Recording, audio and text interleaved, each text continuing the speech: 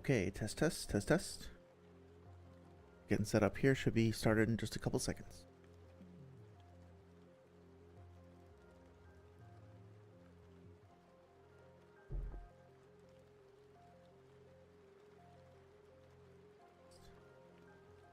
Getting set up here, should be started in just a couple seconds. Echo, sorry about that. Okay, test image. Okay, that's working, good. Yep, gonna get started in just a sec. I think I have everything basically organized. Still haven't gotten rid of that cough. That's okay.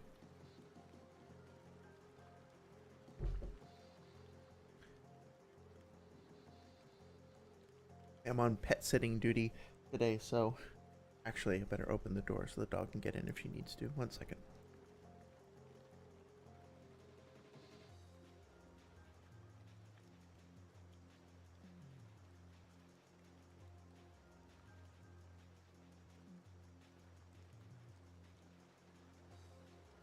Okay. Almost ready.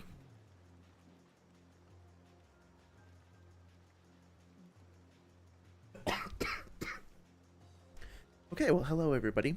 Hope you're all doing well. Hope you had a great week. That your weekend is going okay as well. No major updates over here, except I did want to thank everybody again for both the feedback and response on the Dark Souls 2 streams, as well as the short. I was really blown away by the views on the short that I published. Not that view count is the measure of success or anything like that, but I seriously was not expecting it to shoot up so quickly, and it was really awesome. I'm glad I got a chance to connect with some of y'all about that particular story or manga. I'm definitely interested in doing more content like that in the future. I actually picked out another manga that I really enjoyed called Asura's Verdict that I had very similar feelings about, and I think I'd like to do a short on that sometime in the next couple weeks. I also want to work on the longer video as well. But in the meantime, it's nice to just be able to take a little bit of time and focus on something to kind of clear my head, so to speak, like something that's completely unrelated to games or to Naruto, and just, you know, dive into it for a little while and then share what that experience was like. So I highly recommend if you're interested.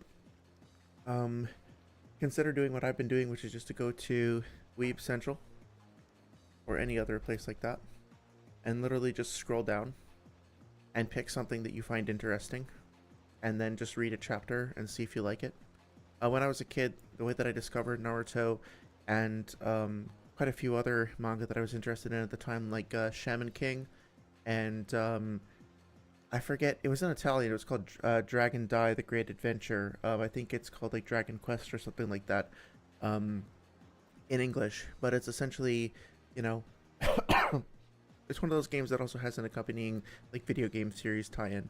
But I would find out about those by basically just like going into the local shop where they sold like comics and cigarettes and newspapers and stuff and just picking one at random. And I miss doing that because you would find like a lot of times you would get some kind of mediocre stuff that I wouldn't necessarily connect with, but every once in a while you would find something that was just really awesome and exciting and kind of clicked. So I don't know, I would highly recommend doing that if you're interested. You just want to like find something new to check out. Like, I've heard good things about Sakamoto Days. I haven't actually read it yet. This looks cool. Look at it. That's kind of a cool and intriguing opening shot over here. So maybe just go here, chapter 1, see what it's all about. Like, already I'm interested. Like, look at the art. Like, what's going on here? I'm very curious about it. So yeah, I have a couple of other manga that I've read recently, Fire Punch and Asura's Verdict, and I think I'll be doing something about those in the coming weeks. But I'll probably switch to focusing on a longer form video first. Kakuzu Holidays, hey, how's it going? How does it feel to be back home? Did you get a chance to rest up a little bit? You slept a little bit more? Hopefully you're feeling okay. Yeah, I appreciate the comment about the thumbnail. I like the juxtaposition of those two things. Pain is pretty arrogant in and of himself, despite going around calling other people arrogant, you know. I actually think that Pain is intelligent, but there are moments in which he seems to be acting stupid. that's usually a result of his arrogance kind of getting the best of him. Oh. Oh, you're back on the job. Awesome. Yeah, how's it going? Is everything going well?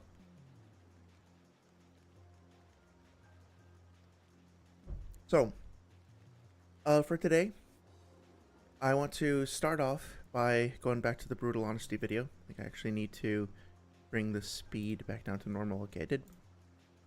And specifically, I want to make sure that we still keep an open discussion. So if anybody has any questions, any topics you want to explore, any other parts of the manga you want to go over, I'm absolutely, more than happy to do so.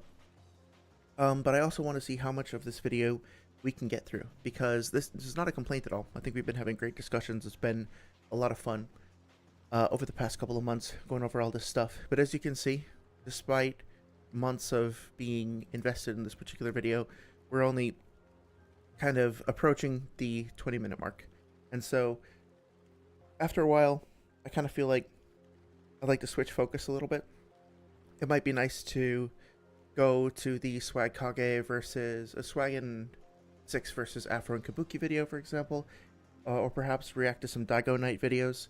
I've been listening to some of his stuff, and I enjoy his sense of humor, but sometimes disagree with his take, so it might be good to take a look at that as well. I think there's plenty for us to kind of explore around in the community. So I'd like to just get us to a point where we can break away from this for a little bit. But before we do that, there is still a lot to cover. And in particular, we've been focusing a lot on the arguments themselves, which is, at the end of the day, is the most important thing. Like talking about the manga, talking about the way it's interpreted and represented, the way that the characters are portrayed. But at the same time, there's also a lot of stuff about how the video is constructed, how the arguments are actually shared with people, how calcs, for example, are referenced, and how people involved in those calcs are represented. Just the way that information is shared in this context that I think we haven't talked about as much, and I think is very important, to me anyway. Like, I definitely have had the experience of kind of assuming good faith arguments are being made when listening to debates or videos about Naruto or other subjects, and then getting quite frustrated when I found out later that I was digesting a lot of misinformation or just confusion. Like, I don't want to assume dishonesty or assume bad intent, but at the end of the day, the way that the information is being shared is just not really great, in my opinion, and I want to talk about that as well. So both the scaling and the arguments diegetically, like in the manga, but also how do we talk about this stuff with one another? How do we communicate with one another and represent each other's arguments? I think all that stuff is going to be really important to go over. Kakuzu Holiday says, did you take a look at my stuff? I'm sorry, I don't recall. I might have spaced out on that this week. What was the stuff that you wanted me to look at specifically? I'm definitely happy to do so. If you're referring to the KCM, like the arguments about KCM Naruto's durability, I did try to look into that and then talk about it on the last stream, but I'm not sure if that's what you were referring to. But if I missed something, let me know. I'll probably be kind of focused on the video somewhat in this for the stream, but also happy to look at that stuff after the stream. Or of course, if it's directly relevant, then feel free to send it along and I'll take a look. I probably won't be hopping onto VC until the end of the stream though, just because I'm going to try and be a little bit more focused. But yeah, let me know. Feel free to send me stuff if you like. For folks who might just be joining the stream or just coming across this video, just to get a little bit of a background, we've been discussing this video called Brutal Honesty, Kakuzu vs. Pain, by a YouTuber called Noodles, who has kind of contributed a lot in the realm of Kakuzu related arguments over the years. While I do find the matchup to be interesting, and I find some of the arguments presented to be interesting, I also kind of find that a lot of what has been said and presented in this video is pretty inaccurate, and sometimes it feels to me a bit dishonest as well. So I want to try to address why that is and try to see if I can respond to those points, while also shining a light on sometimes some of the ways that things get misinterpreted, misrepresented, or confused, etc. And so we are at the 18, almost 19-minute mark over here. Previous streams, we talk about stuff like Kakashi's durability and the Raikiri and the Raikiri's AP scaling. We've talked about what it means to have a speed blitz and like to succeed in doing a speed blitz to another character. We've talked about stuff like the Chibaku Tensei, what it means to, like, what you need to produce and hold up a Chibaku Tensei. We started to talk about stuff like calcs and the terms like multi-continental and mountain level. We've talked a lot about Yugito and Perfect Jinchuriki. So please, if you're interested, feel free to go check out those videos. And also, let me know if you have any questions. I don't mind summarizing any of them. Very, very happy to go over and kind of touch base on any of that stuff. But for today, I am going to pick up from around the 19-minute mark. Now, as always, I want to offer the caveat that, you know, I'm going to be pausing and stopping this video a lot to comment, because not to be hyperbolic, not to be like shitty or anything, but I have an issue with pretty much every single sentence in this video, and sometimes multiple issues with single sentences. So the risk there is that I'll wind up cutting off a sentence halfway through and not giving you the full context of it if you're just listening to it in like my interpretation. So please, you know, consider going to Noodles' channel and watching this video on his channel specifically, not just via me.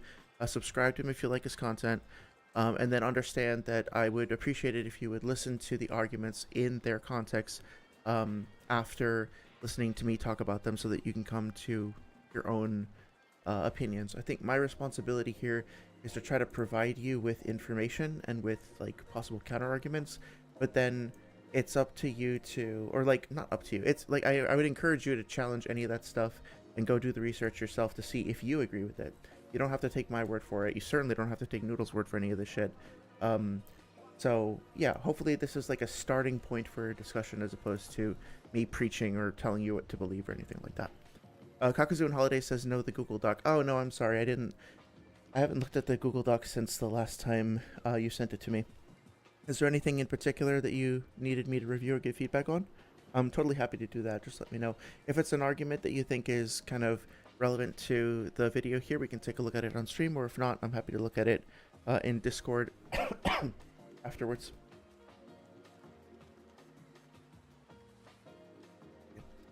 So with that being said, I think I'm going to get started in a minute here. The first minute or so, we're going to wind up skimming through a little bit of the stuff that we talked about last week with regards to speed blitzing and what that means and all that.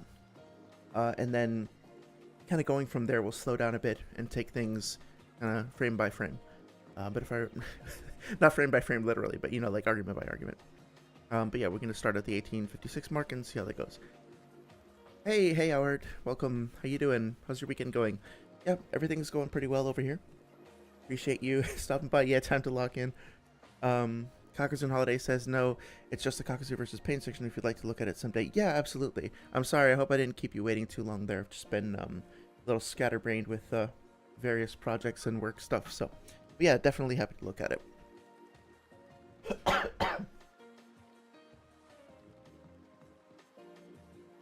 Strong, yeah, I like that. Okay, so yeah, and as I was saying to Kakuzu and Holidays, I heard if you want me to, like, as always, please feel free to comment or challenge any of the points I'm making or the points in the video.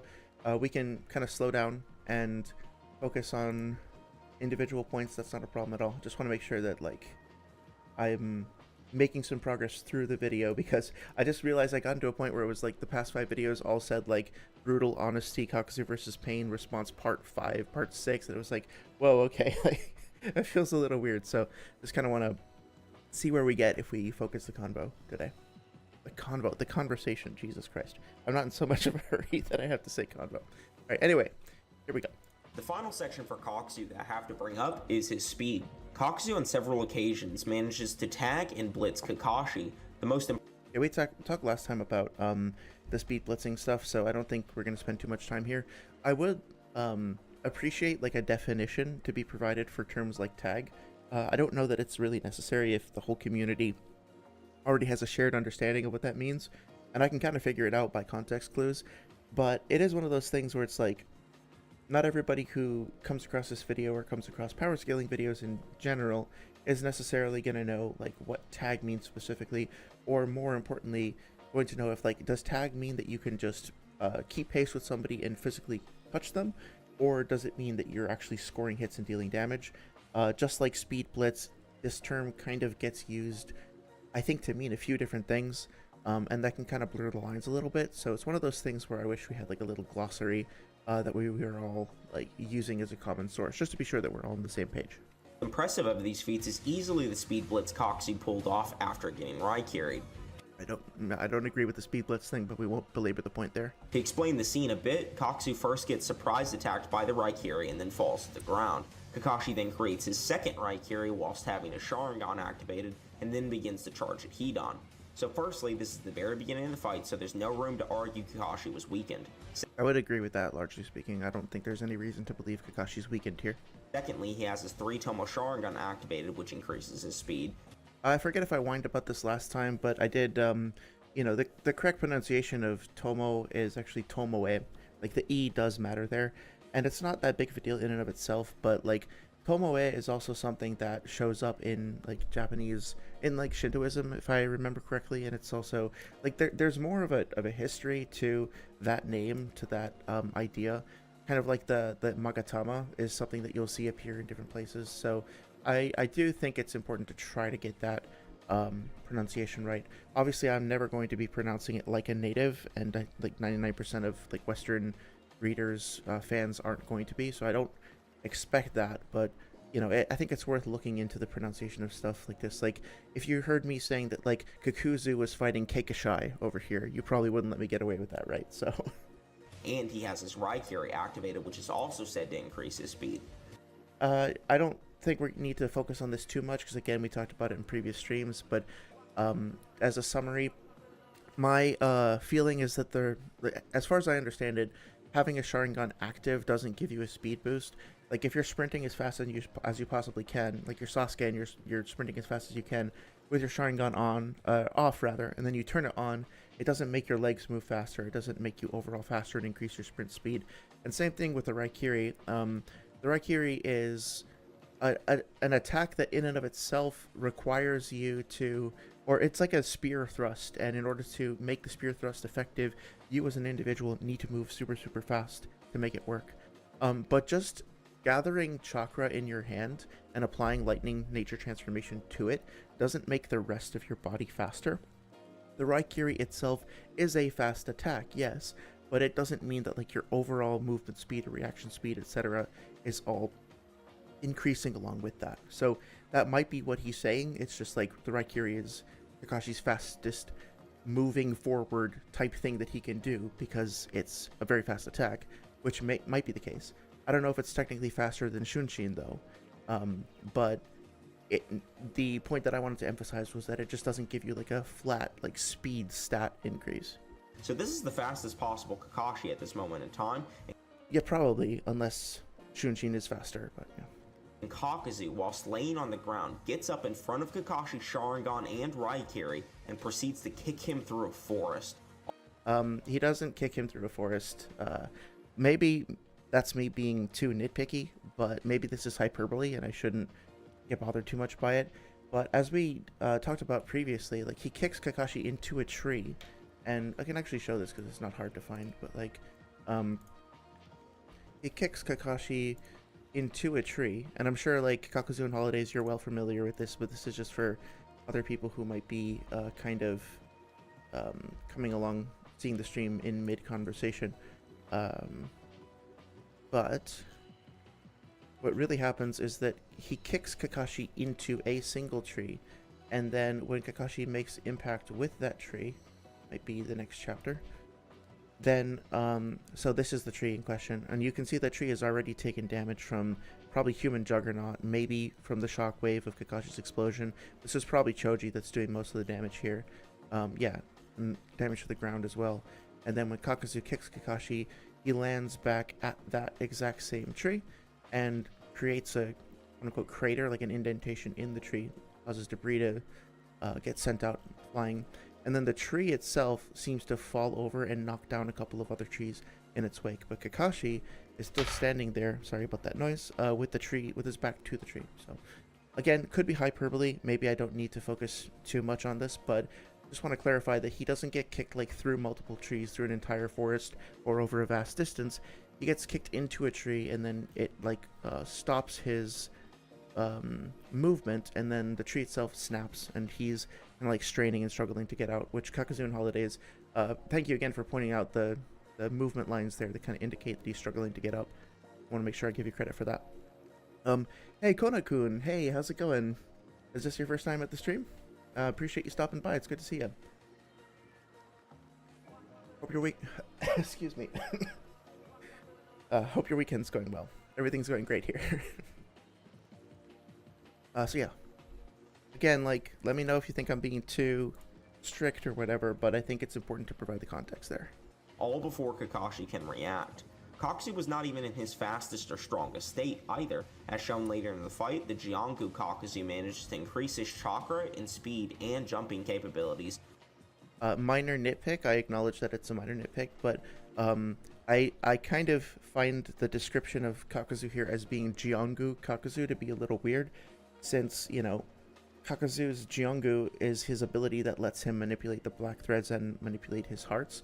I think this kind of speaks to our need as a community to have some kind of term to refer to Kakuzu's different states, and if people have just agreed that we're calling this Jiangu Kakuzu, then I can't really fault Noodles for using the community term, but what I can say is that it's weird to say that he's in his Jiangu state when technically he's always in his Jiangu state as long as he has hearts. So I think the issue here is really, or when he's manipulating threads or any of that stuff, right? So I think the issue here is one more of terminology.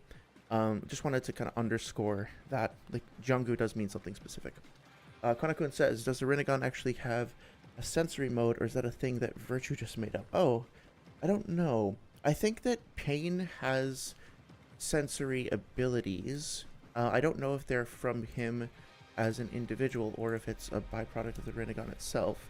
I wouldn't necessarily accuse Virtue of making anything up, but I would, let's see, I'm gonna find the place in this fight where we can kind of see where Naruto's about to run out of Sage Mode for the first time. Let's see, where does he say that, like, his Sage Mode is waning and he's about to run out of Sage Mode fast or something like that? There's a little panel where he's like analyzing Naruto's abilities, and just take me just a moment to find it. Yeah, okay, here we go. So this is in chapter 432. It's during the Pain versus Naruto fight, and Naruto has used multiple jutsu at this point, and Nagato says his Sage Jutsu is starting to wane and rapidly. He must have used up his Sage Chakra with that last move. So you could potentially say that since there's a focus on Pain's eyes here, and like the background is dark, that maybe we're supposed to interpret that he's focusing and using his eyes to sense the amount of chakra that Naruto's using. But as far as I know, it's never explicitly stated that it's a Rinnegan type thing. And then later on, like, we can see that Pain seems to be like to have his vision successfully obscured by smoke and dust. And so it's not like he has a Byakugan or Sharingan that can see and sense chakra through the dust and through like obstructions like this. Fukasaku also uses a smoke bomb on him during the Jiraiya fight that seems to impact his vision as well. And then Naruto does later in this fight. He uses a smoke bomb and gets away with a strategy against him. I guess you could also argue that Pain doesn't know where his own path is when it's inside Gamabunta. So if anything, the Rinnegan like definitely doesn't have like piercing inviso sight, so to speak, for lack of a better word. Looking at this, my intuition is just that Pain, like Nagato himself, has sensory abilities, and they don't come from the Rinnegan themselves. Although, like, Madara also does, and that's probably from his Hashirama stuff. So yeah, probably not, but I would need to research it a little bit more to know for sure. Okay, checking up on comments here. Kakuzu Holiday says no, only the human path. Oh, okay, interesting. I didn't know that the human path had like a specific version of it. Konakun says it's 11:54 in your country. Okay, yeah, I appreciate you stopping by even though it's so late. Hopefully, you know, feel free to check out the VOD afterwards if that works better for you. I don't want to encourage you to stay up too late. Although I am a bit of a night owl myself, I tend to stay up pretty late, so especially if I don't have work the next morning. So, whatever works for you. I appreciate you stopping by either way. Howard says, did he see Naruto looks exhausted? I don't know if he says he looks exhausted here. I think he's just saying that his energy is running out quickly, unless there's something else that I missed, which is entirely possible. Let me know if you think I missed something. Howard says, oh, because after the first Rasen, Naruto doesn't show fatigue yet. Yeah, I don't think so. I think this is the first time where Naruto is implied to be fatigued, right? Because he's panting and sweating, and he's just run out of his jutsu. Pain really doesn't want the smoke. Exactly, he just can't handle the smoke. It's good, I like that. Kona, I feel like I've seen that profile pic before. Is that from Lucky Star? I haven't seen that in a long time. But anyway, yeah. So hopefully that provides some clarification on that. When he fuses all of his hearts inside of himself. Okay, another minor nitpick there. Actually, I'm going to lower the volume of the music just a teeny bit. I know what he means, so maybe I shouldn't be too nitpicky, but technically speaking, Kakuzu has all of his 5 hearts inside himself at the same time. I guess he's implying that, like he always does, right? At the start of the fight, he has his 5 hearts, quote unquote, fused inside of him. Maybe he's just implying that he's trying to describe the way that Kakuzu is deploying all the individual tentacles into like one combined mass, as opposed to having the individual hearts spread out, which is fine. It's not that big of a deal, but just wanted to be clear about that. Konakun says, yes, Konata Izumi from Lucky Star. Okay, cool. Yeah, I thought I recognized that. That's cool. My second favorite anime character of all time. Well, of course, now I gotta ask, who's the first? Oh. Now I gotta go back and watch Lucky Star, I guess. Oh, first is Hisoka. Okay, beat me to the punch. Cool. Yeah, I'll have to check that out. So this I remember really enjoying the opening, the OP. That was a lot of fun. easily establishes Kakuzu above Kakashi. Okay. We don't need to belabor the point here. We talked about it before. I think I kind of agree with Kakuzu and Holidays here that Kakuzu probably could beat Kakashi overall, especially in a one-on-one. There are a few mitigating factors, though, like the other people involved in the fight. Sometimes I think they assist Kakashi, sometimes I think they hamper him. The use of Kamui doesn't really come up in this particular fight, and so I'm curious about like how that would work. I think Kakuzu and Holidays, you tend to not think that it's going to be very effective. I tend to think that there are ways in which it could be effective. So I'm personally happy just saying that Kakuzu is relative to Kakashi in some ways and has an advantage over him in other ways, and could probably beat him in a one-on-one, and then allow for the possibility that Kakashi has other things up his sleeve that he could possibly do to fight back as well. The next bit of speed scaling I want to address is Kakuzu scaling above Nine-Tails Chakra Naruto. Okay, so pay attention to the fact here that this is from the anime, right? And Naruto's eyes are blue here. And pay attention to that term, Nine-Tails Chakra Naruto. I'm going to talk about what is intended there. For those that believe this is base Naruto, here's the Shueisha official colored manga where they depict Naruto's eyes as red and slitted. Okay, so this is not a huge deal. I think the most important thing here is that the his eyes are slanted. He has like the slant pupils like a cat's, and that is a clear indication of Kurama somehow being active inside of him, something like that, right? That's the main point, and I don't dispute that his eyes are obviously like have the slant pupils. That being said, what we've just been told is that this is the Shueisha official colored manga, right?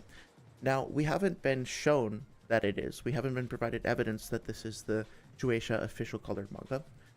But if you look in the bottom right-hand corner, you'll see this little watermark here.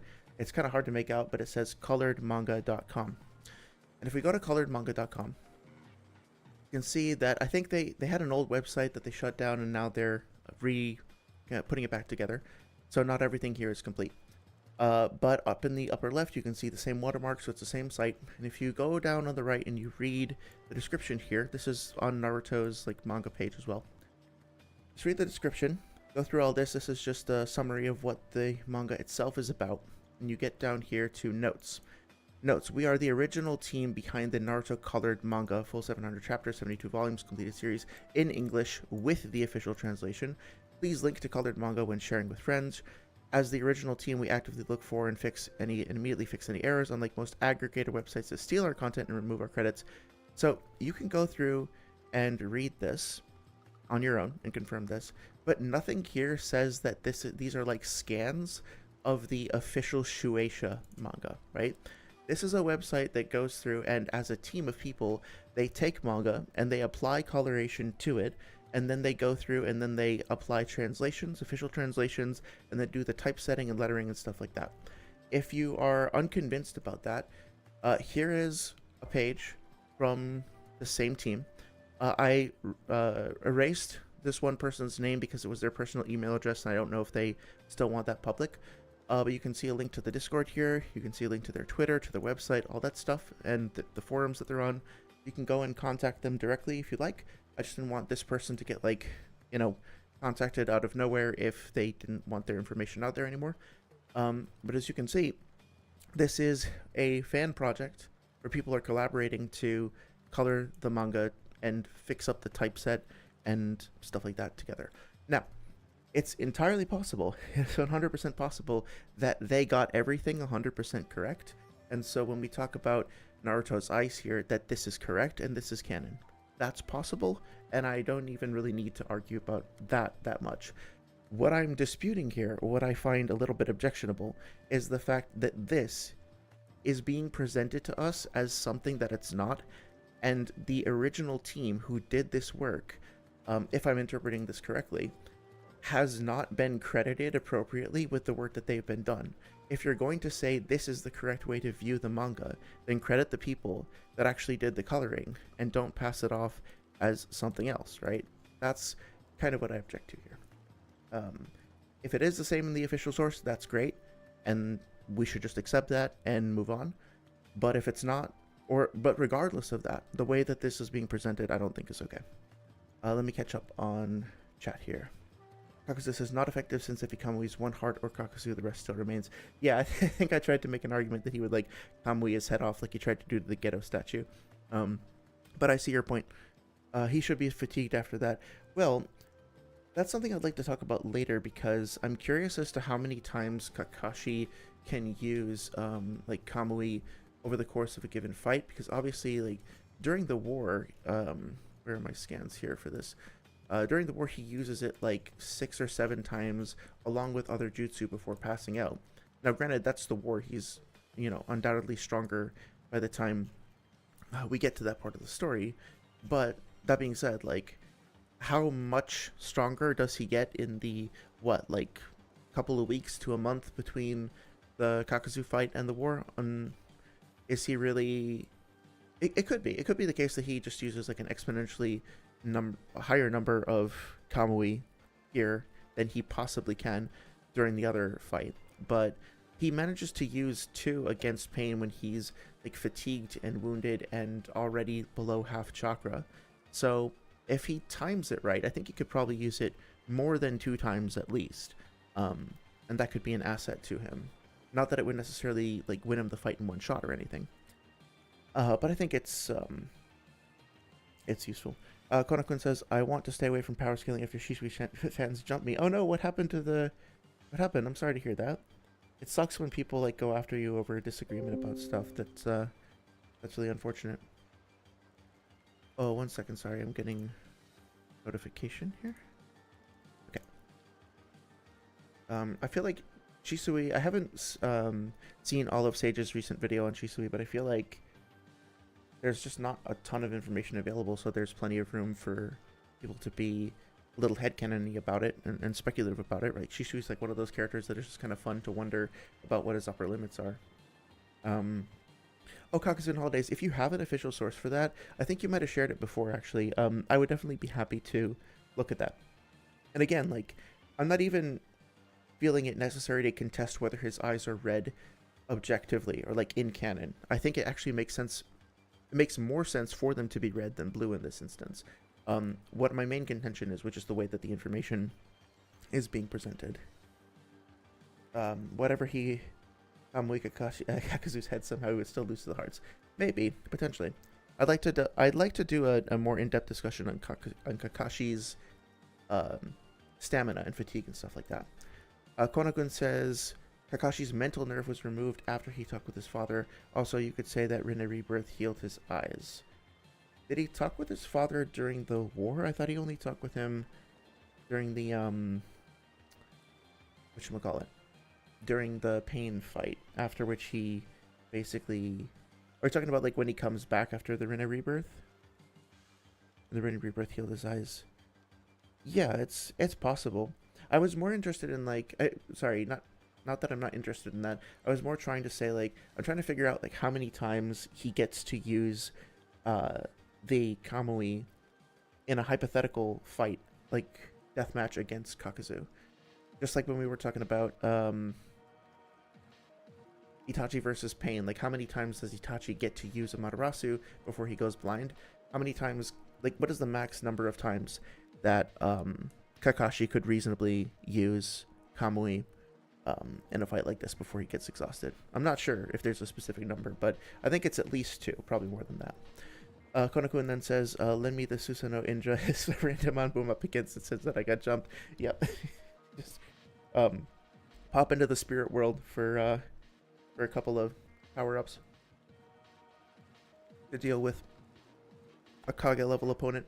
That seems fair, right?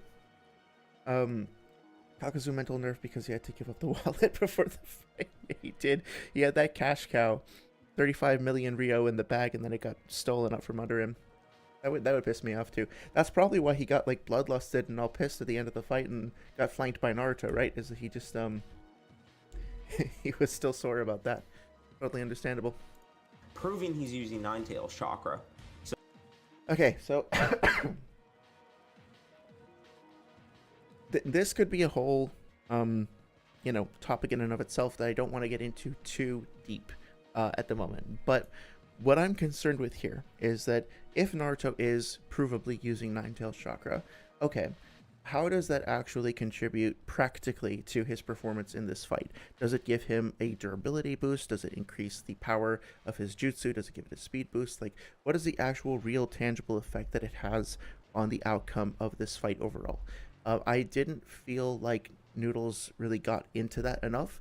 It more felt like he was saying, well, because he's using Kyuubi chakra, he's unquantifiably just stronger than base, and maybe he is, but as we talked about in the previous stream, when Naruto transforms into Kurama and the transformation progresses, we see a bunch of different signs. We see his eyes have the slit pupils, that's true, but we also see his whiskers get more prominent. We see him get fangs and claws. We see chakra bubble around him. And anytime he is powered up enough by Kurama that he is actually receiving a tangible, consistent benefit over the course of the fight, we also see the multiple signs. So if we go to chapter, let's see where we're at. Chapter 322. This is the training that Naruto does right before the fight with Kakuzu. Remember, at this point, the last time Naruto bumped into Sasuke, Kurama offered to give him his power, and Naruto says, like, fuck off, I'm not using your power anymore, after he hurt Sakura during the Orochimaru fight. So Naruto cognitively doesn't want to use Kurama's power. He doesn't want to give in to it. Now he's doing this training, and over the course of this training, he's specifically trying to develop a power that is of his own, where he doesn't need to rely on Kurama's chakra anymore. He's just using his own jutsu. And over the course of it, look what happens. He's focusing. He's trying to focus as much as possible to add wind nature to the Rasengan. As he's focusing, his eyes start to get slanted in the pupils, and then he also starts to get the prominent whiskers, and his fangs start showing up, and then he gets like all the bubbles around him and stuff like that too.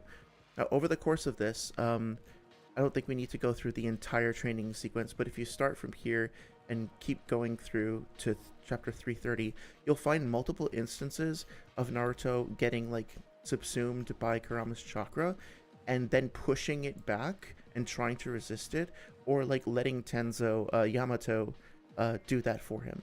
So part of the goals of his training during this entire sequence is specifically that he's trying to resist Kurama's chakra.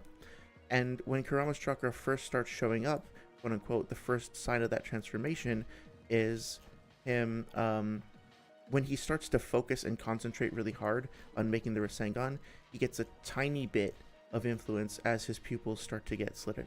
So in this moment over here, he's actually more transformed than he is over here, because here he doesn't have the prominent whiskers, whereas here he does. But he's still like fully conscious, and he's still like, this is happening because he's getting focused. So maybe some unquantifiably tiny amount of Kurama's chakra is leaking out and he's using it. But as far as we can tell, he's only using it to like have a cosmetic change to his eyes. We don't see any like statements explaining how this is actually practically making him a better combatant or a stronger combatant. And given all the narrative surrounding this, I think what's happening is that he just gets slanted pupils when he gets really focused on his chakra sometimes, and then he's like, maybe Kurama's influence is starting to come out, but he's also holding that back. And now we veer into headcanon territory, so take what I'm about to say with a grain of salt, but potentially you could say that this is even more of a feat for Naruto in terms of his combat performance here overall, because he's holding back Kurama's influence. Like, Kurama wants to get out. His rage, his determination, his focus is like tempting him with power, and Naruto is managing to restrain that. So it's not so much of an amp as it is like a distraction that he's still managing to keep under wraps. You could disagree with that. That might be a little bit too extreme of a like too off base or something like that. But at the end of the day, I don't really find that this is proof that he's got a buff here so much as that like he's just mentally amped up. And even if it is, it's not something that I feel Noodles really explained particularly well in terms of how it's affecting his performance. So catching up on chat really quick. Kakuzu says generally a state / transformation up all physical stats. Maybe, but I didn't. Part of what I want to emphasize here is that I'm trying to evaluate how well the video articulates its points and proves its points, if it does.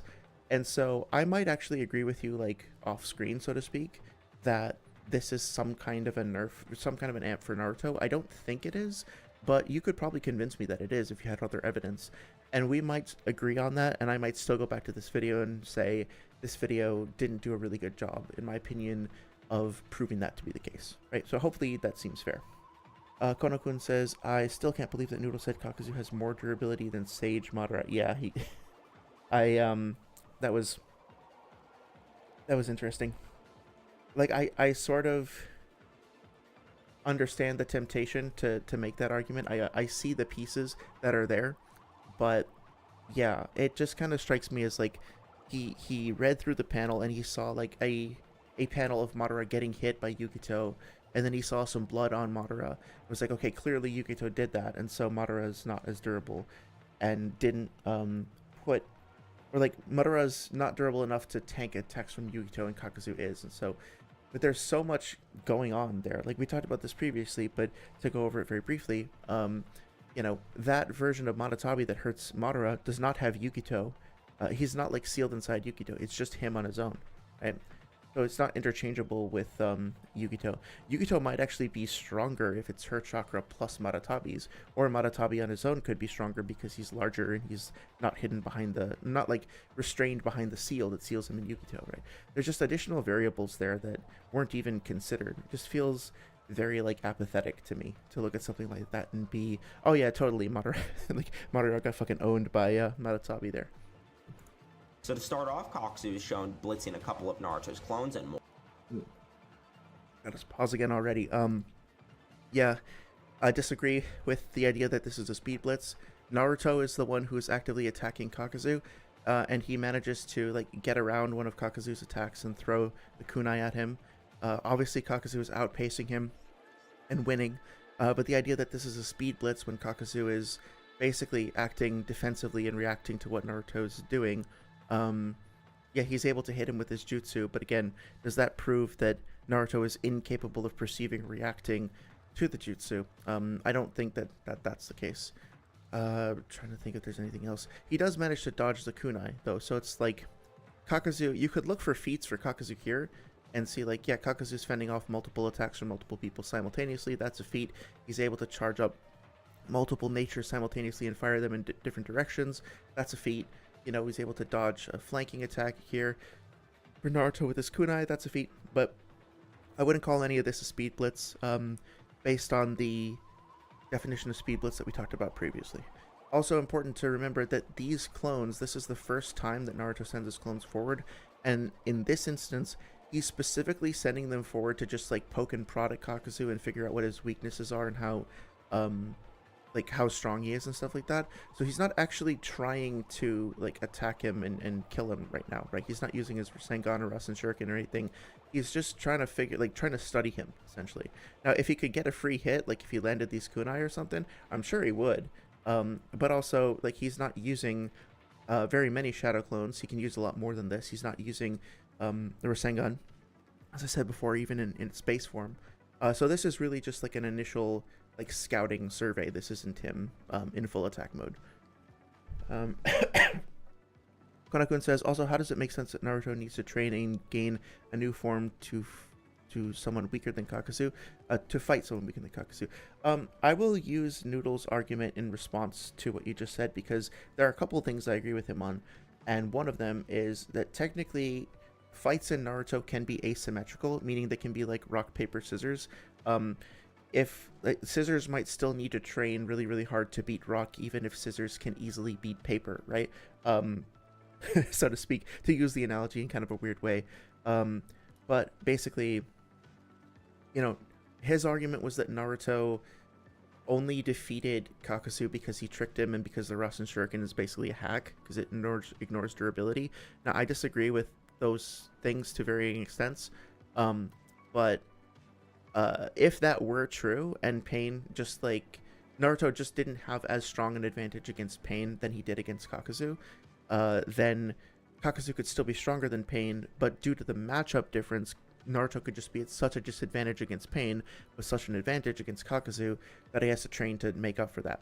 I don't agree with any of that. I think that it's very clear that Pain is at the top. Like, Pain defeats Sage Naruto. Sage Naruto is stronger than this version of Naruto, and this version of Naruto defeats Kakuzu.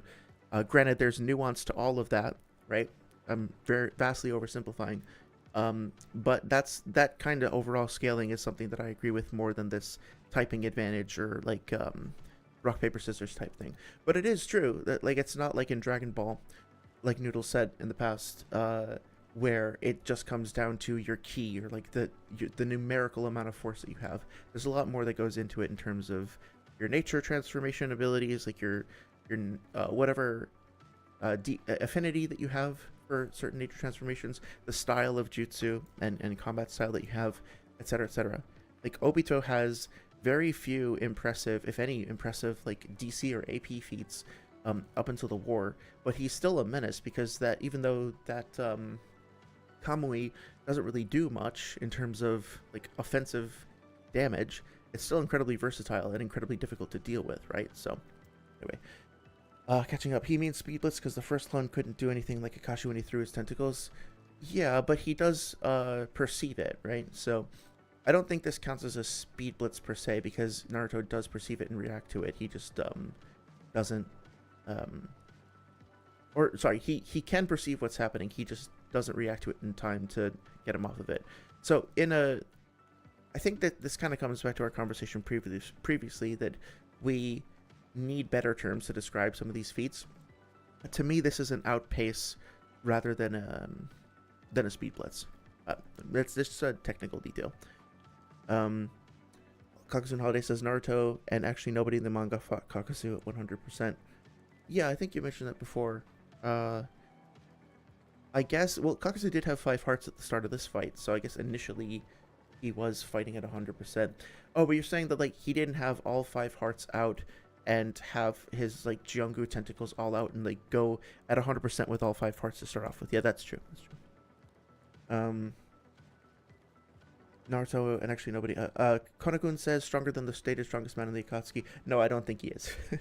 I do think that there's some contention around that particular statement. But I also do agree that Pain is, again, like, what does strongest actually mean, right? Because Pain probably has. If you look at everything that Pain can do and stack him up against everything Itachi can do, everything Kisame can do, and everything Obito can do, they obviously have very different ability sets. and some of them have great AP or DC feats, some of them don't, some of them have better genjutsu feats, some of them don't. It's sort of, it feels weird for me to say that one of them is objectively the strongest and could objectively beat all of them like equally. I think overall though, like with Pain's, the vastness of Pain's ability set and all of the hacks and all of the tools that he has, he probably is the strongest overall. But think about Itachi showing up to Konoha with the Susanoo and the Totsuka Blade and the Yasuka Magatama and all that stuff, the Yaramir. You know, he probably wouldn't have the same stamina that Nagato did, but he could still probably like wreck the whole village, you know. Debatable, like maybe he wouldn't do as well because, well, he's a more obvious target with like the big fucking like chakra soul warrior surrounding him, rather than Pain kind of like jumping up into the air and using this invisible shockwave to blast the whole village. So there's nuances there, right? But you could definitely get a lot of work done. But at the end of the day, I guess it comes down to how you define strong and then how those characters are applying that strength and in what matchups. But also, I think we can just take a step back from the power scaling debate stuff and just say, like, yeah, Pain is probably the strongest.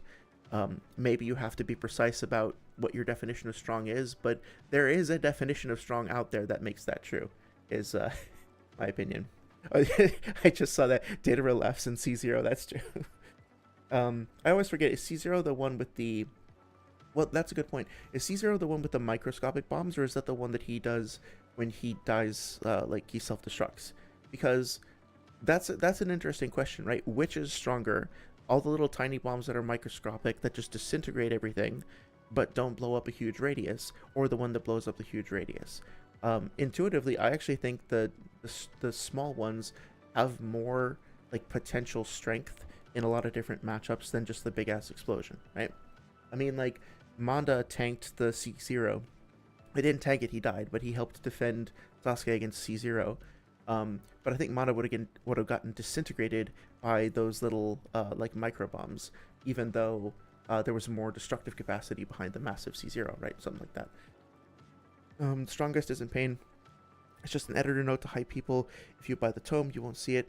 Kakuzu and Holidays, I actually have pretty strong feelings about that, just the editor note thing. I know Noodles has said it multiple times, but I will agree with you just for now that like it's probably just more of a hype statement and doesn't need to be taken literally. Like statements like those end statements in the data books, I don't think should be people's like first and last stop for information. I think you should always take those things and verify them against what you actually see in the manga, and like regardless of what that statement says, in other words, we should determine whether the manga actually shows us that Pain is the strongest, and I think it probably does, or at least he's like top 3. And personally, I wouldn't put Kakuzu in the top 3 of the Akatsuki specifically, but yeah, hopefully that seems fair. Konakun says, the strongest man in the Akatsuki, the invisible leader of the Akatsuki members who can battle Bijuu and Jinchuriki, follow Pain because of his charisma and power that no one can deny. Yeah, that's good. That's a good summary of, I think those are the third databook statements. And I will agree that when you put all of those statements together, it starts to paint a picture of Pain as being like superior to the other members of the Akatsuki. Of course, you can dispute each of those individual points. So then it kind of becomes like, okay, if you go through each individual point and you doubt or dispute them and you don't believe them, then the whole thing kind of falls apart. But if you look at them all together, even if each individual point is kind of weak, then they form a tapestry that's stronger than the sum of their parts, right? So I think which of those two perspectives you take is going to determine how you see Pain based on those statements. Personally, like, I don't know if I could win a debate on this, but personally, I feel like there's just so many statements, there's so many little things that you learn about Pain, like Pain has never lost a battle before, like Pain defeats Hanzo rather, and Hanzo was thought to be like invincible. and sort of like inconceivable by Jiraiya that he could have been defeated by anybody. Black Zetsu has some statement that I think it's Black Zetsu, where he says, I didn't think it was possible for Pain to have been defeated. Right? You just put all of those together, and then it starts to be like, and then you realize also that like Pain defeated Sage Naruto, and then he defeated, like after defeating the whole village, and then he defeated Six Tails Naruto, and then he only barely, like barely by a hair fraction, lost to Naruto at the end of their fight. And then Nagato himself was still alive and was still firing off like chakra rods at him. And if Nagato was bloodlusted then, I mean, like, imagine if Nagato did a Bancho Tenin to Sage Naruto at the very, very end of that fight, and then just like drained his chakra like he did to Killer B in the Edo fight, right? Nagato himself is just like crazy, like he's cracked, right? So I think technically speaking he's never lost a fight because he gave up there, and then he was controlled by Kabuto later on. So yeah, he's insane, and it's totally reasonable, I think, especially if you're talking about Nagato himself and not the Six Paths, to just be like, yeah, this guy we have a lot of reason. Yeah, because remember, everything that Pain accomplished when he fought against the village, all of those feats, everything that he did there, when Naruto fought him as an Edo Tensei, he said, oh shit, like, Pain is much stronger now that it's just, like, his own one body, right? Like, his jutsu are out of this world or something like that.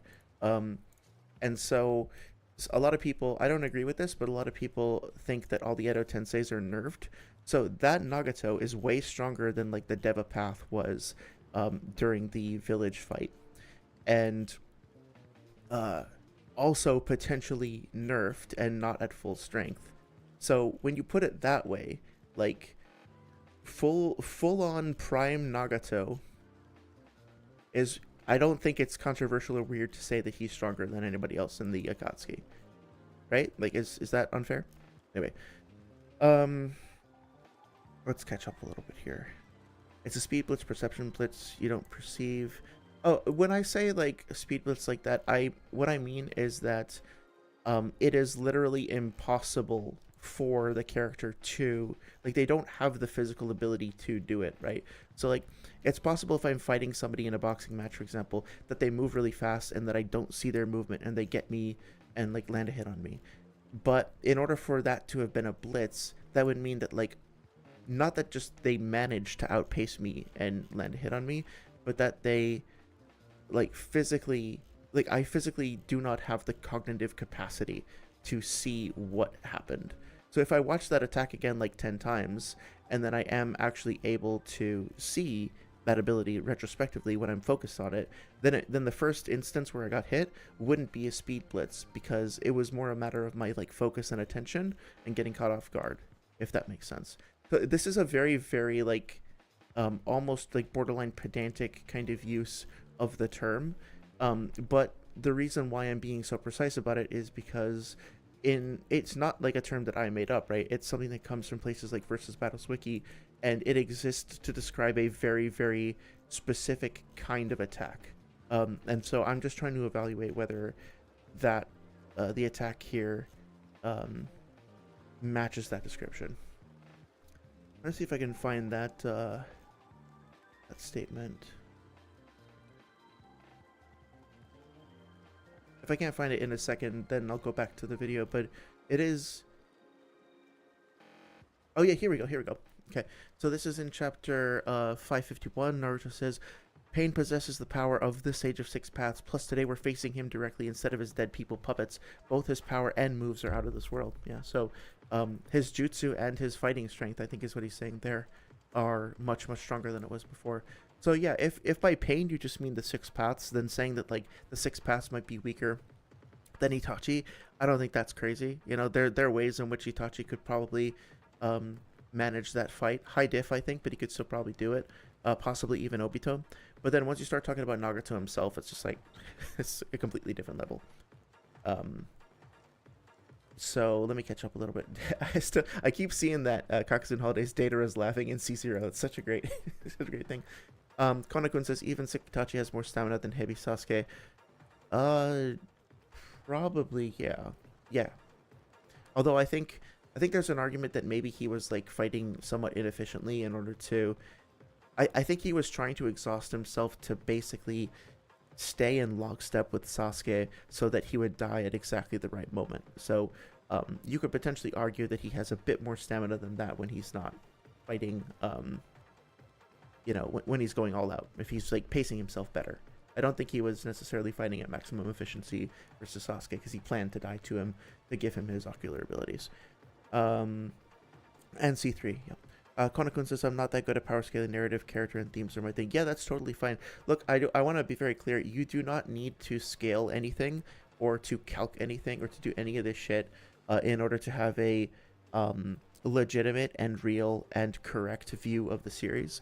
Power scaling and calcing and all of this stuff is a hobby, and it is a fun one, and I think one that when done correctly can help you better understand, get like a deeper understanding of the series, sometimes a deeper one than just reading kind of casually or just not reading closely. But it's not a guarantee. It's neither necessary nor sufficient, right? Like doing a calc doesn't guarantee that you're going to understand things better, and it's not necessary to understand things correctly. And there is a lot of room for headcanon and interpretation, because at the end of the day, we're reading fucking art here, and it is correct and encouraged and good to interpret art in different ways. So please don't ever let anybody tell you that you have to, you know, whip out the quadratic formula or 3 data books and quote them verbatim in order to prove that your opinion about art is justified. I do think it's fun to engage in that exercise. I do find personally that when my opinions on something are challenged, and then I go research it and try to analyze it and pick it apart, that I learn and have fun with that. And I think over time when I've done that, I've learned more about the series and I understand it a lot better. But also, like, no one person has a monopoly over understanding this art. And so I hope that you will find that you will feel fully justified and encouraged to like pursue your own opinions and interpretations. And if that's not like backed up by somebody's fucking calc, then they can fuck off, as far as I'm concerned. It's a little spicier than I intended, but like hopefully you see what I mean. I actually I want to take a second though and say that I do also have a lot of respect for people who do high quality calcs, and that I'm not dismissing people who calc or scale either, because we're going to talk about in a little while, like we'll talk about some of the calcs that were done for the Bijuu bombs and stuff like that. And if you go through here, there's some interesting math that's being done. Like the people are going through and like looking at, I don't know if you can see, looking at the craters for explosions and things and counting pixels and trying to get like diameters of spheres and, you know, comparing them against multiple things. So I want to take a minute and just say, I respect this shit. I'm not good at math. Like I'm not, what is that line from Puss in Boots? I'm not much of a math guy, right? So, I'm gonna leave this to the people who are better at this than me. But I respect it. This takes a lot of work, takes a lot of precision, and also if you scroll down through like the comments here, there are other people who kind of like a scientific peer review who are looking through it and commenting on it and providing evaluation and all that stuff, right? So massive respect to people who do this, even more respect to people who do it well and help enhance the understanding of the series. This is definitely something that is a skill and requires like skill and talent and hard work. And so please, when I say like, hey, fuck off with your calc, I'm specifically saying if somebody is a douche to you specifically and says, because I have a calc, I'm right and you're wrong and you can't disagree based on an artistic interpretation, fuck off with that. But you know, massive respect to people like actually trying to do meaningful calcs and being transparent and showing their work and collaborating on that. Like that's really fucking cool. So hopefully that all seems reasonable. Calcs are still headcanon. Yeah, it's a form of interpretation that's relying on an assumption that the manga panels are consistent enough that we can apply math to them and have that lead us to a correct answer. So it's all resting on an assumption, maybe an assumption that's validated in some cases, but it is one lens of interpretation. That's not inherently a guarantee that everything you say is going to be right, right? Going back a little bit, Kakuzu and Holiday says, I mean 0 clones and the main reacted to Kakuzu in V2. Yeah, I think we're on the same page. Maybe I'm just not articulating it clearly. all get caught when Kakuzu decided to attack. Yeah, they did get caught. I'll just say that it was Naruto's clones that were dashing directly at Kakuzu, and Kakuzu, like, lashing out and whipping them and grabbing his clones is not equivalent to, like, how can I say this?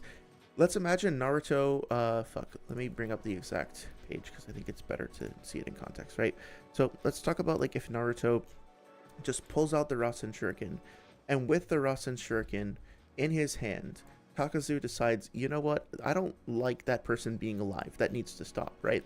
And so Kakuzu moves to Naruto's location and grabs him by the throat and crushes his throat and kills him before Naruto can even move. That would be a speed blitz, right? Because that's Kakuzu moving to where Naruto is before Naruto can see it, before he can react to it in a way that's so fast that he has literally no response to it, when Naruto has nothing else distracting him, no other reasons or excuses to explain why he couldn't intercept the attack. And then Kakuzu comes in from behind or whatever and just smashes him. Same thing applies if Kakuzu were to whip out his tentacles and, like, grab him by the face and rip his head off or something like that, right? That would be a speed blitz. But Kakuzu doesn't do that. He stands in place and he reacts to Naruto's movement. And so, given that Naruto's speed is closing the distance between himself and Kakuzu is reacting by lashing out to grab him, and, like, one of his clones, like, this clone is being a fucking goober and flipping through the air like this in an incredibly obvious way. Kakuzu lashes out with his tentacles and grabs him in mid-air. Yeah, he's outpacing him, but also, like, Naruto doesn't have a lot of maneuverability over here, and Kakuzu is seeing what Naruto is doing and reacting to him.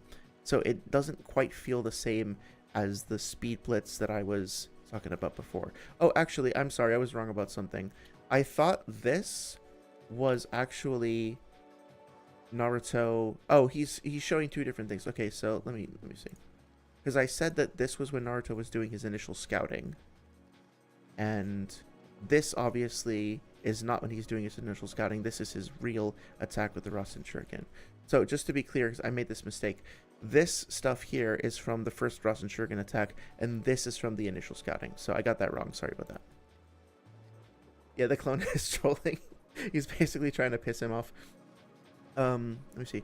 Itachi is the only Uchiha I like. Everyone else I hate with a passion, especially Shisui. I'm gonna need to hear more about the Shisui hate.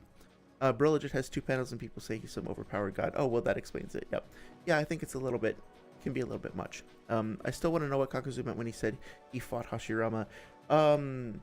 So I think the idea was that it's in the 3rd data book, but basically he was part of a village of samurai originally, and then his village sent him out to go assassinate Hashirama, and Hashirama fought him and almost killed him. In the 3rd data book, it says something like he lost to, like, a wood style Kekkei Genkai or something like that. And so Kakuzu managed to barely get away with his life. And then he slinks back to his village, and his village is so embarrassed about his failure that they humiliate him and put him in prison, which understandably pisses him off. And so as soon as he can, he, like, breaks out of prison, and then he goes and he steals the Gyeongu, like, hidden jutsu, which gives him access to the hearts and masks and tentacles. And I think he, like, steals the heart of the village leader or something like that in order to help as, like, one of the first hearts that he takes in revenge. So that's how that all goes down. Oh yeah, no worries. I appreciate you sticking around, especially since it's so late. It's good to have you. Hope you have a great week. Yeah, feel free to let me know in the comments some more about the whole Shisui saga. Kakuzu Holiday says Noah perception is equal to or greater than cannot say or cannot see it. I think I understand there, but yeah, like the idea is that it's very difficult to demonstrate in many cases that a character is physically incapable of perceiving something, right? Usually there needs to be some kind of a statement for it. It's possible. It just doesn't feel like like Kakuzu. How can I say this? If I run at you and you have a whip like Indiana Jones in your hand, and as I'm running at you, you lash out with the whip and you catch me with the tip of the whip and you like hit my face and cut my face with it, right? That it would be weird to call that a speed blitz to me, because part of what's happening is that you're not physically moving yourself, and you're not your arms aren't moving as fast as the tip of the whip, so to speak, right? Now, granted, I think the reason why whips crack, why they make that sound, is because they're technically like moving at a supersonic speed, right? The flexion of the tip of the whip creates like a little cavitation and causes, like, in the air, and causes like a snap sound. So I don't think many human beings will, like anybody, literally, can actually see that because it's moving so fast for us to perceive. So technically speaking, the tip of the whip would speed blitz me, but your movements overall as a person, I don't think it would be fair to say that you speed blitzed me because the tip of the whip did that. However, if you managed to if we were facing each other in like a boxing match on the other side of the ring, on opposite sides of the ring, and then before I even realized it, you like moved at the speed of sound and got up to me and then like wrapped the whip around my neck and choked me out or something like that, then yeah, that would be because that's you moving overall with your own abilities to my position and then taking me out. Now, you can speed blitz somebody with an attack, so it's a little bit tricky when it comes to Kakuzu's use of the Jongu, because it's like a whip in a certain way, but it's also like his own movement. I just don't think it technically fits the definition of a blitz, because it's hard to prove that Naruto like can't perceive under any circumstances Kakuzu's tentacles like moving and whipping around at all, especially since here he also seems to be able to like react to it and mount a counter attack to it, if that makes sense. Kakuzu's kick is a perception for X. A perception. Not sure what you mean by there. I'm sorry. Oh, you mean like when he smashes Asuma on the head with the briefcase? Well, that's difficult to prove as well because he's coming from outside of the Asuma's like Asuma's not focused on him at the time. Yeah, that's Kakuzu's moves were a part of his body. That's where it gets a little bit tricky, right? Because I don't know. I feel like outpace is still the correct term here, because it's not a speed blitz, because, or how can I say this? It would only really be a speed blitz if we could actually prove that Naruto is incapable. How can I say this? Right, okay, so let's say we determine what the speed is of Kakuzu's tentacles. If Kakuzu's tentacles move at 600 miles an hour, and Naruto is only capable of perceiving movement up until 500 miles an hour, then this would count as a speed blitz, if that makes sense. If not, then there's more nuance to it, and it counts as outpacing. It's a subtle difference, but I think it's an important one. But I think for more on that subject, I don't want to get too bogged down in the semantics of like blitz versus outpacing. I think you were here for the speed blitz video that we did, but if not, feel free to check that out, because I think I did a better job explaining it there, and also like included more scans and more examples of things that count as speed blitzes and not. If at the end of the day you think this is a speed blitz, okay. I still don't think Noodles did a very good job explaining what a speed blitz or why this is. So maybe you and I can agree on it, but I would still disagree with the way that it was presented in the video. Perception blitz, maybe. How can Kakuzu outpace without moving himself most of the time? Well, because the tentacles are still moving faster than Naruto is able, or than Naruto does respond to. That's the key difference between a speed blitz and an outpace. A speed blitz is that like the character that you're blitzing is incapable. They literally cannot under any circumstances match what you're doing.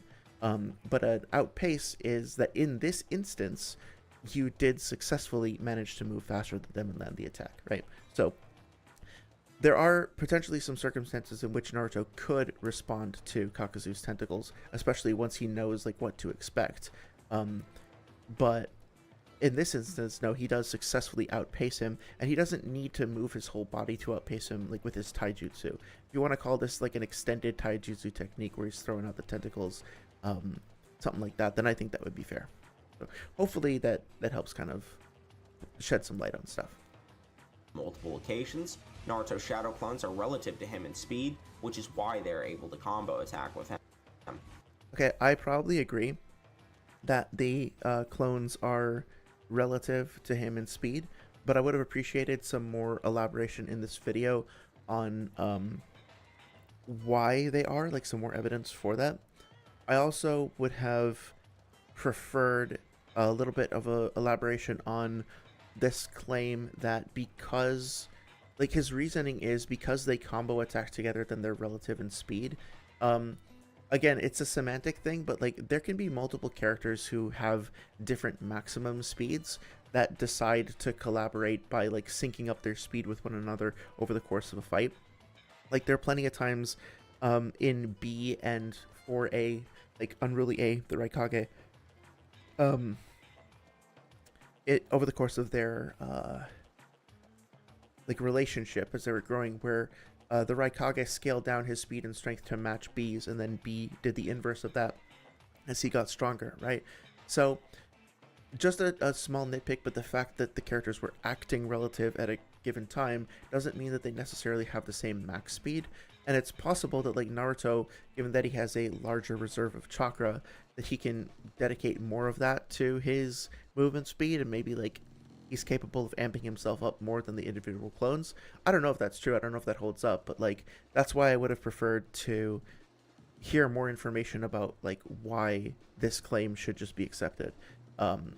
A, that the clones are relative in speed, what that exactly means, and then B, why being able to combo attack with somebody means that you're relative to them overall versus relative to them in that instance.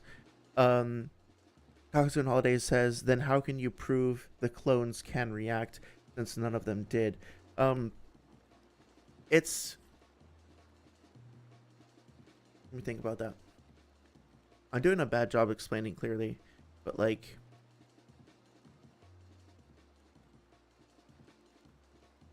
I guess let me try a different approach here, because I want to be fair. And I'll just say this, that if you want to prove as an individual that you're making the positive claim, you're the one who's submitting the claim, not you specifically, Kakuzu and Holidays, just anybody, right? If you want to make the positive claim that Kakuzu is speed blitzing Naruto, then the definition of a speed blitz, as I understand it, defined by places like VSB, is that your opponent cannot perceive and cannot react to what you're doing. And so you would need to to prove that what happens to Naruto here, and this is like, well, how do you actually do this? You would need to prove that what happened to Naruto here was something that literally exceeded his ability to perceive and react to it, as opposed to something where he did get outpaced. You see the difference? One is this is so fast that he's literally physically incapable of doing it, and two is that he in this instance just didn't keep up. The difference is between didn't and couldn't. Is it technically possible that Kakuzu speed blitzed Naruto with his tentacles here? Yes. Might it actually be the case? And you and I could look at this and decide together that this is actually the case. Could you and I potentially agree that this is a speed blitz? Yes, quite possibly. If Naruto can't perceive the movement of the tentacles here, and he can't react to him, then it is a speed blitz. And if that's the case, I would agree with it, and then you and I would agree on that point. But again, focusing on whether or not this video is conveying that information in the correct way, in my opinion, I don't think that that has been demonstrated based on what has been said before. So, could Kakuzu be blitzing Naruto here by some definition? Yes. Has this video demonstrated that it's actually a speed blitz and explained what a speed blitz is and why this fits the description?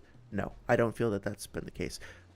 Noodles hasn't even defined what a speed blitz even is. He's just assuming that people already know it, and he's kind of using it liberally in whichever context fits the needs of his argument. So that's my fundamental disagreement with this. If you read this and your interpretation is that Naruto cannot react to these attacks, then okay, that's your interpretation, and I think that's valid. My problem is with how people get to that interpretation. Not even my problem. Like my desire is to make sure that whoever's getting to that interpretation is getting there with like the best tools available and with an understanding of what the terms actually mean. So hopefully that's fine. You understand my point, but you don't agree? That's totally fine. We can agree to disagree on this. It's not that big a deal. Naruto's clones are speed blitz because they can see the attack but cannot respond to it. oh, if they can see the attack but cannot respond to it, then it wouldn't, because it would need to fit both of those criteria. Not a perception blitz since they see it. Yeah, so then it would be like, again, like the term speed blitz as VSB defines it includes both perception and movement. So we would need to have another term. Well, that's why we do have the other term. That's why we have the term outpaced, right? So speed blitz means perception and movement, and then outpaced means just movement, and perception blitz means just perception. Okay, so hopefully that all makes sense. I think we've kind of come around full circle now, so hopefully that makes sense. And by the way, like if anybody's watching this and you think I'm full of shit, you think I just haven't understood the VSB definition or whatever, please, let me know. I don't want to misrepresent the terms. I want to make sure I understand this. This is my best understanding based on what I've researched so far. Naruto's shadow clones are relative to him in speed, which is why they're able to combo attack with him. After destroying these clones, Naruto verbatim says, based on his assault speed, I'm going to need at least 3 clones for the diversion alone. Okay, so subtle thing here, but notice that what he said was based on his assault speed, and what Naruto is actually saying is based on his assault speed and battle style. Both of those things are important here. Oh, I'm sorry. VSB is Versus Battles Wiki.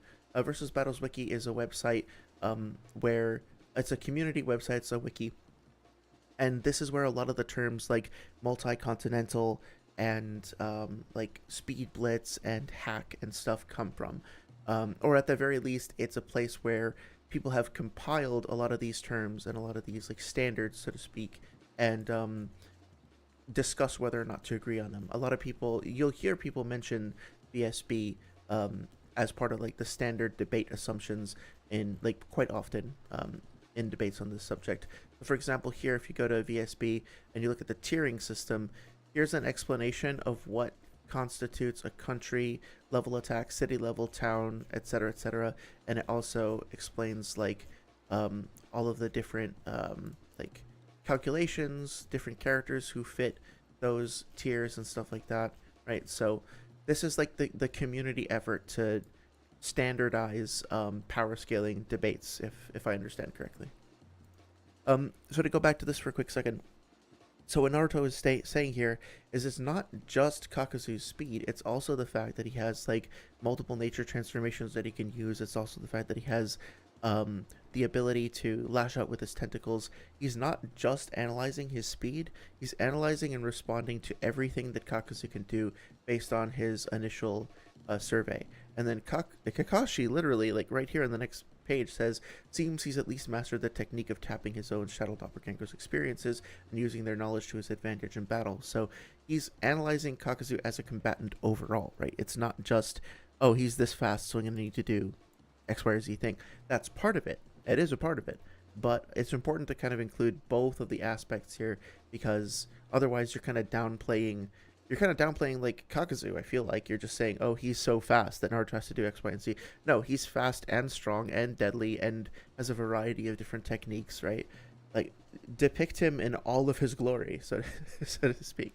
Right? Kakuzu and Holiday says the definition tells us speed blitz is the act of one attacking their opponent before they are capable of perceiving or reacting to them. Right, but if you go through and look at the examples, like the example that they provide is getting hit by a bullet, right? If you're on the same page that I was looking at last week. And please, if you're interested in this topic and you have time, if you're interested in listening to me fucking ramble for another few hours, go back and check out the VOD for the episode we did a couple weeks ago. It's got the thumbnail with Gaara getting speed blitzed by Lee. And we talk a lot about like what that specific definition means and where the definitions are coming from in the first hour of that. So blitzing is different than outpacing, where a character is simply faster than the other. A blitz is more like an all-around outclassing in speed.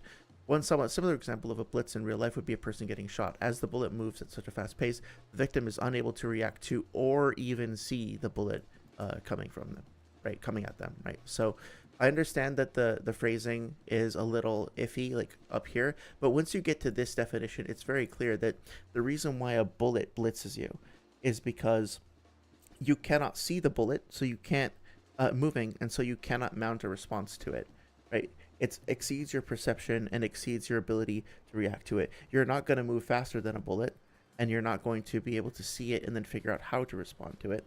Then, yeah. Two things are important to note in this statement. The first thing is that he needs the diversion to begin with. If Naruto were fast enough to hit Kakuzu with the Rasen Shuriken, he wouldn't need a diversion at all.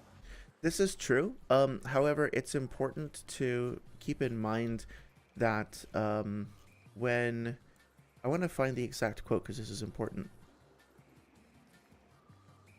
Let's find Choji's quote too, right? Like, Naruto specifically has to get the Rasen Shuriken to him in under, like, was it 3 seconds or 4 seconds?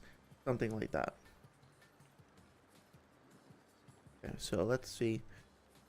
Here's Naruto, you'll get caught up in it, right? This is where he almost gets to him. It's so close, but it fizzled out.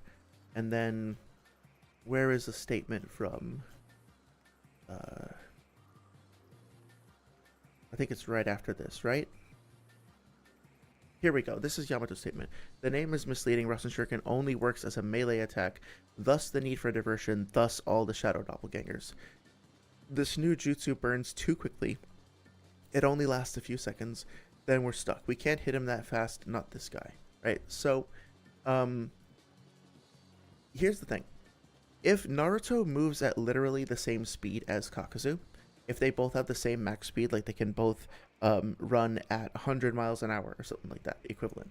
If Naruto starts moving towards Kakuzu, right, and Kakuzu starts moving away from Naruto, and they're moving the exact same speed, they're as fast as each other, Naruto is never going to catch up to Kakuzu, let alone catch up to him in under 2 seconds, right? Or in just a few seconds, whatever the number is. Let's just say 3 seconds. So Naruto not only needs to be fast enough to get to Kakuzu's location, he also needs to be able to get to him before the Rasen Shuriken fizzles out, and he also needs to be able to do so such that Kakuzu can't, like, try to hit him or deflect or fire. Like, he basically cannot get hit, right? If Kakuzu hits him with his tentacles, if Kakuzu fires a ninjutsu at him, anything that Naruto does that Kakuzu could possibly counter is potentially going to disrupt the Rasen Shuriken because it's so unstable, and any delay that he incurs is just going to put him at a disadvantage. So Naruto actually basically needs to be able to blitz Kakuzu. In a certain sense, or at least speed blitz him, or outpace him, like significantly outpace him to like a massive degree, to be able to close the distance with him faster than Kakuzu can escape, and fast enough to be able to evade anything Kakuzu throws at him to hit him. Now, it could very well be the case that Kakuzu is faster than Naruto overall, that Naruto's max speed is 80 miles an hour, Kakuzu's is 200, something like that. It could very well be the case that Kakuzu is more nimble and more dexterous and just better at reacting to things and a better fighter than Naruto overall. He very well may be. But if we're going to come to the conclusion, which I think he's about to in a second here, that Kakuzu is just so fast that Naruto, like, cannot keep up with him at all, that Kakuzu overall is categorically tiers faster than Naruto, that is not necessarily the case. At the very least, that's not the correct conclusion to come to from these statements, because these statements are specifically saying we need to get to him and outpace him so much that we can get to him in just a couple of seconds. So Naruto can be overall faster than Kakuzu, slightly, significantly, whatever.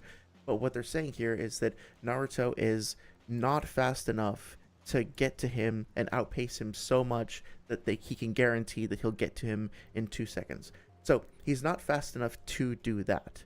Now, just to kind of put a pin on all that, what I just said, those two things aren't mutually exclusive, right? It's possible that Naruto is too slow to catch up to Kakuzu under any circumstances, and then also too slow to catch up with him with the Rasen Shuriken.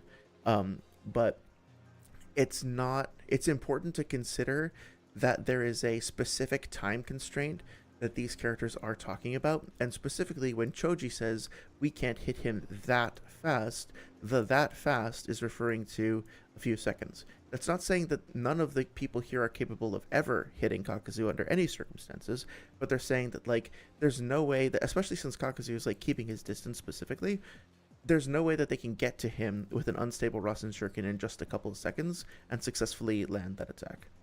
Kakuzu and Holiday says there's more indication portraying Kakuzu to be faster than this Naruto, though it could very well be. I don't really have a problem, actually, with Kakuzu being faster than Naruto overall. That's totally fine. I'm just saying that based on, like, if we're following the chain of logic here, that this statement that they need to get to him within a couple of seconds is a non sequitur to the conclusion, or vice versa. Let me rephrase that. That sounded weird. Basically, the idea that Kakuzu is faster than Naruto overall, and also just categorically faster than every single character here, does not follow from the statement that we need to close ranks with Kakuzu and deliver this attack without getting hit in a few seconds. Because they could be fast enough to outpace Kakuzu within 5 seconds or 10 seconds or 20 seconds, and that would mean that they were still faster than Kakuzu overall. What this statement is saying specifically is they're not so fast that they can outpace him in only a few seconds, right? It's a subtle difference, but it's an important one. I can probably agree with you that Kakuzu, like you could bring me some evidence that shows me that Kakuzu is faster than Naruto, and I could probably agree with you on that. I don't feel the need to, like, argue against you that Kakuzu is faster than Naruto, but I do feel the need to, like, be very clear that the way that that all of these statements here are all important, and the context here is also very important as well. And I don't want people missing out on that context because of things being taken out of context. So if anybody reads this chapter or comes to their own conclusions or listens to this VOD or whatever and comes to their own conclusions about Kakuzu's speed being excessive to Naruto's, then that's totally fine. But based on what we've been presented with so far, I don't think the point has been made effectively, is what I'm trying to say. There's plenty. That's totally fine. Albert, you have something for this page? Yeah, let me know. What do you have in mind? The point of a diversion is to distract someone so you can catch them off guard. Yeah, basically. Second thing is that Naruto literally says that Kakuzu's assault speed was the reason he needed a diversion. I want to see the exact quote.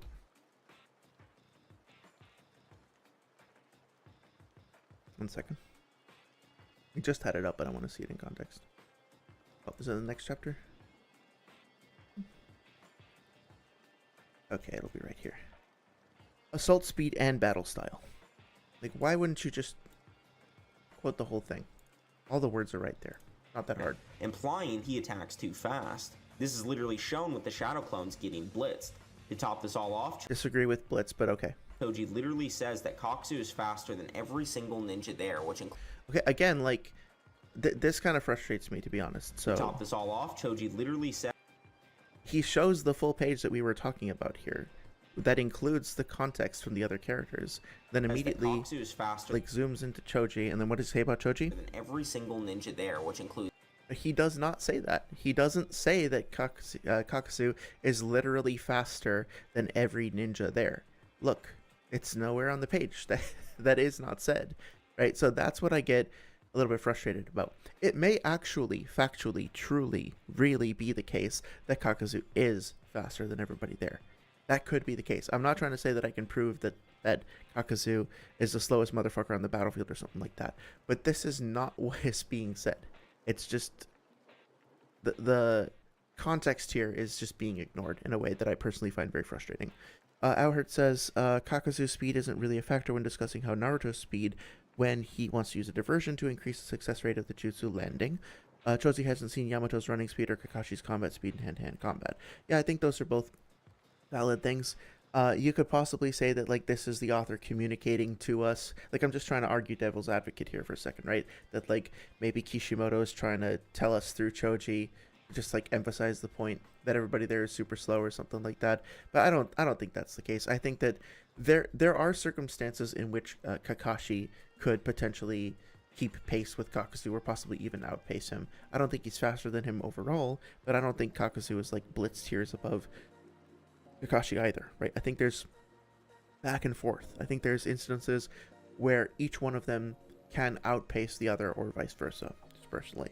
And yeah, like, if I'm understanding what you're saying correctly, determining Kakuzu's speed relative to Naruto here gets a little bit messy because Kakuzu is like reacting to Naruto's assault and Naruto is calibrating his assault with distractions. So it's not just like a straight up speed contest between those two characters.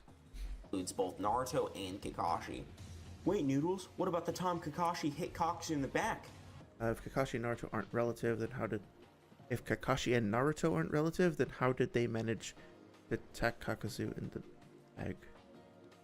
What about those other 2 times where Naruto hit Kakuzu in the back? Oh, also worth noting that, like, going back to the color thing, the anime does consistently show Naruto's eyes as being blue, and so we haven't received any explanation as to why we should take the Shueisha official colored manga over the anime.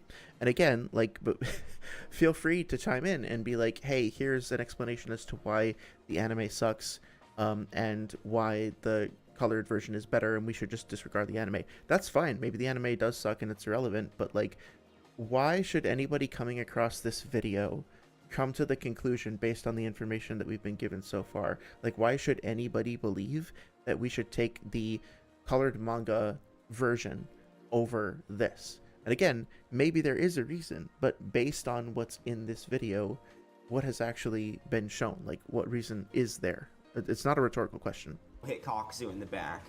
That's the only way they could get a hit, is by hitting him in the back. For Kakashi, Kakuzu literally says he didn't sense Kakashi behind him, proving that Kakashi...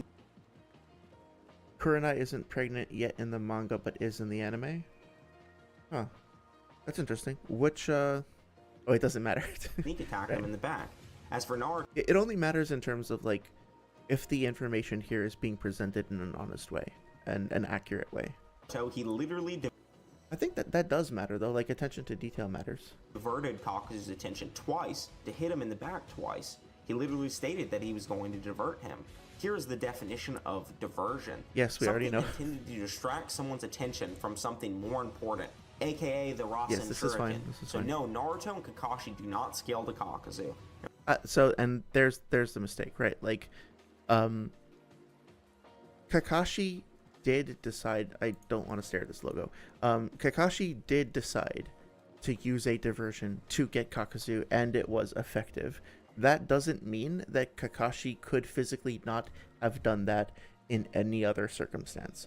Naruto did manage to use diversions to land a Rasen Shuriken by flanking Kakuzu.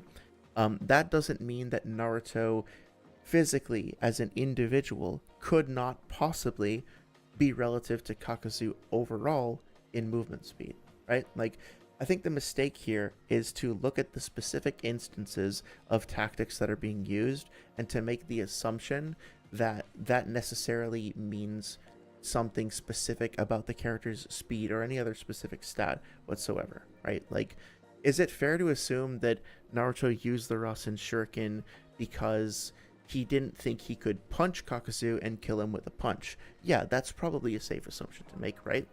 But also, if it was like Sage Naruto, and Sage Naruto tried to, like, decided, okay, I'm going up against like one of the paths of pain and I'm going to use a Rasen Shuriken on him rather than punching him, does that mean that Sage Naruto cannot physically punch one of the paths of pain and kill it with a Sage Mode enhanced punch? Does that mean that because Naruto made that decision that there's no other potential alternative, so that we can like definitively tell that this is a like a shortcoming in his skill overall? So I agree with the idea that Naruto in this state cannot outpace Kakuzu fast enough to hit him with the Rasen Shuriken. I 100% agree with that. I don't think that's controversial at all. Naruto needs to do a diversion to hit him with the Rasen Shuriken. I do not think that that necessarily means that Naruto is just unable to move as fast as Kakuzu under any circumstances.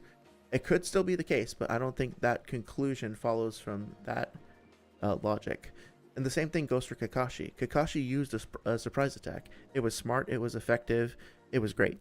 That does not mean that because he chose to use a surprise attack in that instance, like at the beginning of the fight, that Kakashi under no circumstances could keep pace with Kakuzu doing other things over the course of the fight. That would be a complete assumption. Howard says, like me saying Hidan says Shikamaru kept Hiden in shadow position for 5 minutes. Doesn't matter when talking about how much stamina Naruto gets his energy back. Yeah, the details matter, absolutely.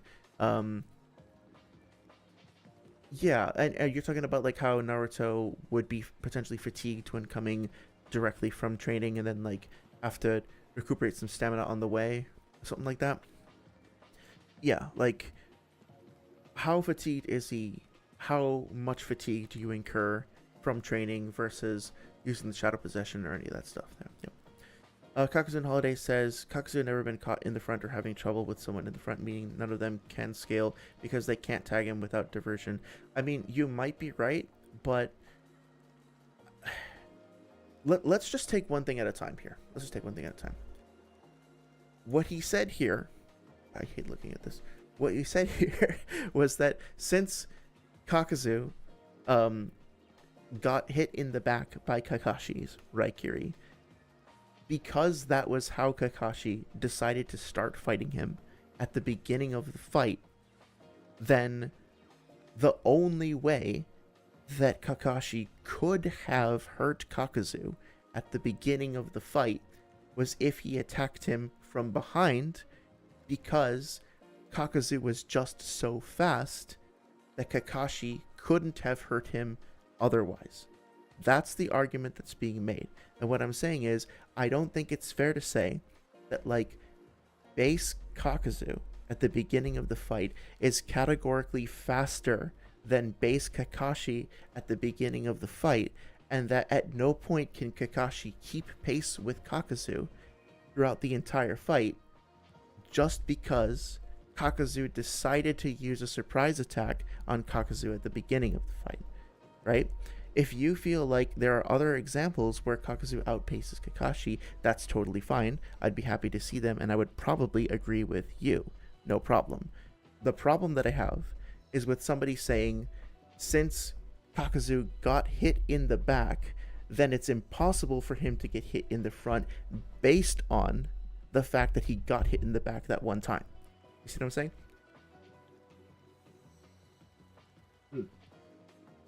Yeah, exactly. It's a global argument that's being made from one specific detail. And by the way, I noticed that I'm getting like kind of worked up as I'm talking about this, like I'm getting into it. I hope my tone doesn't sound like irritated or angry at you at all. I'm definitely not. I'm trying to make sure that I'm precise with my words, and I think you are bringing up good points. I just want to make that very clear. Kakuzu and Holidays, like the stuff that you're saying is absolutely valid. I'm trying. It's tricky. I'm trying to be like validating towards your premises and your arguments while also pointing out that I don't think the video specifically did a good job of establishing those points. Does that seem fair? Do you kind of see where I'm coming from? Please keep the comments coming, by the way. I'm not trying to discourage you or tell you to shut up or anything. Just want to be very clear like what my perspective is here. Also, a cat just showed up, so if you hear noise in the background, that's why. Hi, buddy. Hey, what's up? Don't attack the microphone. Okay. All right, let's get back to it. And for those that think Kakashi swapped hands with Kakuzu, that only happened in the anime. Oh yeah, and it still doesn't prove he's relative, considering even in the anime, Kakuzu still majorly beats the shit out of him. It's never once shown that Kakashi was able to swap hands with Kakuzu in the manga, which is what I'm using anyway. So basically, Kakuzu is faster than both Kakashi and Ninetales Chakra Naruto. Okay, so this I find really, really fascinating. So remember earlier, I think it was somewhere around this time frame, I can't remember specifically, but Noodles made an argument about how part of Kakuzu's combat feat included him, I think it was around here, right? Around the 1140 mark, that his, yeah, right here, because he's like beating up Choji, and he says something along the lines of like, Kakuzu's taijutsu was so impressive that he was like horribly murder blitzing or like beating the shit out of Choji like really really badly. So that was something where he used a feat from the anime and a clip from the anime as part of his own argument. So now he's bringing up something that's from the anime, but he's sort of sounding like he's trying to discourage us from using it, right? Because he's saying like, this occurs only in the anime and not in the manga. So I'm confused. Should we be using anime feats for the purposes of this video and this matchup, or not?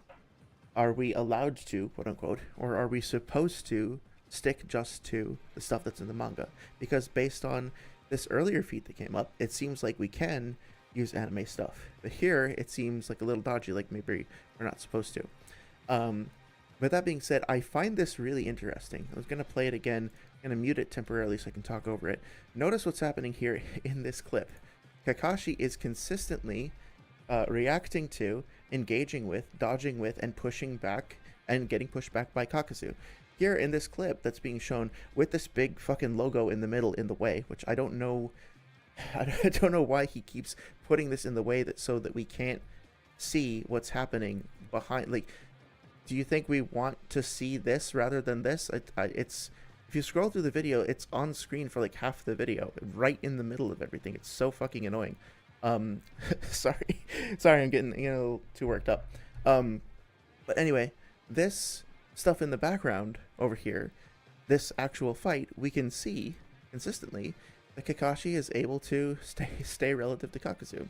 But what does he say about it? He says, this infamous Kakashi versus Kakuzu fight that only occurs in the anime in this episode. I do appreciate him like sharing the exact location. Lasts for around 1 minute and 13 seconds. That is not at all present in the manga. Okay, so we're supposed to keep that in mind. I'm gonna go watch it in full. Go watch that episode. This is what I don't understand. Unfortunately, the segue will prevent you from seeing the portion where Kakuzu stars to utterly dominate Kakashi in their anime exclusive fight. Maybe I misread that. Unfortunately, the segue will prevent you from seeing the portion where Kakuzu stars to utterly dominate Kakashi in their anime exclusive fight. I don't know what an anime exclusive fight is, but if you're making a video and you're trying to demonstrate that Kakuzu is categorically superior to Kakashi, and you have a clip to show Kakuzu destroying Kakashi, like you're saying, why would you not show that? And instead of that, show a clip where Kakashi is relative to Kakuzu extensively, and then cut away from that right before the moment where Kakashi supposedly does get brutalized by Kakuzu, which I think we're about to see happen, right? Like, let's wait for it. Gonna show up right there, right? Kakuzu seems to be grabbing Kakashi by the ankle, and I'm guessing he's about to slam him down on the ground. So why would you show all of that other stuff, but then not even show like a still or a clip or something of this happening?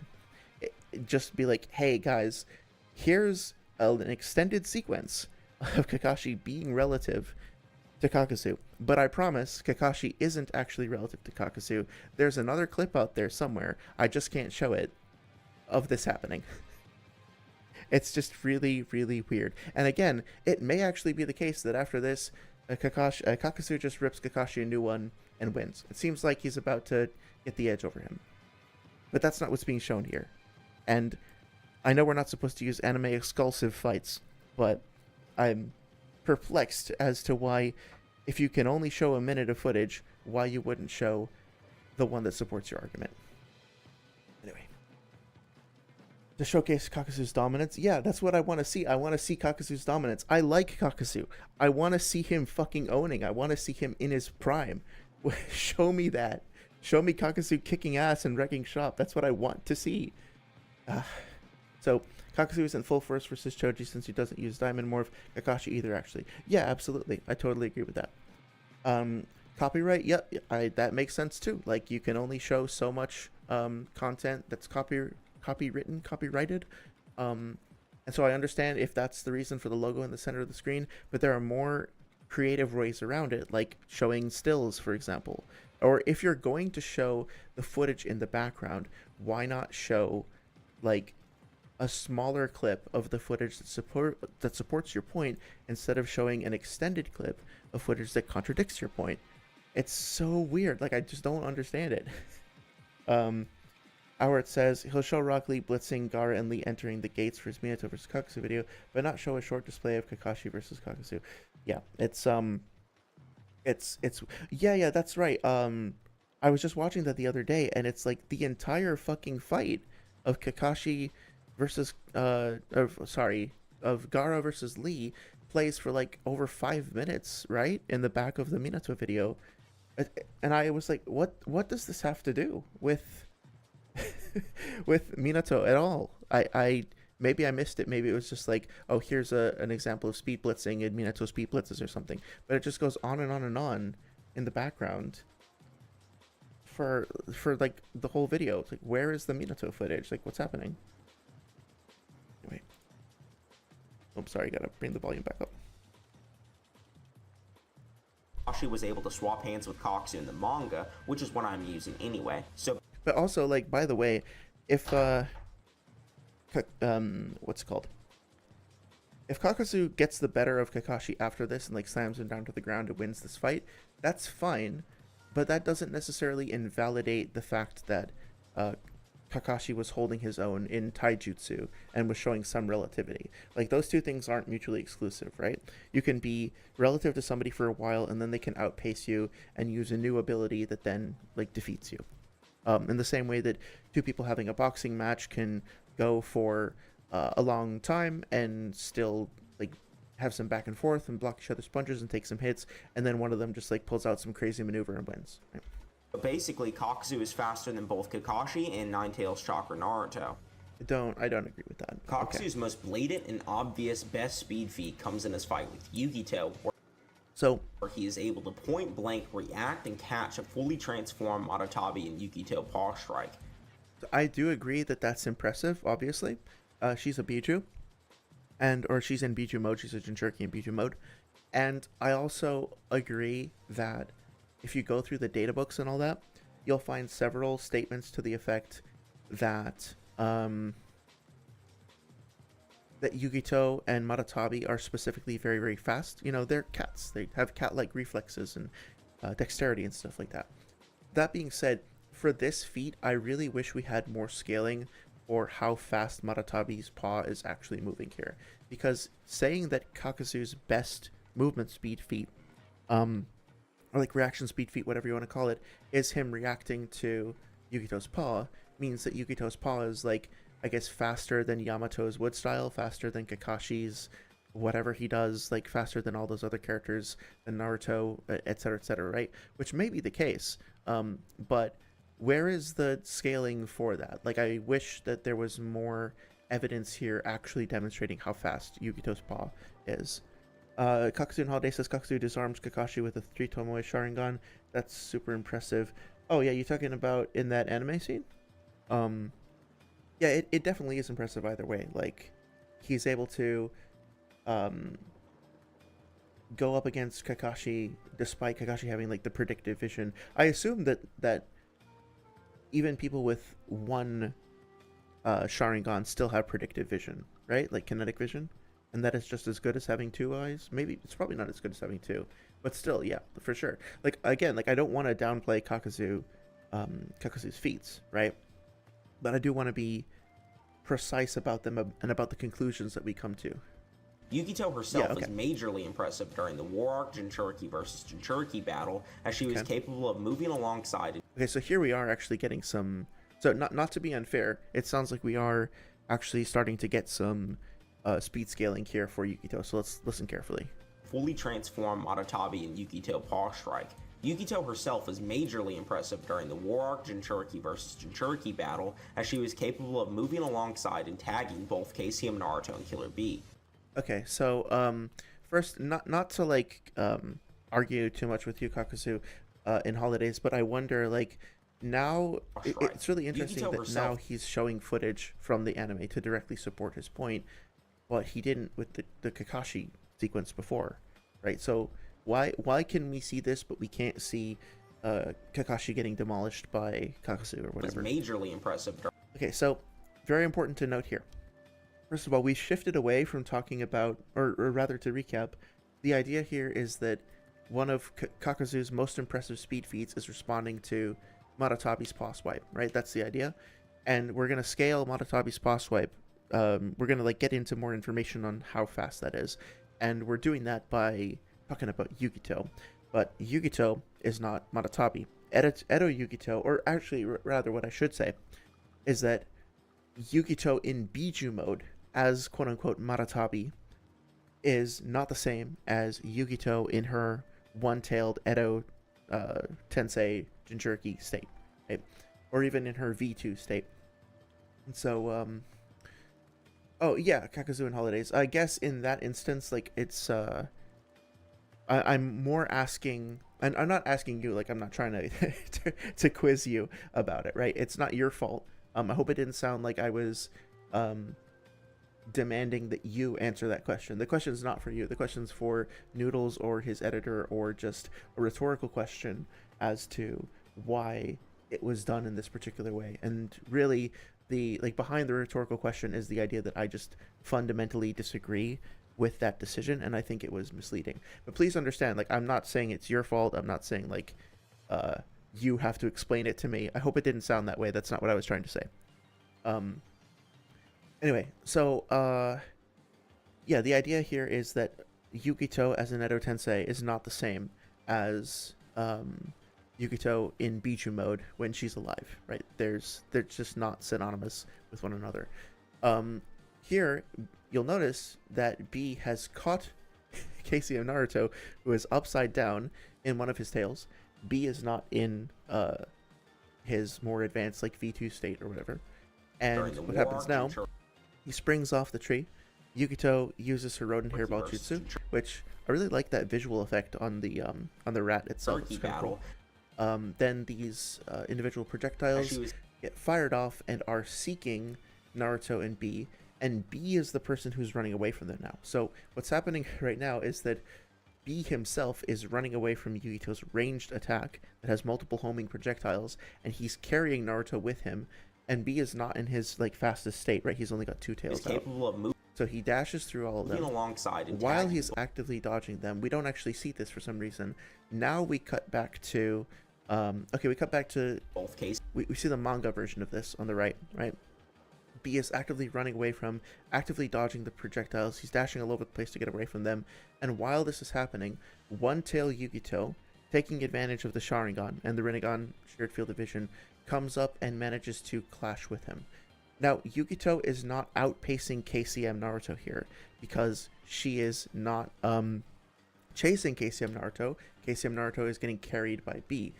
B, as well, is not exactly giving his full attention to Yugito because of the fact that he's, like, dodging all these individual projectiles. It's possible that Yugito is moving faster than B, but it looks like B's moving faster than her because he's taking a more, like, indirect route and dodging the projectiles, whereas she seems to be predicting where he's going and moving in that direction to anticipate him. I don't really know why these two pages are being shown out of sequence like this. Like, these are from two different parts of the fight. Here, KCM Naruto is reacting to Han, and this is directly after Scaled Sneak, so this is when they get blinded, and this is part of a combination attack from the other Jinchuriki. And then KCM Naruto gets pushed back by Han, and B gets pushed back by Yugito. But it looks like Naruto is still wrapped up in B's tentacle when this happens. So, again, like, there's some important context that's being missed here. And remember exactly when this happens. Oh, it happens after this, right? 560 something. Take a look at it. It won't take too long. Okay, so it's before this. Probably 561.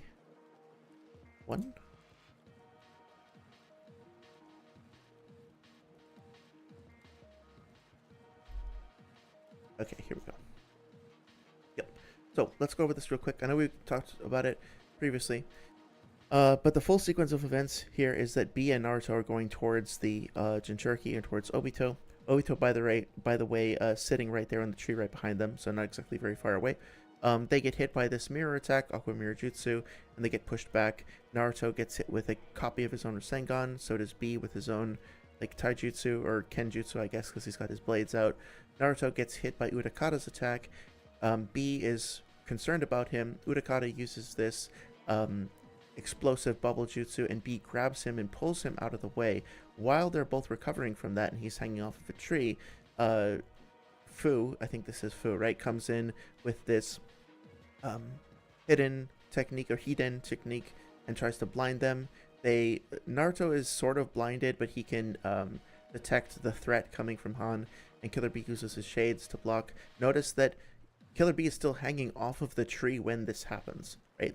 He's just recovered from the other attack, and he's still hanging in midair off of a tree, and Naruto is kind of wrapped up in one of his tentacles. So neither of them have their like full like normal mobility, or they're not in their normal positioning or whatever. But that being said, Naruto gets pushed back, and so does Killer B get pushed back, and then and this is all, by the way, this is when they have no tails out, right? This is their initial zero tail state, and then Obito deploys their single tails, and then they pursue, and then we get the sequence over here. So at no point do we, at least thus far, maybe later, but thus far at no point do we ever see Yugito outpace KCM Naruto. And to the extent that she outpaces Killer B, it's a distracted Two Tails Killer B who's actively like working to protect Naruto, and that needs to be taken into account. That's part of the context. KCM Naruto and Killer B. Just to be clear, she is clearly moving similar speeds to both B and KCM Naruto in this panel.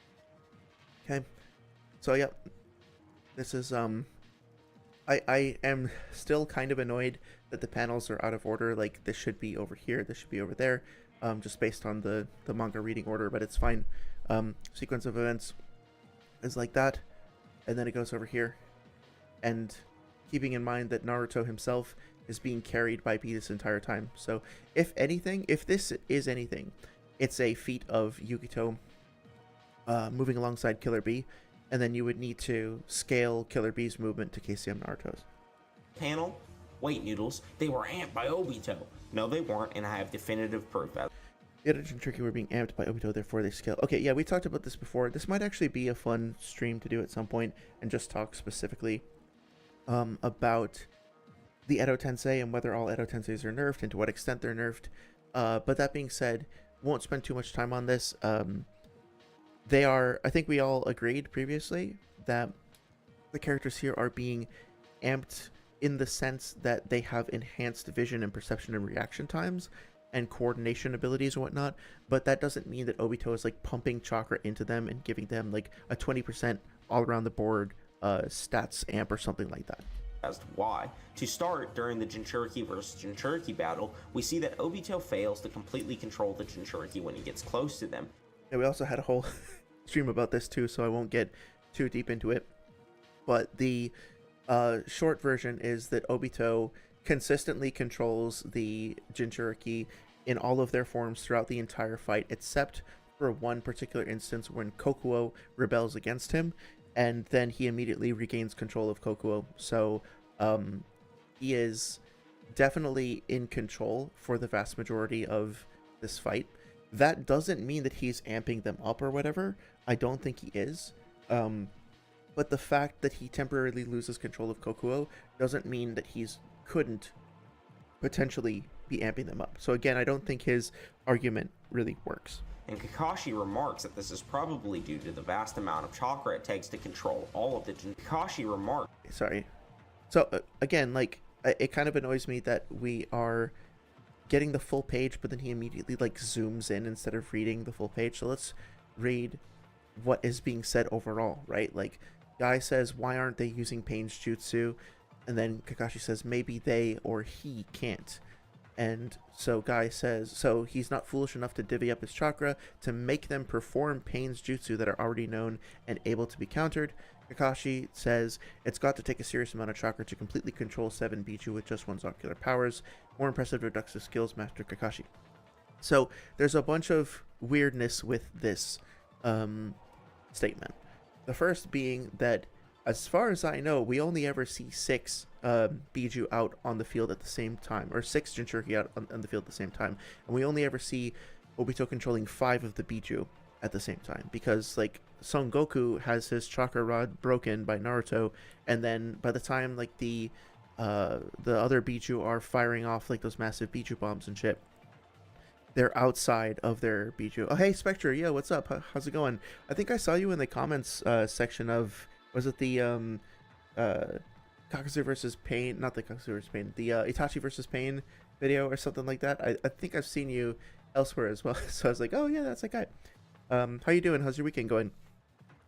Anyway, so this is just weird. It doesn't like defeat Noodles' argument or anything like that. It's just kind of weird that Kakashi here's talking about 7 Bijuu. Granted, Shukaku is inside the Ghetto statue, but he doesn't ever get deployed, as far as I know, during this fight.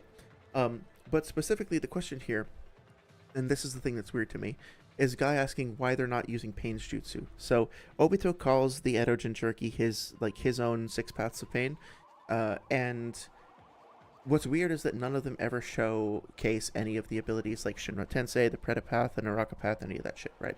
So the question the guy's asking here is why this is not happening. And after a little bit of back and forth, it seems that they come to the conclusion that it would just be stupid for Obito to do so, because it would just be a waste of his chakra to divvy up those abilities to the different paths, especially since multiple characters here have fought Pain before and would be familiar with those abilities. Like Shinra Tensei, Kakashi almost worked out like a counter strategy to it, or actually he did work out a counter strategy to it.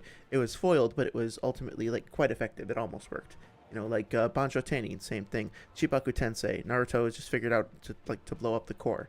So there's a lot of stuff. Big, massive Shinra Tensei. Not sure if it would really work here the way it did in Konoha. There's a lot of individual things here that are potentially disadvantages to Obito spreading out his Geto abilities or his Rinnegan abilities, and potentially wasting his chakra or wasting them. But then there's some weirdness when you really think about this, right? Like, obviously he doesn't need the Naraka path because the characters there are capable of resurrecting, being Edo Tensei. But what about the human path? I mean, like, Kabuto was going to use the human path to store Naruto's soul previously. Could he not use the human path? Like, could Obito really not find some kind of clever way to give one of the paths the human path and have it be successful in pulling out somebody's soul? What about the Preta path? Like, we saw what a massive spike in chakra and restoration Nagato got when he stole B's chakra. So why does Obito not want to give one of his paths the Preta path? And I mean, we can go back and forth on this a little bit, but my own headcanon here, it's just kind of weird to imagine that like Obito, with the ability to phase in and out of objects and just like surprise people from behind, and his whole combat style involving grabbing people and like tearing them away into another dimension, that if he himself used the Preta path while he was doing that he could just restore his chakra. So I don't know, I think there's a little bit more going on here. I think there's something that I'm not quite getting about why he's not using those abilities. That being said, it's been 2 hours. I've been talking 2 hours straight, so I'm going to take a quick 5-minute bathroom break. I'll be right back, and we'll get right back into this. Spectre says, just woke up. How are you? Oh, cool. Yeah, I'm doing okay. Having a good weekend. I've been really enjoying kind of talking about this stuff. It's nice to kind of focus on some of the arguments and kind of just pick through them. Conversation's been really fun. I really appreciate everybody who's been chiming in with that. And yeah, I might play some Helldivers later on. I've been playing quite a bit of Helldivers with a friend of mine. It's been super fun and just very cathartic also. If you just need some catharsis to just like see some massive explosions going off. Yeah, I'm gonna be right back. Oh, sorry, rude of me. How are you doing?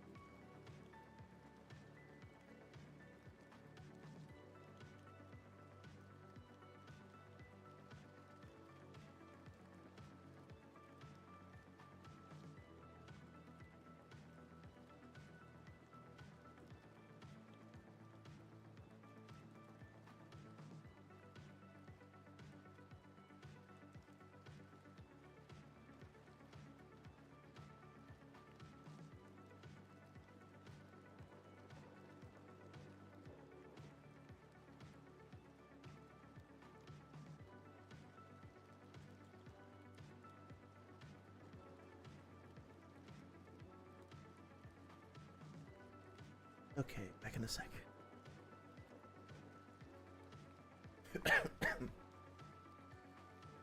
Oh, Spectre says Loki's still super tired for work. Oh, that sucks. Do you enjoy what you do? Do you have a good time at least? It's like to be like exhausted from working really hard at something you dislike. Hope that's not the case.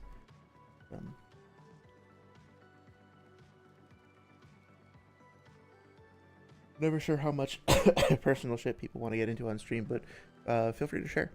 Hopefully it's fun. You have a chance to rest and recuperate a little bit today? Some fun, chill a little bit.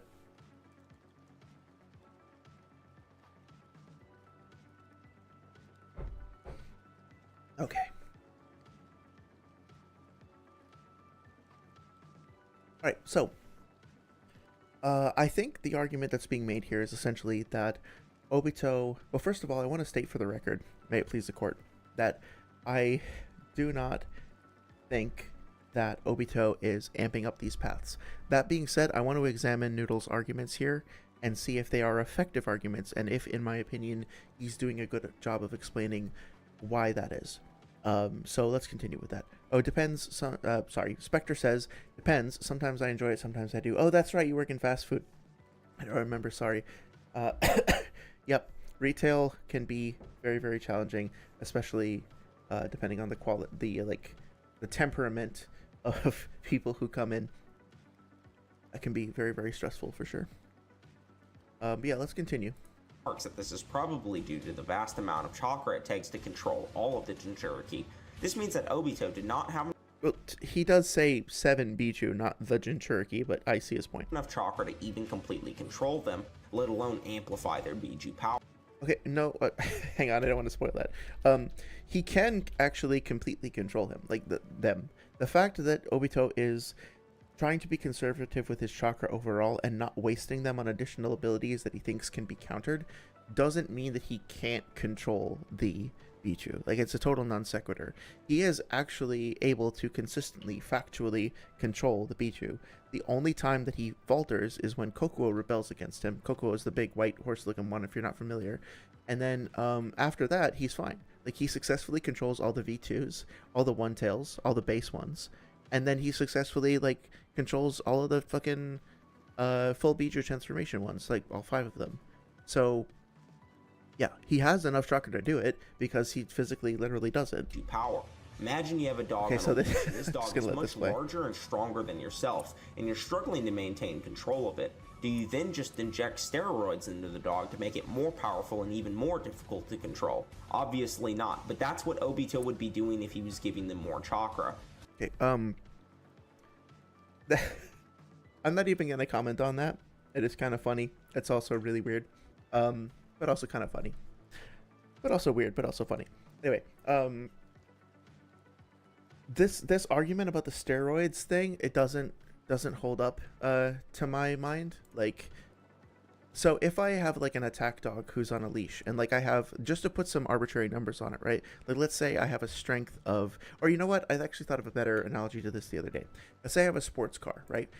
You know how there are racetracks where you can go to and you can like rent a sports car or a race car and just drive it around the racetrack, like old abandoned racetracks or whatever? Okay, so let's say I do that, and I've never driven a race car before. And the first thing that happens is I get behind the wheel and I hit the pedal to the metal and I go super fast and I'm careening all over the place and like screeching the tires and I can barely control the fucking thing. And then I regroup and then I accelerate more slowly, and then after an hour or two, all of a sudden I can control the car and I can drive it just fine. Would you say that based on... Oh, and actually, not only that, but I put the car into turbo, like I put it into overdrive and I redline it and I go as fast as I possibly can and I managed to control it. Do you think it would be correct to look at the first time when I fucked up and didn't know what I was doing and got overwhelmed and say, there's no way that this person would ever use a turbo on a car like this, because clearly he can't control the car, so why would he turbo it, right? Obviously, if I then take a moment to recoup, to figure out how to control and meter out my power, how can I explain it? Like, to figure out like the relationship between my input into the car and what the car is then doing on the racetrack. And I figure that out and I learn to control it. Then I can apply even more force because I'm getting better and better at controlling it. It's just a really weird way of saying because Obito made a mistake once, that he basically is incapable of doing anything better later, when he very clearly literally is. Like, we see him bust out multiple Bijuu. Obito is doing this. Obito is in control and is making them like cast Bijuu bombs, right? Like, at the very least, he's there on the battlefield with the rest of them. Like, he attacks Naruto when Naruto is on Killer B, while the V2 Jinchuriki are also like part of that combo attack. And at no point are any of these guys rebelling and trying to attack Obito. Right? He's there on the battlefield, but they're not pushing back against him. So, no, what's it called? Obito's power and control are not invalidated by the fact that he fucked up with Kokuo for a second. I mean, look at this. Obito literally makes a hand sign, says in that case, and then immediately in response to what he's doing, all of the Jinchuriki do what he's saying. So he is in control. He's commanding this battlefield. And the fact that he messed up with Kokuo briefly does not somehow invalidate all the other stuff that he did, in the same way that, like, Naruto making a mistake and forgetting about Jubito's resistance to all non-senjutsu attacks. The fact that he forgot that for a second doesn't make him an idiot overall. Like, you're allowed to make mistakes and then recover and then get better. I don't understand this mentality. Look, there he is again, like doing another like control, like I think it's a sign of the ram, right? We talked about how that hand sign is used consistently to exert control, and now he's commanding the Bijuu to do this, right? He makes another hand sign in response to what's happening. I'll have to go after them like I mean to kill. I will have to go after them. So he's the one instigating this command, and then he makes them do that. So yeah, it's just a really weird perspective. Vector says it's stated he's enhancing their Bijuu power earlier. Oh yeah, he's enhancing their Bijuu power, I think, via the Sharingan and the Rinnegan, is what I think that's referring to. I don't know why he's lying about that. Well, I think he's just confused. Like, he might be. I try to avoid saying that people are lying because it's difficult for me to reasonably infer like what people's intent. Like, it's usually unfair for me to assume that I know what's going on inside people's heads. But either way, it's it's misleading and it's misguided, in my opinion. I think it's fair to say that. Also, the way the chakra receivers works, you have to input the chakra into them, so they have to be getting amped. I think with those chakra receivers, we talked about this a couple weeks ago, but like those chakra receivers are a bit different from the ones that Pain uses on his paths, because they're forming a link between the Jinchuriki and the Bijuu inside the Geto statue, and so they're more there to kind of anchor the Bijuu chakra into the Jinchuriki, since they're Edo Tensei, as opposed to like Obito is not controlling them remotely as puppets the same way that Pain is doing, essentially. The Edo Jinchuriki breaking out of Obito's control was never a chakra issue. It was just the Bijuu's will resisting Obito, yeah. Although, like, he needed to use his chakra to create those chakra chains to then wrap around Kokuo and then bring Kokuo to heal, so to speak. And that did require chakra. But he had enough because he did it, right? The Edo Jinchuriki breaking out of Obito's control. Oh, I read that, sorry. Even if he is able to control them right after, so can't be a chakra control issue. Yep, I would agree with that. And also, like, to go back to the dog analogy really quick, let's say I did have a big dog who was training on a leash. I don't know why. I'd be a pretty bad dog owner if I just had a dog, like, snarling and champing at the bit like that. But, actually, I don't know. I felt weird about saying that. You never know what people's circumstances are with dogs. But like, I'm training my dog right now to not pull on the leash. So that's where my mind is. I kind of feel like I'm actively working to get her to stop doing that. That's all. But let's say for whatever reason, I don't know, I was like doing a manhunt, like helping to search for a missing person, and I heard like I had a dog on the leash who was like straining and snarling and stuff like that, and I wanted that dog to be even better at that and have even more energy, even stronger. I could give the dog some sort of a boost as long as I'm able to control it. Like, as long as I'm still strong enough to control what the dog is doing, then why not like make it even stronger? It just doesn't. I don't know. I must be missing something. Maybe it's me. This is Oh, not. sorry. The way I looked at it was the Ghetto statue chains connected the tailed beast to Jinchuriki, and then the black receiver connected them to Obito. I think we looked at this a couple weeks ago. I'd have to go back and review it because it's super confusing to me. But like, I think it's that the Rinnegan is what connects them to Obito. Like, he's controlling them as passive pain through his Rinnegan jutsu. The receivers aren't connected to Obito at all, because he doesn't have any receivers in his body, the way that Nagato did. And so the black receivers in the Jinchuriki serve the purposes of keeping. Yeah, I think it literally is like it connects the Bijuu chakra in the statue to the black rods, and then there's also like a second set of chains that keeps them like stuck in the statue. Right, there's the one layer of it that connects them to the Jinchuriki, and there's the other that connects them, that keeps them imprisoned inside the Ghetto statue, something like that. It's a little convoluted. The only thing either, as we also know that Obito was specifically trying to conserve chakra during the war, and even goes so far to say that he doesn't want to waste chakra on Rinnegan ability. Okay, so now we are actually getting the context for this. It's weird. Like, I'm not sure why we didn't have all of this discussed at the same time, but okay. So if I can't remember what I said specifically. If I said something about like this information being quoted out of like taken out of context or removed, then I'll correct that. It's good that we are actually getting this data here, and this is what I want to see. Like, this is what I appreciate, like looking at all of the data in context, looking at all the statements as part of the same conversation. This is the way to do it. I think it could have been a bit more elegant and helpful if the whole page was kind of reviewed at once, as opposed to just taking like a little bit here, a little bit there. But this is kind of what I want to see, so just call that out as a good thing. Due to the fact that Kakashi and Naruto are already aware of how to counter said abilities. This proves that he would not be infusing chakra into them because they... No, it doesn't. Those two things are non sequitur. Have their own massive chakra pools, and he needs to conserve chakra, and infusing chakra into them would be part of the Rinnegan's abilities, which he has already said he would not be wasting chakra on.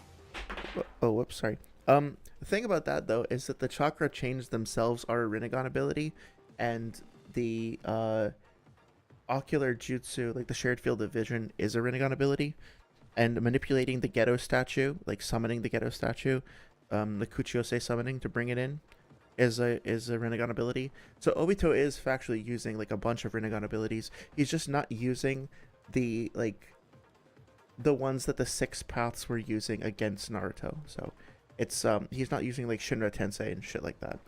But I think that might be a mistake because like of Obito's in character or whatever, but it's really hard for me to look at the fact that KCM Naruto got like effectively pulled in by Banjo Tanin, and then think about that dog, right? Like, if he can control all those Bijuu, like, would he not benefit from the addition of the dog that cannot be defeated unless he himself is defeated?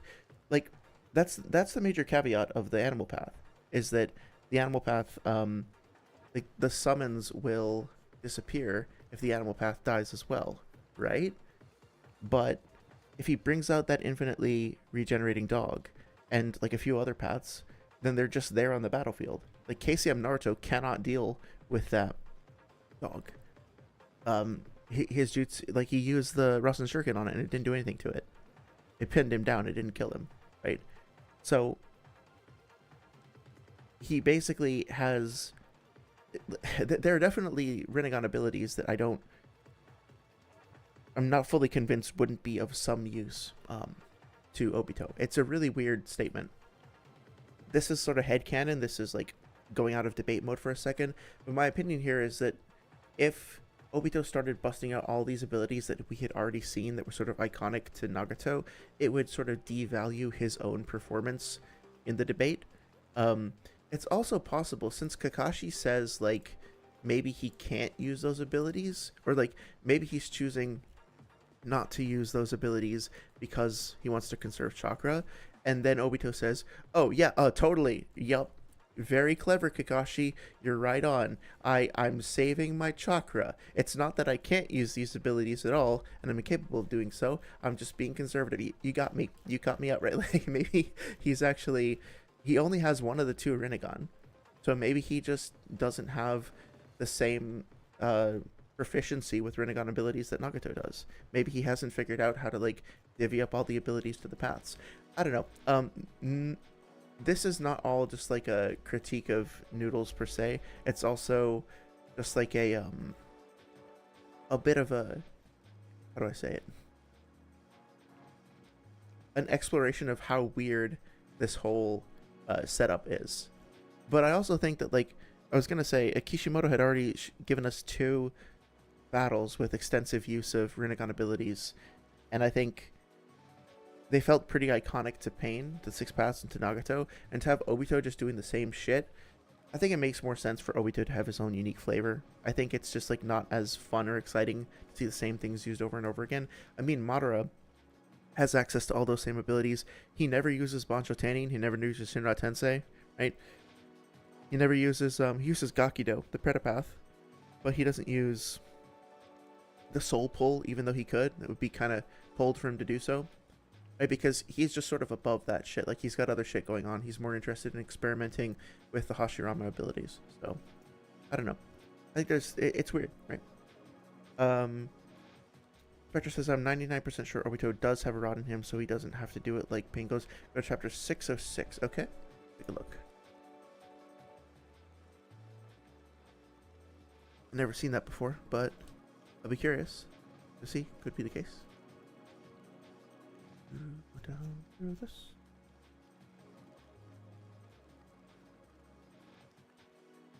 Okay, let me know if I scroll past it accidentally. 606, near the end of the chapter, Madara tells Obito to use this rod using Six Paths Jutsu. Oh, this one. Interesting. Oh, okay. Yeah, so I don't think this necessarily means that he's put one of these in his body, but he probably used this thing to, like,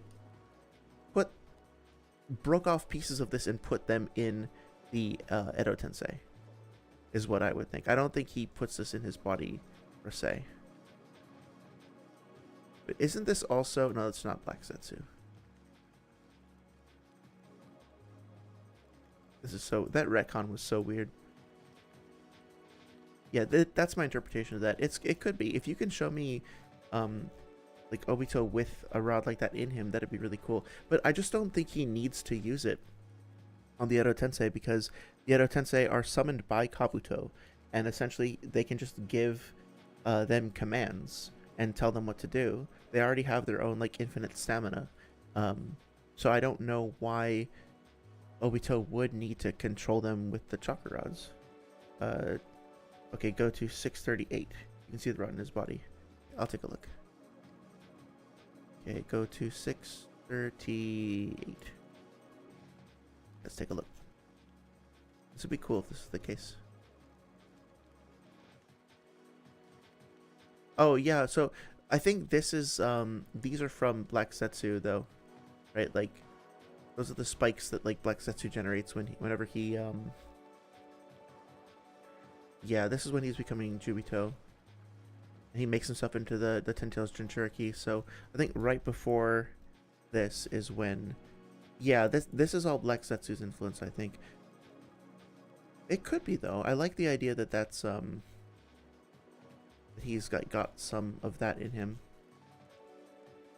Oh, hey, Saria! Hey, how's it going? Thanks for stopping by. I appreciate you checking out the stream.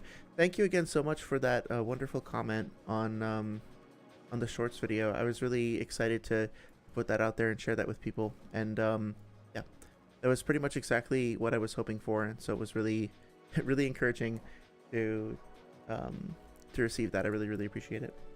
I'm glad you... Oh, sorry, my cat just snuck up on me. I'm glad you got something positive out of it. Yeah, so this stuff here, right? I think this is... You can see that, like, Black Zetsu's influence or form or whatever is kind of spreading out all over him and piercing out and, like, jutting out in multiple different ways.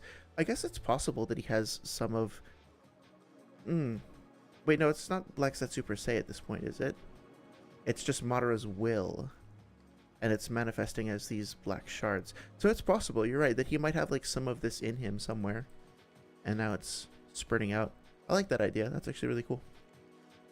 See Madara, like, using the rod at the end of 636.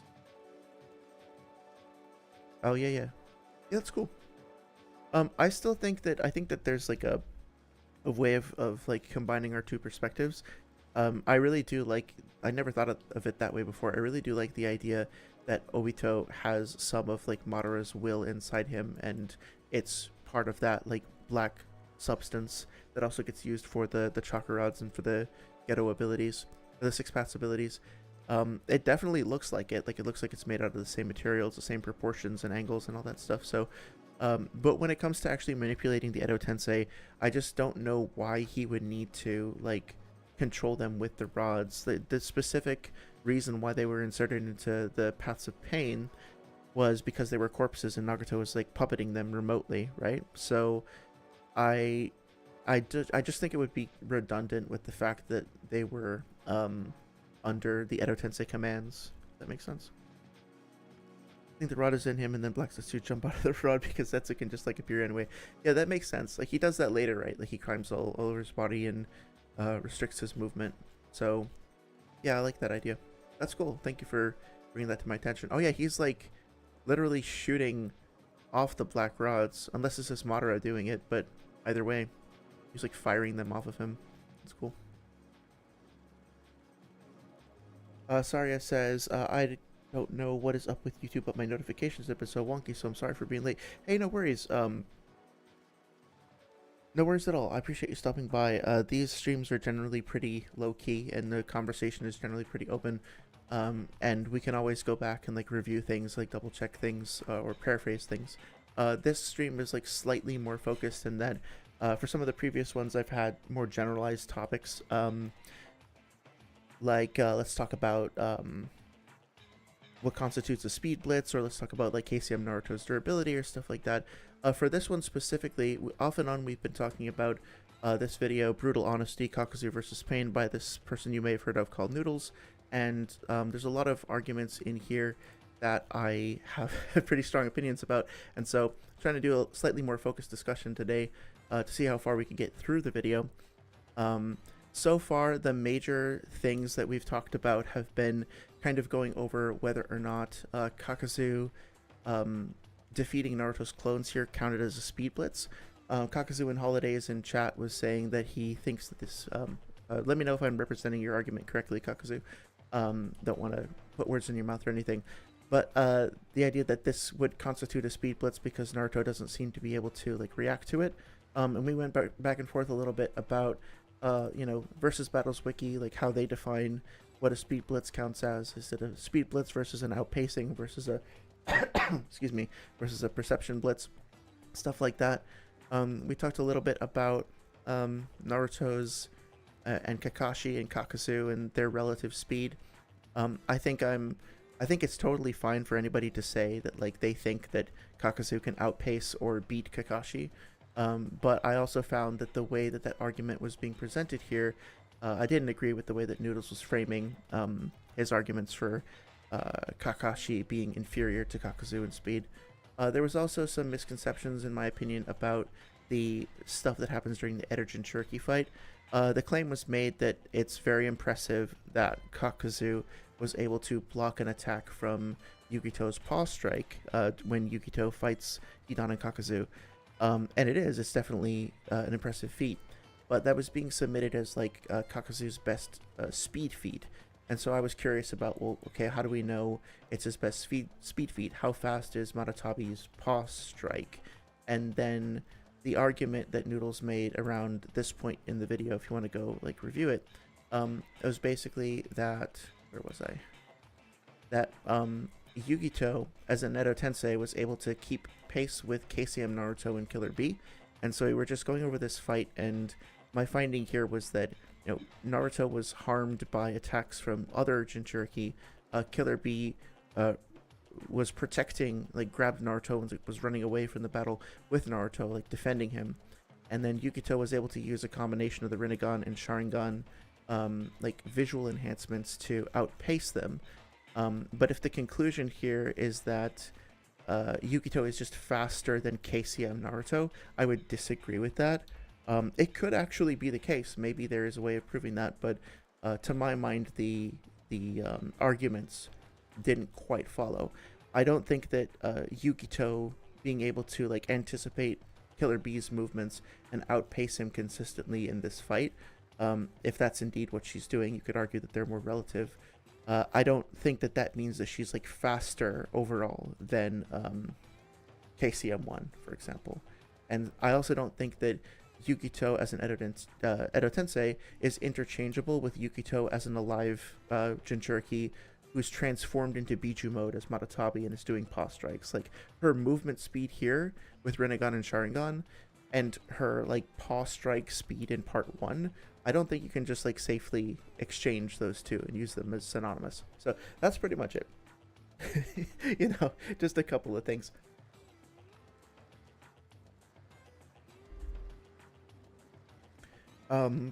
Spectre says, I agree it's weird if Kabuto didn't just make the Jinchuriki work for Obito. Yep, that makes sense. So assuming he did, then the rods are just to give them the Sharingan Rinnegan to enhance their Bijuu abilities. That is my take on it as well. I think the Rinnegan shared field of vision, not only is it shared between all of the Jinchuriki, but it's shared with Obito as well. And then the predictive vision or the kinetic vision, I guess that kind of addresses my concern, like my question before about whether the kinetic vision is granted to people who just have one eye, but this makes it seem like that's pretty definitively the case, right? Their ocular powers are enhancing their Jinchuriki abilities, right? My interpretation of this is not that, like, Yugito uses a rodent hairball in base when she's normally, like, alive and normal, and then she gets her Rinnegan and somehow that rodent hairball is, like, hotter or it moves faster or something like that, right? I think what this statement is that her ability to use it tactically and effectively is enhanced by the fact that she has shared field of vision with 6 other people, arguably, and then also, like, the kinetic predictive vision. That just makes her much more efficient and effective with all of her abilities. Okay, Saria says, isn't Naruto kind of in a bad way in chakra mode because he's not friends with Kurama? Also, wouldn't the Jinchuriki have better perception because the whole pain seeing through each other thing? Yeah, I do believe that, I think you're right about that. Naruto, right, at least in this mode, is not, like, he's not fully friends with Kurama. I think Kurama has started to acquiesce to him a little bit and show him a little bit of deference, but they're definitely not, like, buddy-buddy that happens a little while later.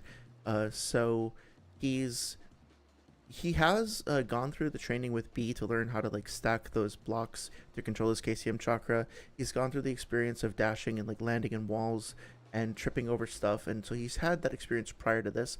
He also had the fight with the quote-unquote fight with the Raikage, and also the fight with Edo Nagato and Itachi previous to all of this. So he has had some experience using his KCM mode and is getting better at it.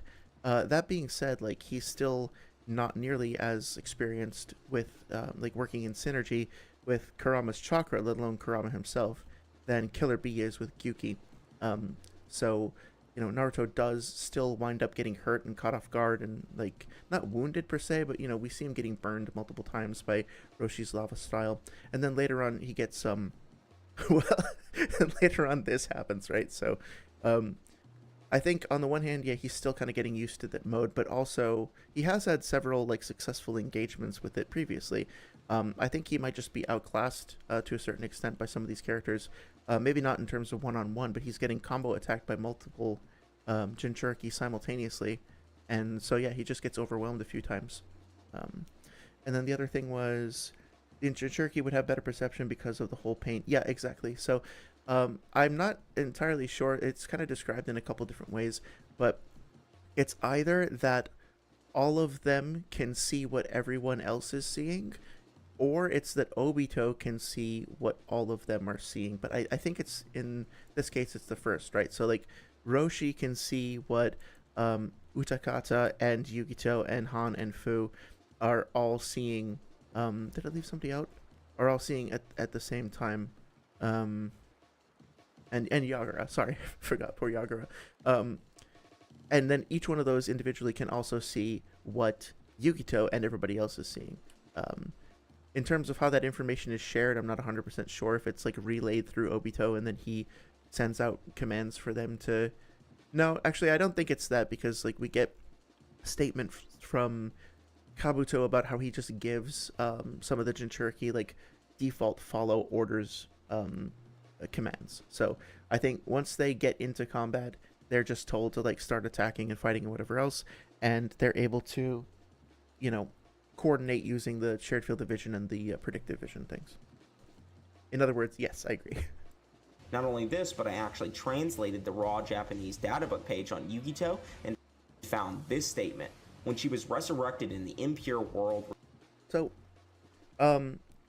it's entirely possible, and I want to give the benefit of the doubt, that Noodles translated this himself. I don't personally know what his abilities are as a translator, but I'm a little bit skeptical, and I kind of wish that, you know, something that I really appreciate Sage doing is he has multiple people look at translations, and then he provides like a breakdown of the characters that were translated and the decisions that were reached in terms of what characters were translated in which ways, etc., etc. That is kind of the standard that I would like to see. Now, that being said, I would like to try something, just out of curiosity, and go to Naruto Versity, and let's look here. So this is Yugito's page from Naruto Versity, and I think it's the same page as up here. Yep, makes sense. So what does this say? It says, this Kunoichi from Kumogakure had been hosting the Two Tails since she was a child. When she had been brought back with the Edo Tensei, she tormented Naruto and the others with variegated techniques. Yeah, variegated techniques that had the peculiarity of using fast movements and the power of the tailed beast. So let's see how that stacks up over here. When she was resurrected in the impure world reincarnation, she tormented Naruto and the others with her swift movements and various techniques that use the power of the tailed beast. Okay, so it does seem to be relatively consistent. I think what he meant to say is that, like, he works with a translator. I think his name, or their name, is 02, and just like didn't give credit, or forgot to, or whatever. Like, I'm trying to give the benefit of the doubt, but yeah, I really would have appreciated seeing a little bit more detail. Like 6, the Naruto Uber 6 also does this well. You know, when he provides a translation, he'll explain how he got that translation, and he'll, I think, cite the people who did it with him, who like work with him. So wish I could have seen that here. But that being said, like, benefit of the doubt, it does seem to be consistent with what we see here. So there's at least one other piece of corroborating evidence. Saria says, okay, that makes sense. Yep, okay. Thank you for the clarification. It's been a while since I've read the series. Yeah, no worries. A lot of this stuff too, like I've read the series through a couple of times over the past couple of years, and I'm still like learning stuff. Like every single stream, somebody will come and point something out. Like the stuff that Spectre pointed out above about the black rods, like I hadn't noticed that before. Other folks are always like teaching me stuff, and I'm learning as I go. So yeah, I'm more than happy to go over stuff together. And yeah, poor Yagura has always forgotten. It's true. I do wish it's something that the anime does. I think is go into the ability sets of the different characters to a greater extent, and or just give them more screen time and give them more fights. I remember seeing a clip from like Utakata versus Pain that looked really cool. It's like, oh man, why wasn't this in the manga? This looks awesome. But you know, understanding that Kishimoto also was under some pretty intense constraints throughout the production of the manga, so I can't really complain about it. Spectre says 6 is translating are not good for the record. Oh, okay. He uses AI from my understanding, and well, AI is not good at translating, to say the least. Oh, that's unfortunate. That's true. I'll say the benefit of the doubt. Like, I don't want to rush to judgment because I'm obviously not fluent in Japanese at all myself. So I can't really contest the translations. But if that is the case, that kind of sucks. Like, I don't know. It's tough to find translators, I suppose, and especially, I don't know, like people's finances. Everybody has a different like financial setup, whether or not they can afford it. Um, but I don't know. The people at Sage of Thick Calves Discord, uh, I came in and I was like, "Hi, I don't know how much you guys charge, but I'm happy to like commission this translation," and they just like turned it around for me in like 10 minutes. It was crazy. It's really good. So I feel like there's enough people out there in the community where if you're really like concerned about getting a translation done accurately, you can probably find plenty of people who are interested, like eager to test their abilities and try to translate things for fun and like talk about it. So, um, again, like I'm not gonna I assume benefit of the doubt and all that, but still, like, I guess that's why I appreciate people whose communities like have resources for that. Spectre says, "Yeah, I know. I got you. I have an actual translator as well, and his translations are way better than I." Well, that's good. That's great. I appreciate the effort put into that.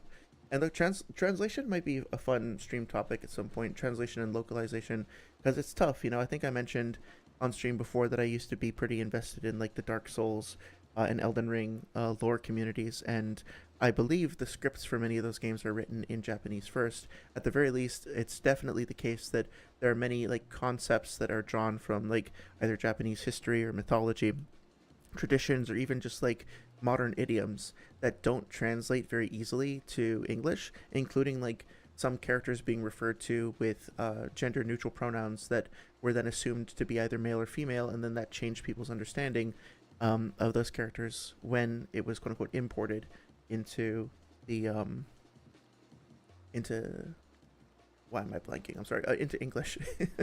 um, so yeah, that's it's tough. It's really it's its own like art and science. So I don't begrudge anybody has who finds it challenging, because it is like a really difficult thing to do well. Um, and let's see. Sorry also says it's definitely tough finding translators. Oh yeah, I know in the Zelda community we have like 3, maybe 4, and I'm in like 7 servers. Wow, okay. Yeah, that's seems like it's a market that could use some additional support. I have a couple of your I saw your videos on Zelda things and they look super interesting. I'm sorry I haven't um gotten a chance to delve into them yet, but I have them queued up in my watch later, and I'm gonna take a look at them this week. They look really cool. I'm really glad to see people like continuing to talk about Zelda. Like it has been traditionally one of my favorite series, so I'm curious to hear your takes on the power scaling, like the power of the hero of the winds or whatnot. Looked really interesting. The translator is Hobbs. Didn't Hobbs do some stuff for Dragon Ball? That name sounds really familiar. Oh, hey, Sauce, how's it going? Um, is that right? I'm sorry, I ask you this every single time and then I forget. Is your name Sauce or Axos Pod? I'm not exactly sure how to say it. I want to make sure I get it right. I'm gonna say Sauce for now, but if you want me to change it, let me know. um, but yeah, no pain disrespect from me. I'm a big Pain stan. I don't think he solos the verse or anything, but I definitely think he beats Kakuzu. And we're going over a video by the YouTuber Noodles, and we're talking about some arguments for Kakuzu versus Pain. I'm definitely on the Pain side, but more than that, like I'm not here trying to convince anybody specifically that you have to stand with Pain or stand against Kakuzu by any means. More, I just want to learn what the like I want to hear what the arguments are that are being made and evaluate them and see if we can talk about whether or not they're effective. Like, are the arguments fair? Are they accurate? Are they being made in a fair and accurate way? And are they encouraging people to like understand things better, or is there some misinformation, misunderstanding? And if so, can we like what can we do to kind of work around the misunderstandings? Um, non-fatigued Pain versus Kakuzu. Yes, I think the default battle assumptions would be that they both start off like full stamina, full health, all that stuff. Spectre says, I don't know if he's done anything for Dragon Ball, but he's translated stuff for Sage, Thunder God, and a bunch of other. Oh yeah, okay, yeah, I've definitely heard that name before. He seems to have a good reputation in the community from what I've heard, so that's cool. Saria says, you don't have to watch my stuff at all. Okay, I'm just kind of here to vibe. But I do want to say again, I love the way you talk about this stuff. You treat it as a discussion, so it's really refreshing. Yeah, thank you. I really appreciate that. Yeah, I mean, I'll just like be honest. A little anecdote here that when I first found some of these. I think the first video that I found on Naruto was a few years ago, and I think it was, I want to say Seth and Swag that were talking about how they thought Nappa could probably, or Nappa, sorry, from Dragon Ball could probably solo the Naruto verse. It might have been other YouTubers, I forget, but it was just like, I was so surprised, like pleasantly surprised, that people were still having like an active conversation about this series that I loved and that I hadn't really talked to anybody about in a long time. And then that led me to the epic debate between Afro and Kabuki versus Six and Swag. And then I was like, wait, not only are people still actively talking about this, is there like a thriving scene for this, but people are having like 3 hour long discussions that are entertaining and informative and interesting about this. And I was really excited. And as I started to get into it more, I of course found that, like, which I think you've kind of mentioned in the comment that you left, was that there's another side to it where there is a bit more of narrow-mindedness and hostility when it comes to certain approaches and certain perspectives. And as I engaged in a couple of I loosely call them debates myself, and I experienced this firsthand, I got pretty discouraged about how the shit that I loved and was like passionate about was getting like misrepresented, and really just wanted a chance to connect with other people who felt the same, or who just like wanted to discuss things. Not that I feel like I need to be right about everything all the time or anything like that, or it's like, well, I love the series, so this is my perspective, so everybody has to agree with me. No, like, I've changed my opinion on a lot of things since I started like investing in this, but the goal was to try to find some way to participate in that discussion, and that has been really cool. And at places like Sage's server, and folks have been stopping by the stream have been super nice and super supportive, and it's really kind of come around full circle and been a really great experience overall. So I really appreciate you being here and participating in all that too.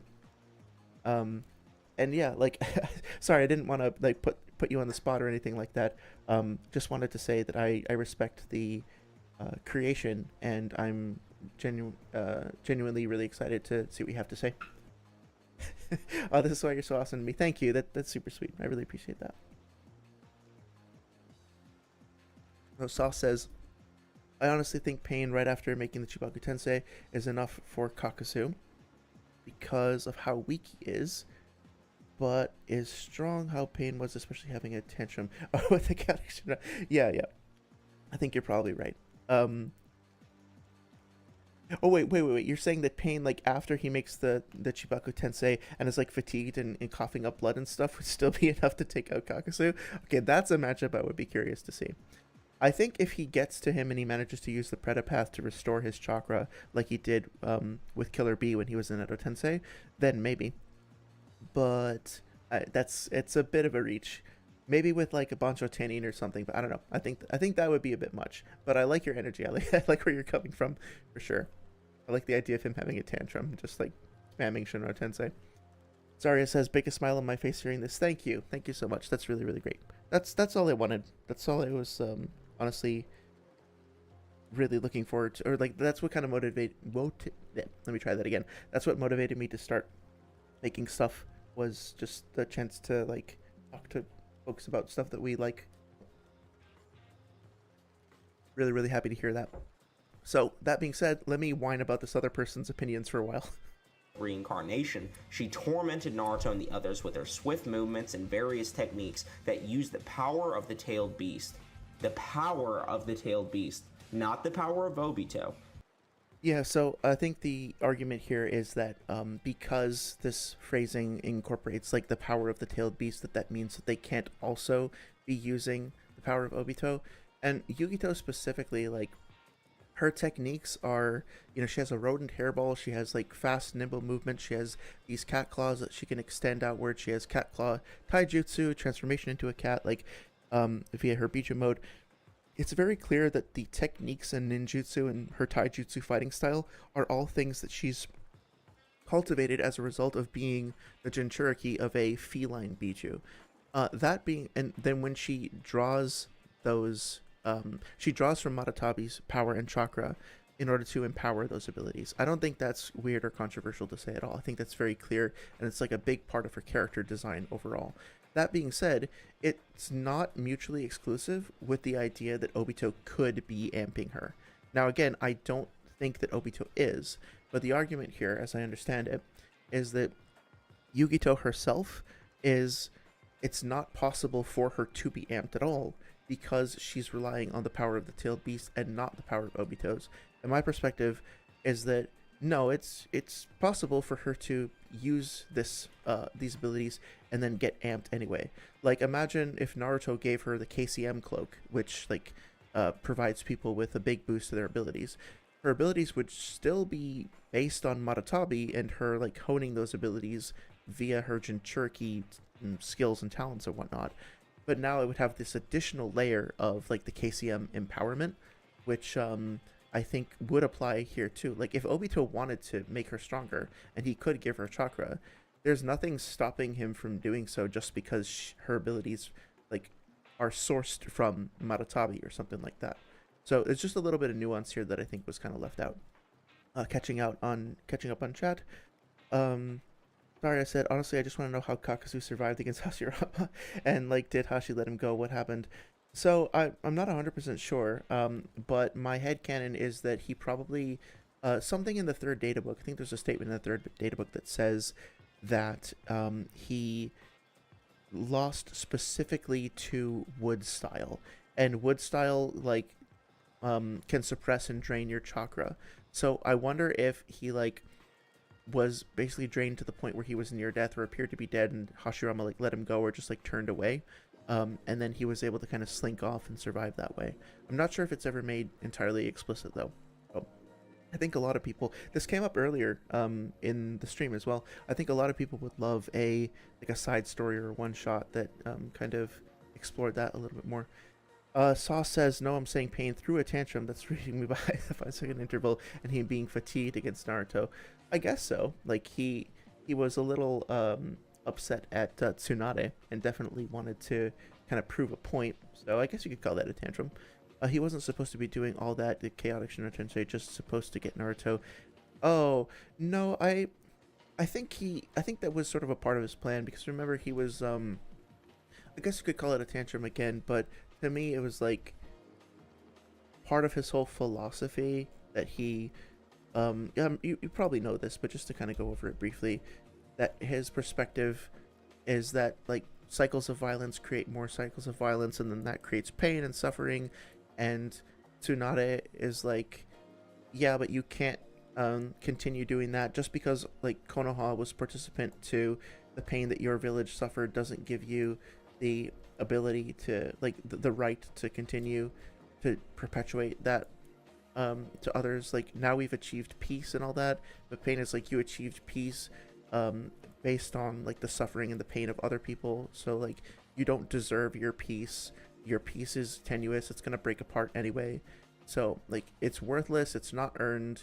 And then I think he does throw a bit of a temper tantrum here, but he's also just kind of trying to prove his point. I think that like now that he's got Naruto, he wants to emphasize that suffering was his motivation, and then that suffering came from other suffering, and that he's going to, this is like the preview to what he's going to do to the rest of the world, right? His pain is to use I think the Ten Tails to create a massive like super weapon and basically do this to another nation and shock the whole world into a new form of peace via pain and like shared fear and all that.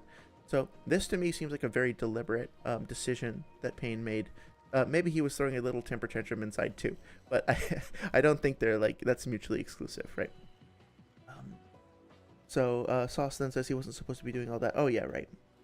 It's just a matter of understanding the characters on a deeper level. Yeah, I think it's important to understand how their abilities are connected to their personality and their intentions.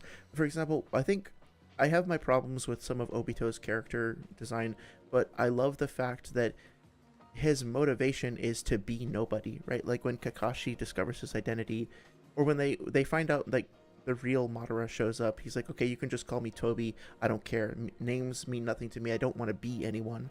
And simultaneously, his whole ability, his signature ability, isn't a big explosion or some sort of lethal poison. It's just fading away into nothingness. Like, his whole identity is about erasing himself and becoming something else, and his signature ability lets him do that too. So there's this very nice kind of synergy between his ideology and his his skills, I guess.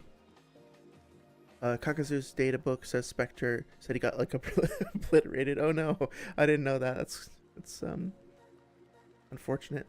Hashirama doesn't seem like a very bloodthirsty guy. Like, he'll get the job done if he needs to, but I feel like he'd also be willing to try to extend mercy and maybe let Kakuzu go, especially if Kakuzu is an emissary essentially from a samurai village. Like, maybe Hashirama was like, okay, I defeated you, now go back and tell your samurai that you know, I'm have no ill will towards you, and we should like be peaceful or something. Like, he sent him back, and then the samurai found that was particularly like humiliating. Like, he should have just like continued fighting to the death or something like that. There could be some back and forth there.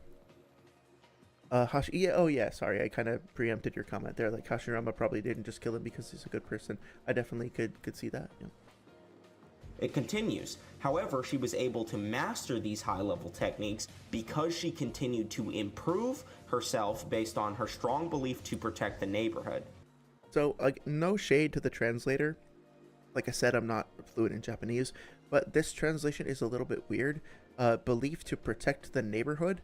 I kind of feel like it's, let's see, protect the village. So it's interesting that they translated village as neighborhood there. I don't think that this invalidates this whole perspective or whatever, but it does seem weird that she would only care about one neighborhood as opposed to her entire like village or country or whatever. The second aspect of the statement proves that she had already mastered these techniques before she died. Hint. Yeah, so she mastered the techniques that were connected to Maratabi or whatever, like her feline combat style, but that is not mutually exclusive from the idea that she could then also get a boost to her stats from Obito. The improving self part. You can't improve if you're an Edo Tensei. Well, the question isn't whether she herself improved as a person. The question is whether or not she received a boost or like an amp. So, yeah. Also, I don't know if that's entirely true. Like, imagine if Madara and Nagato and what's his name, and Itachi all got released from Kabuto's control because the Otsutsukis from Boruto started showing up, and Kabuto was like, oh shit, like, we have to kind of band together and take care of them because otherwise the whole world is going to die, right? So they all decide to team up, and Obito decides to leave them all as Edo Tensei, and they keep fighting and training and fighting and training. Do you think that like it would be impossible for those Edo Tensei to learn and improve or increase their chakra or develop new skills? I feel like if you're an immortal person who is sentient and has infinite stamina and doesn't need to sleep and rest, that you can absolutely get better at things. I mean, we know for a fact that chakra in Naruto, one of the components of chakra is your spiritual / mental energy, which comes from training and experience. So even if they're like dead, undead bodies, whatever, could never get physically stronger, their chakra should increase, and they should still be able to learn things and practice and stuff like that. So obviously this doesn't apply to Yukito, but in a larger, like, across the universe sense, I think it's potentially missing something. So the same. Spectre says Yukito can improve as an Edo Tensei. There's zero reason to believe an Edo Tensei can't be improved. Madara is the best example of this. Yeah, well, that's a good point too. Like, Madara is getting amped up by the various modifications that he's received, and Edo Tensei can't die and have infinitely regenerating chakra. Yep, exactly. Saria says, I don't see why they can't improve as an Edo Tensei. If I had infinitely refilling chakra, I'd be able to learn to do so much stuff. Yeah, exactly. Yeah, I think we're all on the same page about this. That's cool. Claw attack she was using during the war would be the same technique she used against Kakuzu. That's not really true. I mean, like, this might be a sort of a semantic thing, but the cat claws jutsu that she used during the war, let's take a look at it really quick. It was, for one, she was in V2, so her, like, the form of her body wasn't quite the same. For two, she still presumably had the advantage of the Rinnegan and Sharingan, and this was a coordinated attack that took place with the other 5 Jinchuriki simultaneously, This coordinated attack involved Naruto blocking a bug bite, then getting hit by cat claws, which is a lateral swipe using the claws, presumably, on the side of Naruto's head as a part of this multi-stage attack that then led to Naruto getting hit by Isobu's coral palm and then like knocked to the ground. So I don't. It looks, I don't know, maybe this is me being unfair. It looks quite similar. I mean, she's using the same arm and she's swiping like sort of downward. And I think somebody posted previously in chat, it might have been you, Alhurt, I can't remember for sure, sorry, that this particular attack has or like the massive paw swipe downwards previously has a specific name, and it's basically like Great Cat Claw. It's very similar. So maybe, but there's a lot of other stuff that's going on in this fight that makes me very hesitant to use those two things interchangeably. Alhurt says Edo Madara is arguably stronger via visual prowess than his alive self. Oh, because he has the Rinnegan? You think that would probably give him quite an advantage over his alive self. Alhurt then says Obito has a better mastery of Bijuu control than most Jinchurikis. Yeah, I kind of like that. Not the same kind of control, because he's not like controlling them from within, so to speak, and like manifesting them, but in terms of the amount of chakra he can control and the ways in which he can manipulate them to do his bidding, I think that works. Yeah. Saria says, I don't think you're being unfair. I agree, to be honest. Okay, that's good. Yeah, I want to try. I have obviously very strong opinions, but I don't want to be unfair, because that's sort of what I'm advocating against. But it's, to me, like, especially if you start getting into the territory of calcs, right? You start talking about calcs, then you start talking about force. Force is mass times acceleration. If we're going to assume that this technique is interchangeable with the force that was applied to Kakuzu, then the mass is different, and then how do we figure out the acceleration? That's also sort of challenging to do, right? Now, granted, that's a whole other... I know people have different feelings about calcs specifically, so don't need to get into that yet, although at a certain point we do need to talk about calcs, because Noodles uses some in this video, and I did a little digging into the calcs that were used, and I was kind of disappointed by the way that they were represented, but I don't know if we'll have time for that today. We'll just keep going. I will admit one thing is being improved by Obito, and that is the Jinchuriki's movement tracking of the Sharingan and the shared vision of the Rinnegan. Yep, that's true. The benefit to having both of these abilities is that your reaction speed and area perception would improve.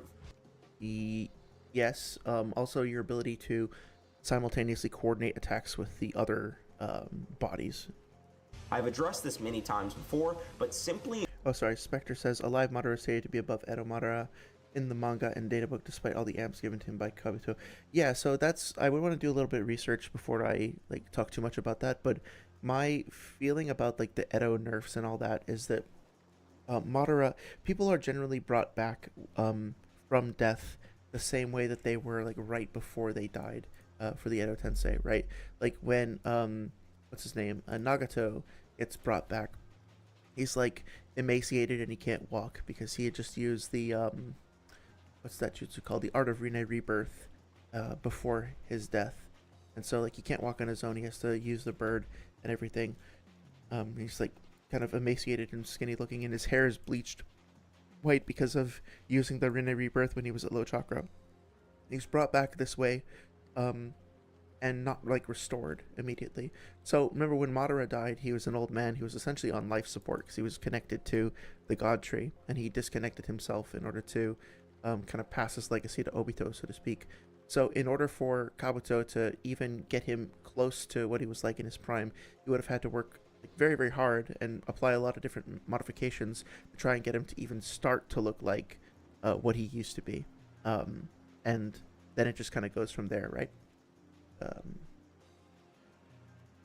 I'll send the scans in your server about... Oh yeah, okay, please do. Yep, I'll discuss it if you want. Yeah, I'd be happy to. I think I'm gonna keep focused on the video for a little bit longer, but yeah, I think I owe you some time in VC at some point, right? I'm sorry I lost track of what the conversation was, but I saw you guys were doing a really awesome job posting those scans, and I'll make sure that you have time to share your thoughts on that.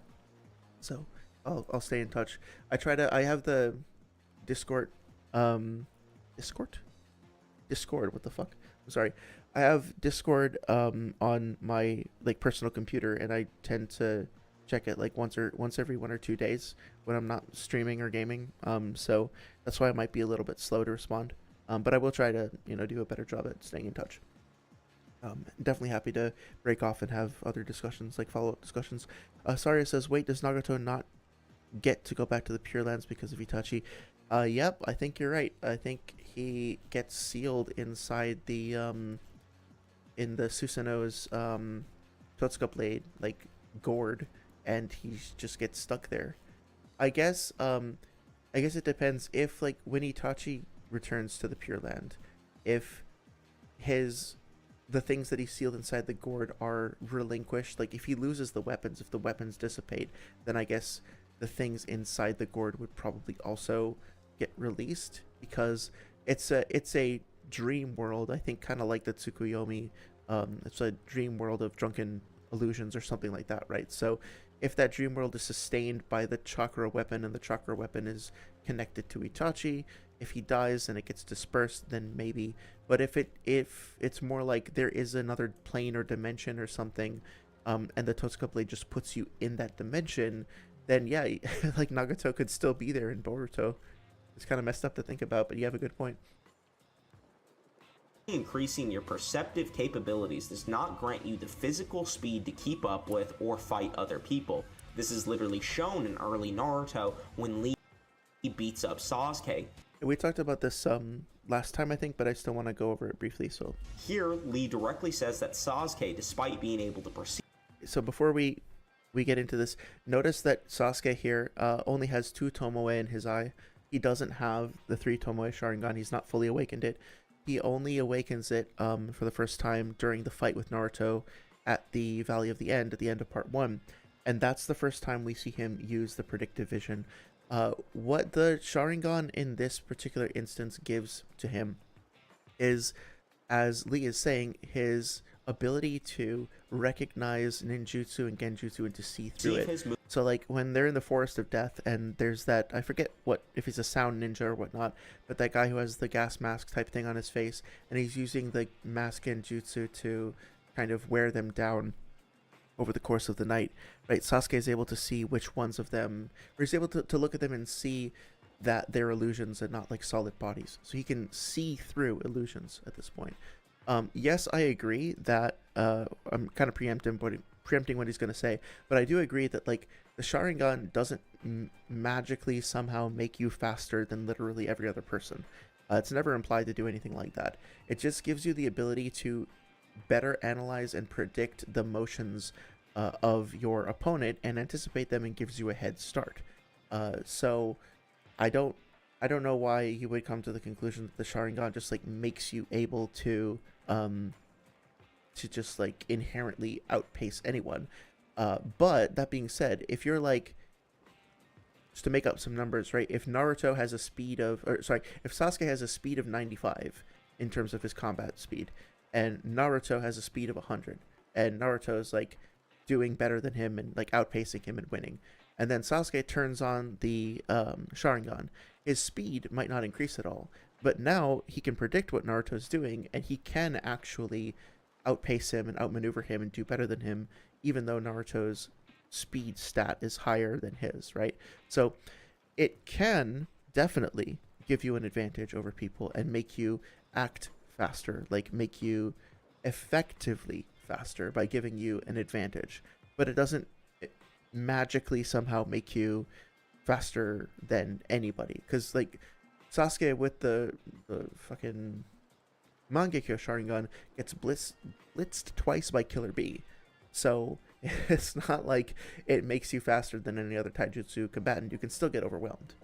Anyway, movements was not fast enough to physically block his attacks. The same idea is relevant to Yukito, because even though her perception speed is better, her run speed and attack speed would not be different. Yeah, but her ability to anticipate movements might be. I'm curious about something. I'm gonna mute this for 1 second.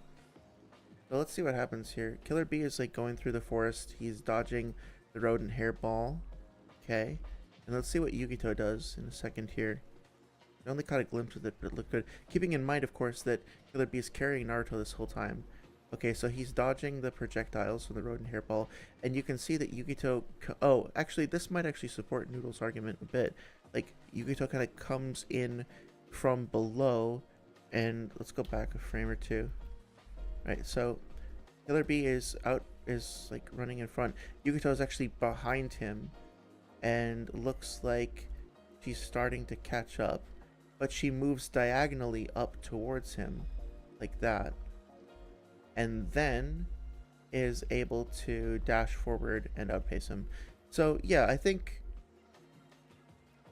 it's tough because, like, on the one hand, I want to say that this sort of validates, like, the anime validates his point more than the manga, because Yukito does seem to be able to move faster than Killer Bee is moving here. But then also, like, she seems to be moving, like, parallel with him, or actually, like, in a straight line with him. But then now he's going down, and she comes up, and she gets him at an angle. So I don't know. You could look at this and say that Yukito's outpacing him, but also, like, Yukito launched a projectile attack that Bee is actively avoiding, and several times, like, she comes at him from different angles. So it seems like you could also interpret this and say that she's anticipating where he's going to go and trying to cut him off at the pass. I think it's fine to say that she's relative to him. It's probably commensurate with what we're seeing, right? But anyway. Claw attack she landed on Bee and the movement speed feat shown earlier proves that she had the physical capability to block, tag, and move alongside KCM Naruto. Okay, not KCM Naruto. KCM Naruto was not the one that she was chasing. Also, I don't know what, at least not in this situation. And then if we were talking about, like, the combo attack before, wherever it was we were talking about it, again, like, Naruto's already been hit by somebody else. So this is a different scene. If we're talking about this, then yeah, this is not her being on pace with KCM Naruto. Even when she was alive, this is ignoring the And no, I still do think that the, like, kinetic and predictive and trade field division play a role here, because, you know, they're moving through the forest, like, bouncing off of trees and stuff like that. So calculating the trajectory that would be best to anticipate Killer Bee is going to play a role. Like figuring out the angles to cut him off that way, I think, is going to play a role. Major nerf of the Edo Tensei as well, but I'm not even going to enter that can of worms today. Okay, so one second. And the major nerf of the Edo Tensei as well, but I'm not even going to enter that can of worms today. Okay, so I will say that, like, the Edo Tensei nerf thing, I know that a lot of people in the community do think the Edo Tensei nerfs you, and if that's just the consensus, then I'm willing to just, like, let that slide for the time being. Or, well, how can I say this? I'm willing to say, like, I'm not going to fault Noodles for just kind of echoing the sentiment that is generally accepted by the community. I've done the same thing myself. Doesn't mean that it's right. You know, we should definitely explore it more and try to figure it out together. But I'm not gonna, like, harp on that point too much. I will say, though, if you're just gonna bring that up and just, like, throw that out in a video like that, it's probably better if you provide a little bit of evidence as to why that is. Like, just talk a little bit about why the Edo Tensei is a nerf for people who aren't familiar with it. It strengthens your argument, and it just makes it easier for other people to kind of feel like they're up to speed with what you're talking about. Also, I've literally, let me know if you guys have, but, like, I've literally never heard anybody say and enter a can of worms. Like, I don't even know what to say to that. It's like, you open the can of worms, right? Like, I'm not gonna open that can of worms right now because you have the can of worms, and then you open it, and then, oh shit, you've got a can full of worms, and now you have to deal with it, and you don't want to deal with that right now because it's a can and it's full of worms. So fuck that, I'm not going to open that can of worms. Why would you enter the can of worms? Why would anybody go inside the worm can? It's I don't know. Let's not enter that can of worms together, huh? We will now transition into how I believe this fight plays out and address common counter-arguments I've seen people make. Okay. So to put it plainly, Kakuzu scales above Bijuu in physicality, durability, and in raw ninjutsu. Questions about this are, I think Bijuu is spelled wrong. 1 second. Yeah, I think the Bijuu should have two U's. Yeah, like even Google thinks it should have 2 U's.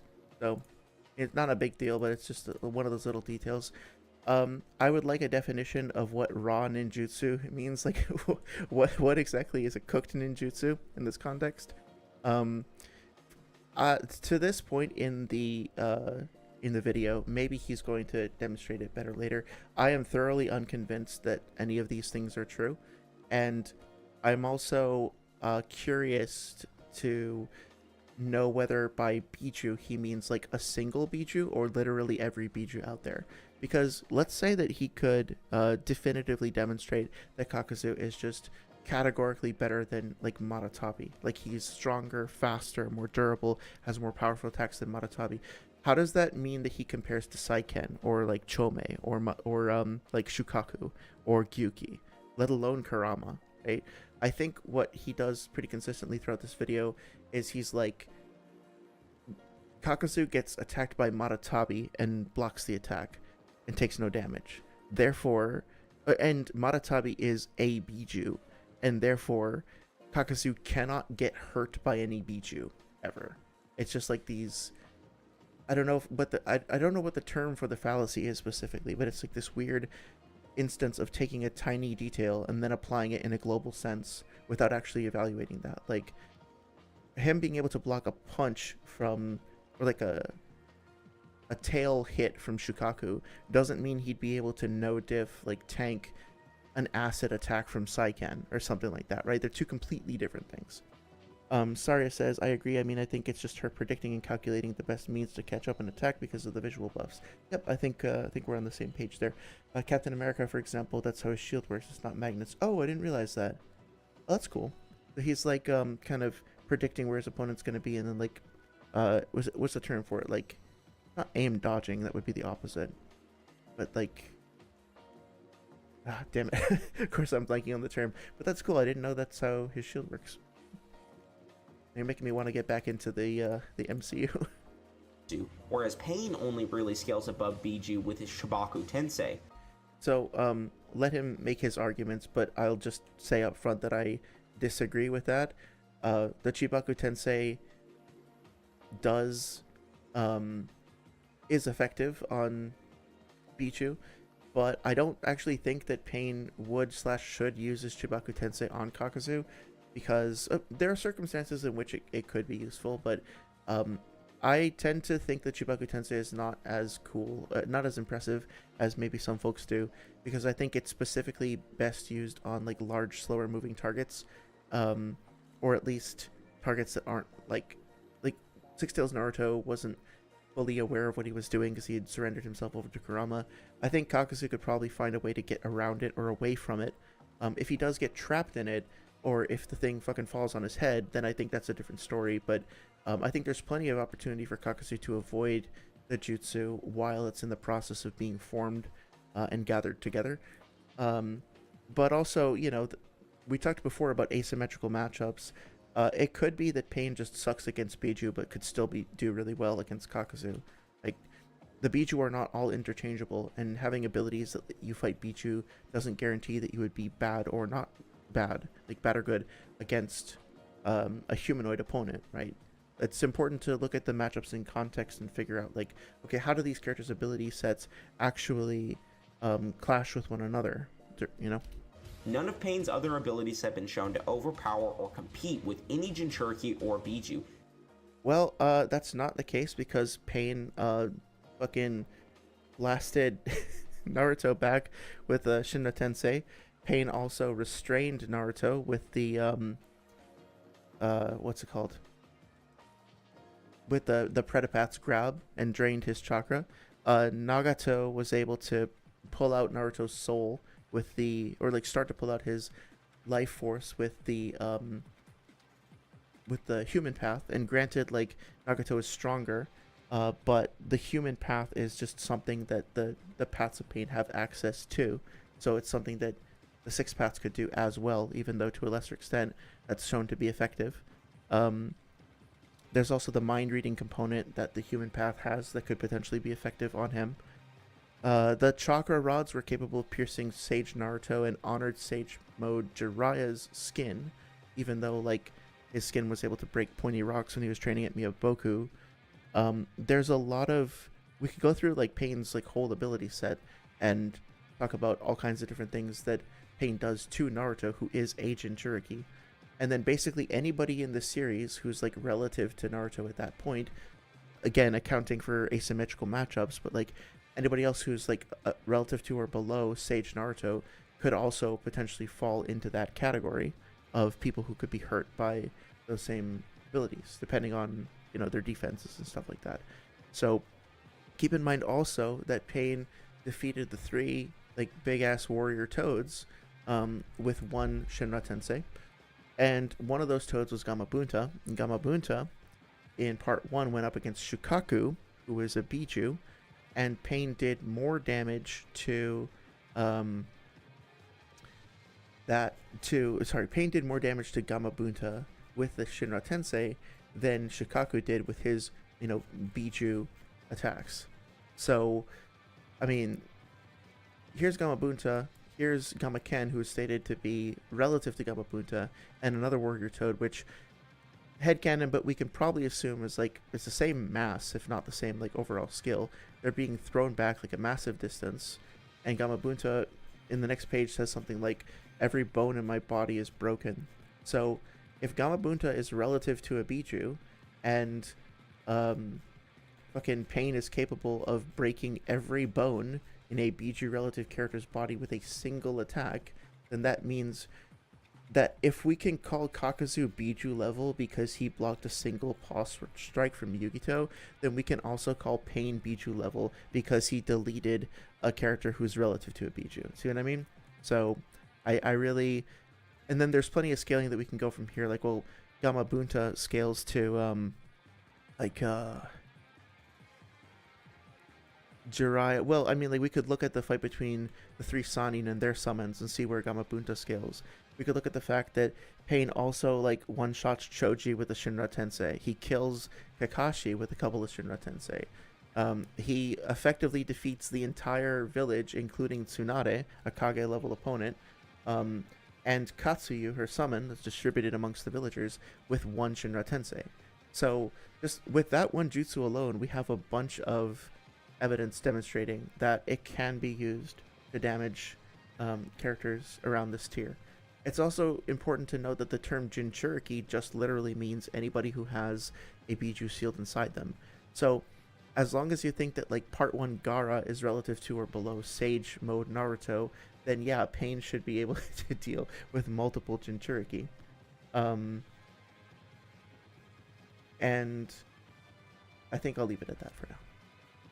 Including the likes of the Shinra Tensei, which Six Tails Naruto tanked and walked through. Yeah, he didn't walk through it. I think he's confused about the order of the panels here. So, just to help clear up the confusion, because I know this is very confusing, what happens is that Pain sees Naruto coming, and then Naruto embeds his tails into the ground, and then Pain tries to push back on Naruto, and then Naruto recoils, and he's stuck in the ground. He's not walking. He's stuck in the ground. The statements made in the Funo Show booklet and the third data book illustrate the idea that all of the Akatsuki have some means of dealing with the Bijuu and Jinchuriki. Sasori has his Iron Sand and Poison. Deidara has his bombs. Kakuzu has his high-level ninjutsu and taijutsu, and Pain's ability he uses to beat Jinchuriki is unclear at best. Okay, so his interpretation of the Funo Show booklet, which by the way, folks in Sage's Discord that was one of the things that I posted there for translation. So shout out again to those folks for getting that turned around so quickly, and they basically validated Noodles' translation, so it seems to be accurate, seems to be consistent with what they were saying.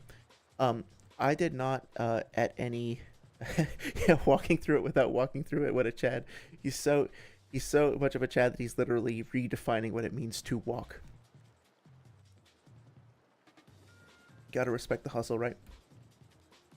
Let's see. So, trying to figure out how best to address this. Let me go back and repeat what he said. And Pain's ability, he Oh, yeah, sorry. So, the folks who did that translation kind of corroborated the translation being accurate. And what I have an issue with is that that translation does not say each of the Akatsuki members gets one single ability, and that one single ability is their anti-Bijuu trump card, and also anti-Jinchuriki trump card. And that when they go into battle, they have to, like, you know, like a turn-based battle, they bring up their, like, fight menu, and then they pick their attack, and then that's the one that they use, and that's the one that works on the Bijuu and Jinchuriki, right? So, like, Itachi, for example, Amaterasu could potentially be useful. Tsukuyomi, Susano, or if he's just fighting like a Jinchuriki who hasn't gone into Bijuu mode yet, he might just be able to like outpace and out tactic and everything one of his opponent Shinobi and just defeat them through normal means with fucking kunai and shuriken for all we know. Same thing with Sasori. Sasori has his poison, yeah. He also has the iron sand. He also has Hiruko. He also has the dance of, like, Chikamatsu's dance of 100 puppets, whatever the proper term for that is. And each of those things have their own, like, unique abilities and weapons and properties and stuff like that. So, Datara as well, he has his bombs, but his bombs is like just saying his bombs is pretty reductive. Datara has like a wide arsenal of different bombs. In addition to like the named ones like C0, 1, C0, 2, 3, and 4, he also has his standard clay bomb jutsu, which is able to be constructed and shaped and morphed into all kinds of different like animal shapes. He has shit like Ohaku. Maybe I already said that. But basically, he has a very wide array of abilities that he can use in different ways against different opponents. Like, he does a lot of kind of clever shit against, what's his name? Against Gaara. He doesn't just, like, send one bomb at him and blow him up with a single anti-Bijuu bomb like he does against, Isobu, for example. There's a lot more nuance here, and so I think it's important to look at, just go in your head through the series of all of the characters who count as Bijuu and all the characters who count as Jinchuriki, and think about their combinations and think about how they are at different stages of the narrative, their strengths and weaknesses, their characteristics, their abilities, and really think like the guy who went up against Hanzo, the guy who Jiraiya thought was like invincible essentially, and just deleted him. Like, that guy doesn't have multiple combinations of different things that he could use to beat opponents around that level. He just has to, like, commit to using the anti-Bijuu move when he fights Bijuu, and that's all he can do. Like, that's bullshit. I'm sorry. I really dislike that perspective. Spectre says, curious how strong do you think Sasori is? I mean, I think he's incredibly strong. All the Akatsuki members are very strong, and Sasori's specific abilities are, I think, great at like infiltration and assassination and dealing with like large numbers of mid-level opponents, more so than just facing off against one very strong like tank opponent. I think he's probably better at like, I think he was totally wasted in the war. I think he should have been deployed with his 100 puppets and all of their poisons and weapons and stuff, and he should have been like a one-man battalion essentially. I would have loved to have seen that. I don't know if he really stacks up against people like Kisame and Itachi and whatnot in one-on-one. I don't think that's where his full strength lies, but especially with the iron sand, like, and you combine all those things together, he's incredibly versatile, he's incredibly lethal, and particularly as part of like a war front, I think he has incredible like killing potential. Saria says, my mom being validated for calling Naruto the Pokemon guy you like is not what I was expecting to learn today. Yep. I mean, you've seen the early shit, I can't remember what chapter it's in, but you've seen the time when Naruto first tries to turn into Kurama after the training in the like training with Killer Bean, he turns into that like cute fox Pokemon. See if I can find it. I know it's out here.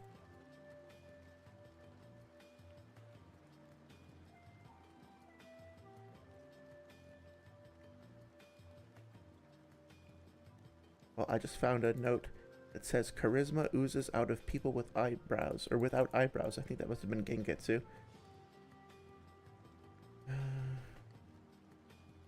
I might not be able to find that quickly. There's just so much shit that happens in the war.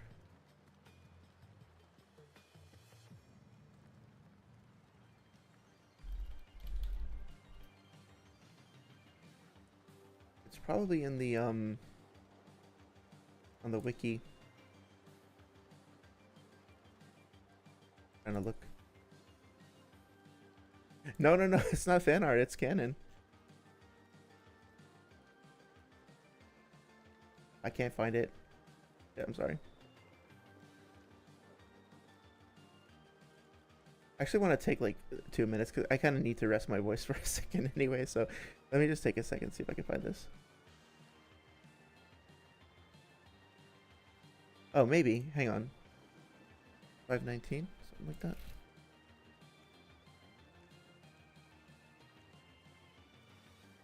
Where are you? Here we go. Yeah, see, I don't know why they brought Sasori back as a human. I mean, okay, I'll tell you, I guess I know why. It's because they had this kind of sweet story about him being like a real puppet, and they presented that narrative as more forefront than his like killing power and stuff like that. Wait, here we go. Here we go. There he is. This is the canon Naruto Pokemon. So yeah, your mom was right. Let's see Spectre's ranking here. Obito, Pain, Itachi, Kisame, Sasori, Konan, Deidara, Kakuzu, Hidan. I think some people would probably contest Kakuzu's placement there. I might, depending on how I'm feeling on a given day, I might put Kakuzu above Sasori. But Itachi over Kisame, yeah, I think so. I don't think that's too controversial. I think that's probably fine. I have to think about it more. I think Konan just has like an incredible amount. Oh, Deidara and Kakuzu places are switchable. Okay, that's fair. Yeah, Deidara I think is really good in short bursts, but his problem is that he runs out of ammunition so fast, and he's just not. He doesn't have the versatility and staying power as some of the others. My headcanon is that this is Naruto's, like, Kurama's true form, and then he just he's too proud, though. He puts up a tough front and looks like a badass demon fox most of the time, but this is his true self.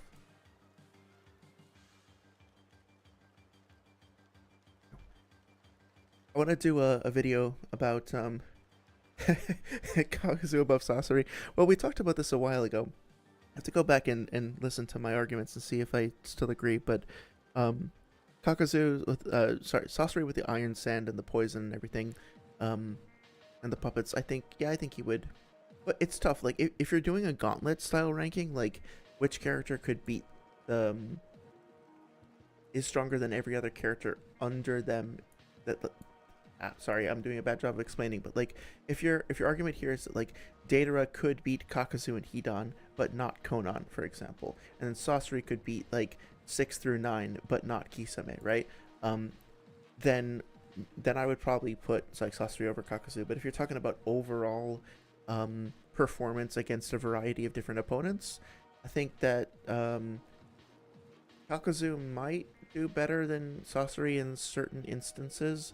It sort of depends on the nature of the fight, but I'm not prepared to die on that hill by any means. Oh yeah, the way the whiskers point out, so cute. It like follows the same kind of like overall lines that Naruto has on his face, right? Which I think is really cool. Little spikes. He's trying so hard. He's trying his best. It's a nice way to break up the the topic. I like that. And his nose too. His nose looks like a little like a raccoon's nose or something. Kyuki doesn't know what the fuck to do. Sasori over the third Kazekage, Rasenwer, Misasuke.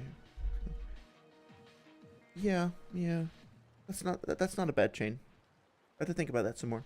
But that seems to make sense at first glance. I just need to do some more research. I love the Sasori versus Sakura fight, though. It is one of my favorites in Shippuden. Uses the beat Jinchuriki is unclear at best, but I believe it's likely his Chubaku Tensei, seeing that I mean, like, he beat Naruto with the Shinra Tensei and the Predapath, so... that is the ability he chose to use against Naruto to capture him. Specifically, he chose to use it against Six Tails Naruto. So it's probably good at again, dealing with, like, larger than human and or animal acting sort of opponents. None of his other abilities are provably on the level of Bijuu or Jinchuriki. I mean, like, again, we see him defeat multiple people that are relative to people who are Jinchuriki, or creatures like a Mabunta who are relative to Bijuu. So, I mean, like, this is the thing. If you say something like this, just to talk about, like, how to present arguments, if you make a statement like this, you have made a positive claim. And if you're making a positive claim that there is none of something, it's going to be very hard to demonstrate that to be the case. So, like, if you make the positive claim, like, there are no characters who can make better ramen than Teuchi, for example, like the ramen guy, right? Okay, you're probably right, because his ramen is the best and everybody knows that, but how many ramen shops in Naruto have you actually tested? And how many opinions have you gotten to validate that claim?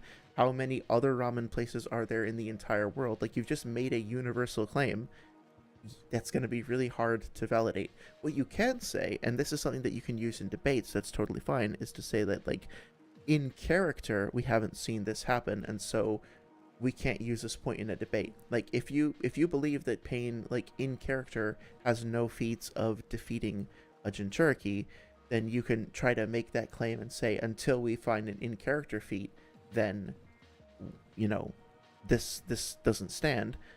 That's one thing. But that's a very different thing from just saying that there categorically aren't, and then moving on without proving that. Like, it's going to be hard to prove a negative, right? Spectre says, Sakura so coded, it sucks she wasn't used for. That, to me, is, like, her peak fight in the series.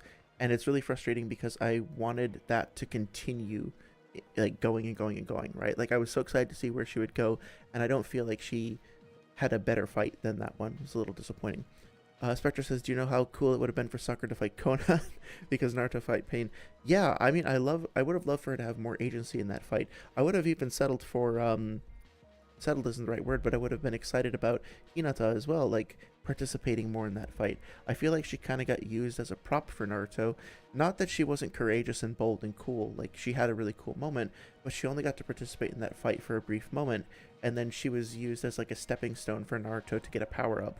I feel like sometimes the female characters in Naruto don't get, they didn't get the chance to shine in the same way. Some did, you know, but some kind of got left a bit by the wayside, unfortunately. And to claim any ability in Pain's arsenal besides the Chibaku Tensei scales to the Bijuu would be baseless.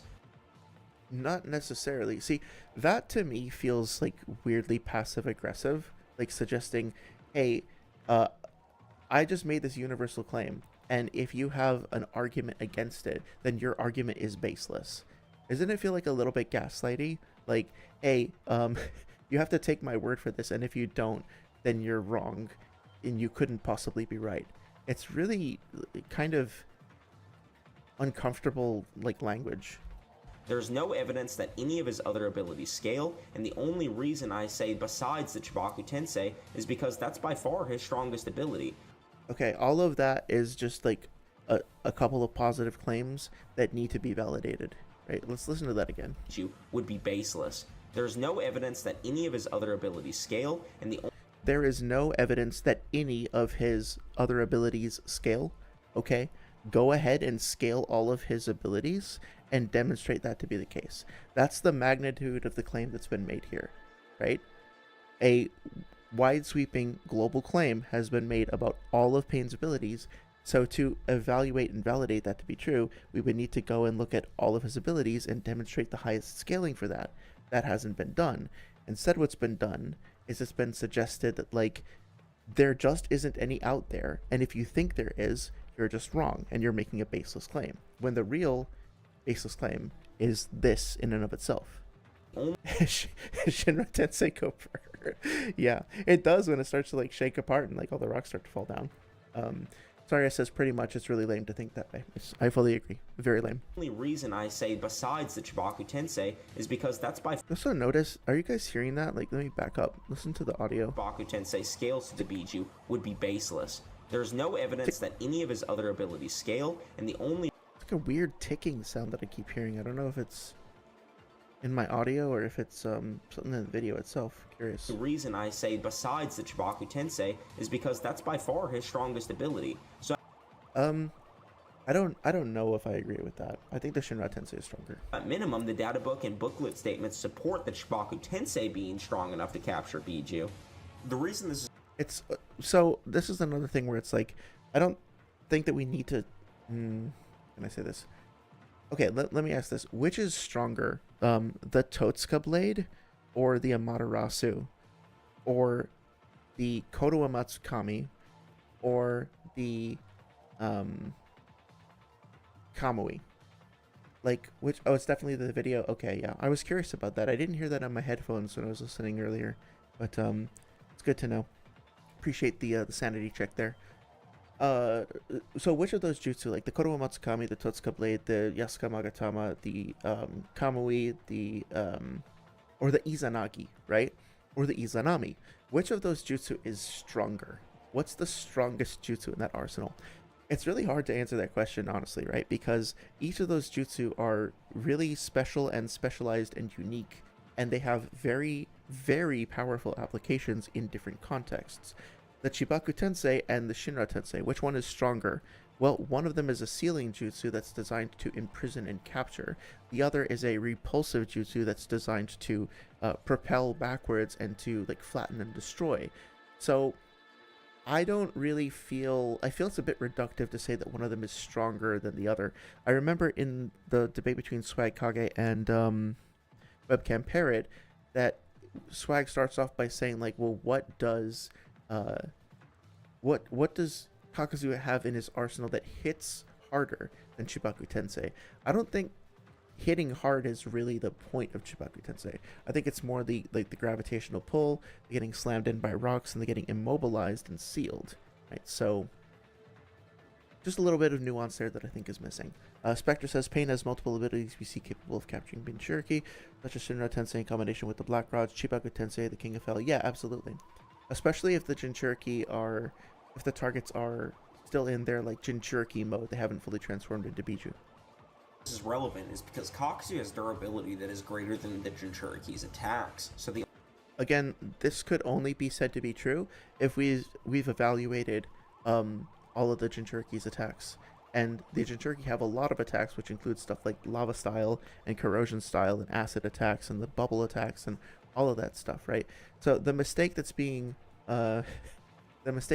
made here is that Kakuzu blocked an attack from a Jinchuriki, and therefore he is capable of blocking Jinchuriki attacks, right? Technically speaking, he can block Jinchuriki attacks because that thing he blocked was a Jinchuriki attack.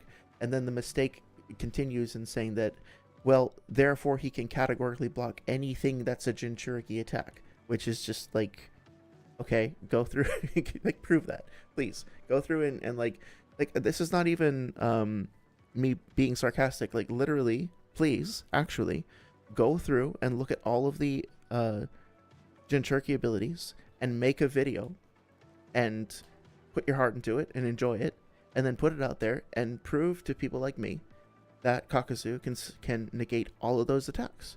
I would genuinely love to see that. I want to see that made. I want to consume that content. You know, I'm not trying to shut down the conversation. I just feel like the conversation hasn't even really started yet. The only physical ability Pain can bring to the table. Oh yeah, he's the raw durability guy. Little nitpick, little pet peeve that I have. Just to be clear, the raw durability thing came from the Raikage, right? Like, Webcam Parrot was saying that the Rasen Shuriken ignores durability, so the fact that it killed Kakuzu's hearts was not like an anti-feat for Kakuzu. And then Swag said, well, then why did the third Raikage tank it? And then Parrot said, because he had more raw durability. So it wasn't really applying to Kakuzu, and everybody keeps saying like Kakuzu's raw durability, this or that. But no, it was the Raikage. The idea that Parrot was saying, I think maybe he was a little inelegant about the way that he delivered the comment, but it wasn't like a stupid statement in my opinion. He was just saying that the Raikage was so durable with his lightning cloak that he had like this additional layer of durability that just was so great that it even defeated this durability negating thing, the Rasen Shuriken. But Kakuzu doesn't have that super durability, so it's still not an anti-feat. It's a little clunky, but I see what he was saying, and I think he gets, too much shit, possibly, for that. The rival or beat Kakuzu. Or rather, I don't think he's getting shit anymore. I think people have just sort of folded it into, like, the Noodles Kakuzu raw durability thing at this point. Is the Chibaku Tensei. Shinra Tensei will not work because its best showing is against Kakashi, and even he withstood multiple of them. Okay, again, like, what is the evidence here that the best showing of the Shinra Tensei is against Kakashi? First of all, yeah, he withstood a couple of them, but then eventually Pain killed him by critically wounding him with the Shinra Tensei. He also critically wounded Choza with a single Shinra Tensei. Like, he also disposed of, like, Naruto, like blasted him. I shouldn't say disposed of, I should say, like, blasted him back with a Shinra Tensei, like Sage Naruto. Those 3 big warrior toads. And then, oh yeah, also the entire fucking village. Like, that was a Shinra Tensei that he used on the village. So how are you going to say that, like, his best showing is against Kakashi? And even if you say that, how are you going to say that that's an anti-feat when, like, Kakashi showed some relativity to Kakuzu? Kakashi, I think most people would agree, maybe you could dispute this, but I think most people think that Kakashi's the strongest person in the village. Possibly tied with Tsunade, maybe below Guy if Guy decided to go into Night Guy at this point in the series for whatever reason. But I don't see how this is like somehow a detractor or whatever, especially considering that this is like the most basic minor, like, restrained form of the Shinra Tensei, and Pain can scale it up massively, so it seems kind of weird. Third Hokage was such a cheesy character. Yeah, he didn't get a lot of screen time, but he did, he kind of seems like what's his name, like Blanca or whatever from Street Fighter. He seems like almost inhuman a little bit. The best showings of the Shinra Tensei is throwing the giant toads and breaking their boss and blowing up the village. Yep, I would agree. Those seem to me to be the best ones. And Gamabunta, who is much weaker than a non-Jinchuriki Shikaku. Okay, I'm gonna go. One second. This might be the last thing that I bring up because this will take a second, but I think it'll be worth it. Multiple of them. And Gamabunta, who is much weaker than a non-Jinchuriki Shikaku. Okay, I want to take a moment. I'm gonna look up the Gamabunta chapter and try to figure out what is going on here, because this is a strange moment. I'm gonna just be distracted for 1 second.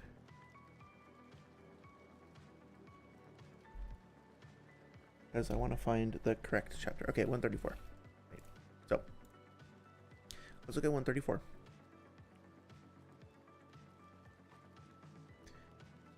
Here we go. So this is when Naruto is fighting Gaara. Gaara has gone into partial transformation mode, obviously, right? He's starting to manifest more and more of Shukaku's body. Naruto attacks him. He's able to sustain some of the attacks, and then he goes into this mode right over here. And it's called by Gamakichi Perfect Possession, which we then later start to refer to this as Bijuu mode. So this is still Gaara. He's still conscious. He's obviously, like, still doing this, like, sand maneuver here to Naruto, like, intentionally. Not Shukaku. Here, Gaara is talking. Can't believe I was forced to reveal myself, but it's all over now, right?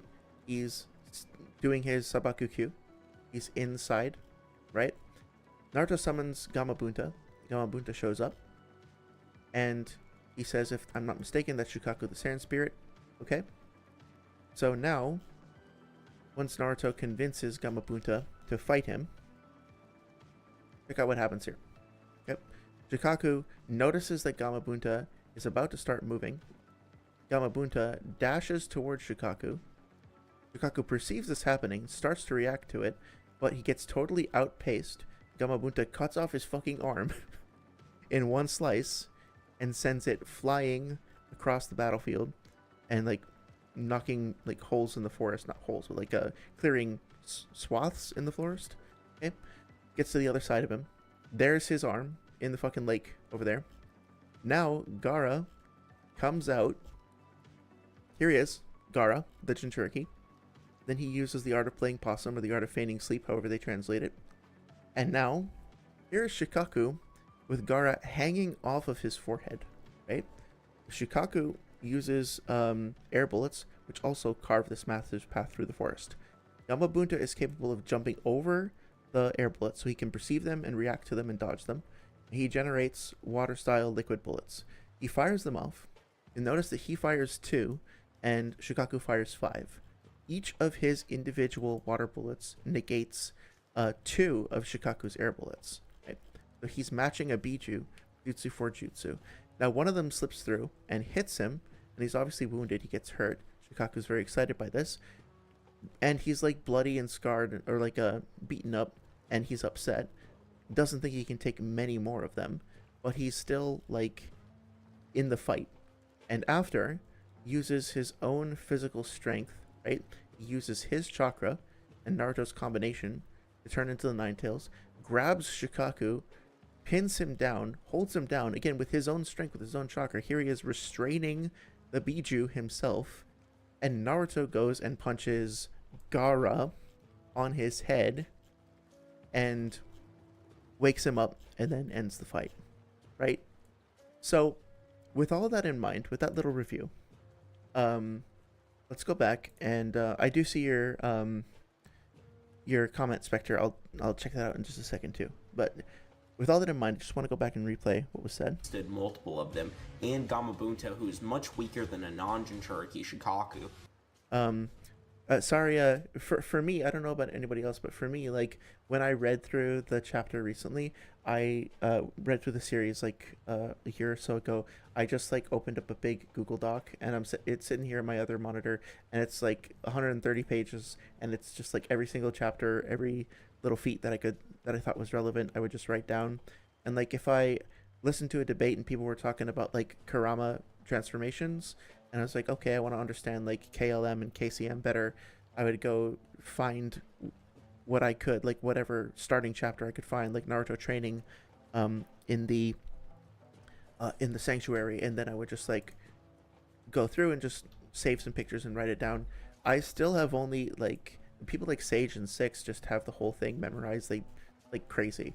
I have to heavily rely on notes, and it's taken me a long time to accumulate the notes, and even still, like, I forget shit all the time. But some of these chapters, because I've been so focused on like Kakuzu versus Pain stuff for a while, and I made a video about it, I happen to know where the things relevant specifically to those chapters are. As for Spectre, I'm not sure. Oh yeah, Spectre says something similar. Let me check 503 since I'm taking a little break anyway. I think I know what you're talking about, but I want to see for sure. He like lands on him when Minato summons him, right? Yeah, here we go. I'm pretty sure Kurama's a Bijuu too. Yeah. Oh, did he leave? Oh yeah, he gets teleported away, but he holds him down and while he's like charging up the Bijuu bomb. Yeah, so he holds him down. Okay, so one more time. Multiple of them, and Gamabunta, who's much weaker than a non-Jinchuriki Shikaku. Okay, so this is just bizarre. I don't know how you would ever come to the conclusion that Gamabunta is much weaker than Shukaku, because he was able to cut off Shukaku's arm, he was able to counter his jutsu, and he was able to physically restrain him and hold him down and give Naruto an opportunity to defeat Gaara and break them out of it. So here we go.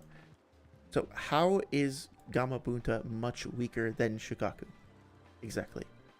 And more to the point, How is Shikaku non-Jinchuriki Shikaku?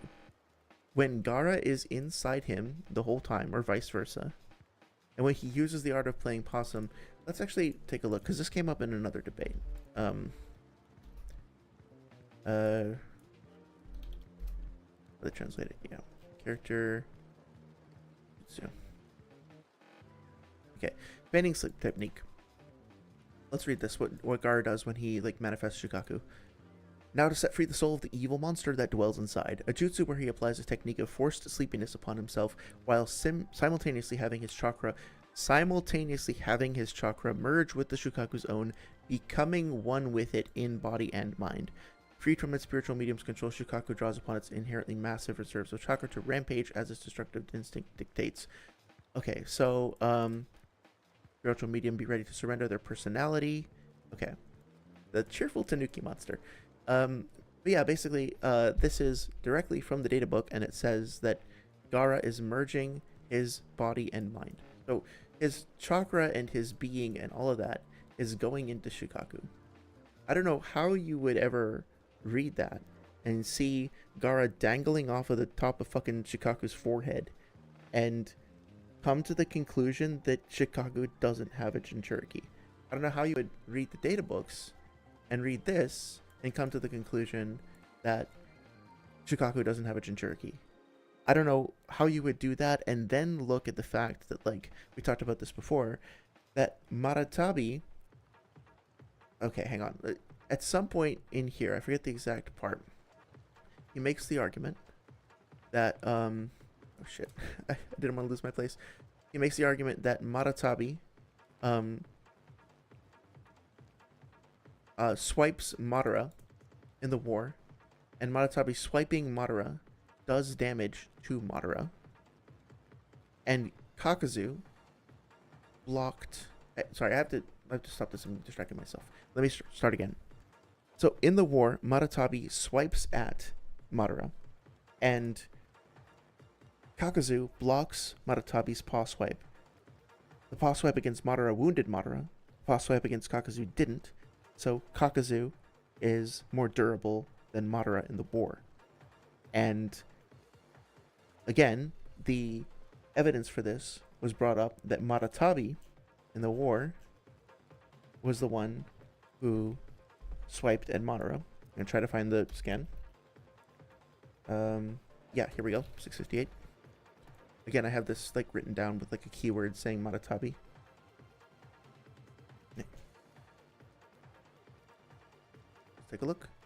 So at this point, this is chapter 658. At this point in the story, all of the Edo Tensei have been released. So this is just the Bijuu on their own. Like, none of the Jinchuriki are here except for Gaara. So this Shikaku is Shikaku without Gaara. And here is Gaara. And here is Maratabi. And Yukito is not here. Here is Madara. Shikaku shoots the sand bomb salvo, or sand buckshot, at Madara and wounds him. And then, while he's being immobilized in midair, Maratabi comes up and smacks him. And then he also gets smacked by all of these other characters. And then gets sealed by Gaara. And then busts out with the Susanoo. And afterwards is bloodied up and stuff. So, the argument that Noodles made is that is that Yukito, went back earlier in the video, he said that Yukito specifically, get back to where I was, sorry. Gotta close some of these tabs. That Yukito damaged Madara, but Yukito didn't damage Kakuzu. So, Kakuzu is more durable than Sage Hashirama Cell Madara. He also said that Gamabunta is weaker than non-Jinchuriki Shikaku. This is non-Jinchuriki Maratabi attacking with a whole bunch of other people. Okay? And what we just saw, going back to our chapter here, this is Shikaku with a Jinchuriki. So they got flipped. The two things got flipped, right? Like, they got mixed up. They got messed up in translation. Something something got fucked up. Something ain't right. And it really bugs me because both of these scenes and both of these characters are simultaneously being misrepresented in this really weird way that just doesn't. Also note here that Naruto's like asking for chakra from Kurama. In this really weird way that I don't know, it doesn't. I'm struggling to try to find a way that you could come to these conclusions like through some sort of honest misunderstanding, and maybe it's just my lack of imagination. I can't figure it out, but I can't figure it out, and it's just really weird. Okay, so let me catch up on chat. I've been doing this for a long time, and I just learned that, oh yeah, by the way, it should be noted that Madara couldn't move when he attacked the Two Tails. Yeah, exactly. Like Gaara's magnetic sand or whatever was restraining him in midair, and that shit did no damage to Madara. The sand buckshot from Shikaku and Gaara did, but not the paw stripe. And Saria says, honestly, for distracting yourself, your thoughts are pretty cohesive for me. That's saying a lot because I've got Asperger's and get confused very easily without proper clarification, which you give. Oh, thank you. I'm really, really glad. I definitely want to be detailed. I also want to be, like, not boring or get stalling out for a long time, like wasting people's time. But I do think it's important to go over all the details because otherwise, if you don't, you get stuff like this, which is very frustrating. So, today was a bit of an experiment to see how much progress I could make if I stayed focused, which I think we did a pretty good job of. And I think we got from the 18-minute mark to about the 30-minute mark, like somewhere around here, right? So pretty good. Still have a lot of ground to cover. So I think I'm probably going to do the same thing next week. Probably going to, because this was a lot of fun. Like it's fun to focus on certain topics in depth for a longer period of time, but it's also fun to kind of go over many arguments more quickly. And I think I've been enjoying, or sorry, I think I will enjoy doing another sort of rapid fire one next week, and then maybe going back to a deeper, slower one, the one after that. So with that being said, 4 hours later, I think I do need to call it a day and go take care of my pets and stuff. But I want to thank you very, very much for the engagement, the encouragement, the kind words, the interesting arguments, the discussion. It's all been really, really wonderful. Genuinely appreciate it. In terms of schedule, I think the next week will just be normal schedule. Thursday, I'll be continuing to play Dark Souls 2. I'm still planning to do kind of a little bit of a unconventional stream where I break away from the game and talk about some tangentially related stuff, but I haven't quite worked out how I'm going to do that yet, so it might be on Thursday or it might be the following week. And then I think I'm just going to continue with this on next Sunday, although I would be open to changing stuff if people are getting tired of me just like complaining about noodles all the time. Then we can do something else for a little while. I do want to eventually get through this whole video because the thing I was going to talk about today that we didn't get to is just the use of terms like multi-continental Bijuu bomb and the way that like people, sorry, the short version, the preview version is there's a bunch of people who have done calcs on Versus Battles Wiki, including some people who I think are friends of Noodles, and I think their work has been kind of misrepresented, and that's kind of sad. So I wanted to go over those calcs and talk about that. That's important to me. But we could also just take a break and like do some Dragon Ball stuff, do some like listen to a more like upbeat debate or something like that. Totally open to it. So I'll post a poll. Like, guys, let me know what you think, and I'm open to suggestions. Dark Souls, yes, I'm a huge fan of the Souls series. I've been doing a few hours a week. I've been playing through Dark Souls 2. I'm a video game developer by as my job, and so I like talking about games and how they're built. And I'm a huge Souls fan, but I have never really played the games with the same sort of critical eye, I guess. So I've been listening to a lot of videos by people kind of criticizing Dark Souls 2 and talking about its flaws and its problems, and I found that, like, kind of similarly to the Noodles video, that I found that some of those critiques were a little bit unfair, and so I wanted to go back and replay the game with a very careful kind of critical eye and see if I agreed with them, or if I didn't agree with them, that I could prove my point. And I'm finding that I'm agreeing with like half the stuff and then kind of disagreeing with some of the other stuff. So I've just been kind of carefully playing through the game and like talking about, oh, this is how I think the art was done here. This is how I think the animations are done over here. I think this like enemy placement is cool. I think maybe that this technically isn't working. You know, stuff like that. And trying to figure out how I feel about the game, both as like 10 years later, both as somebody who's like a very biased, so to speak, fan or emotionally invested fan of the series from an entertainment standpoint, but also somebody who's been inspired by it from a like work, like professional standpoint. And that what sort of lessons like we can learn from it by going through it. So if that sounds interesting, please feel free to check out the VODs, and or I'll be streaming next time on Thursday. This upcoming Thursday, I'll be doing some Dark Souls 2 streaming, and I would be more than happy to like go over any of the stuff from previous streams if you want like a summary on anything that you might have missed. I'd love to see that, says Saria. Honestly, I'm just happy hearing you talk and have a very relaxing voice and vibe. Thank you. Again, I really appreciate all the kind words. It's very encouraging. I'll be totally honest, like I get nervous about streaming, and like this is a form of public speaking. Especially the first few streams I was like really nervous, and I still do, especially since I'm like in a public space ostensibly like criticizing the work and art of other people. You know, it feels like a little bit I don't know, there's part of it where I want to make sure that it's like a positive experience for people to consume it, so to speak. So it really does like the encouragement really does make a big difference, so thank you. I appreciate it. You're a video game developer, says Spectre. That's cool. Yeah, I am.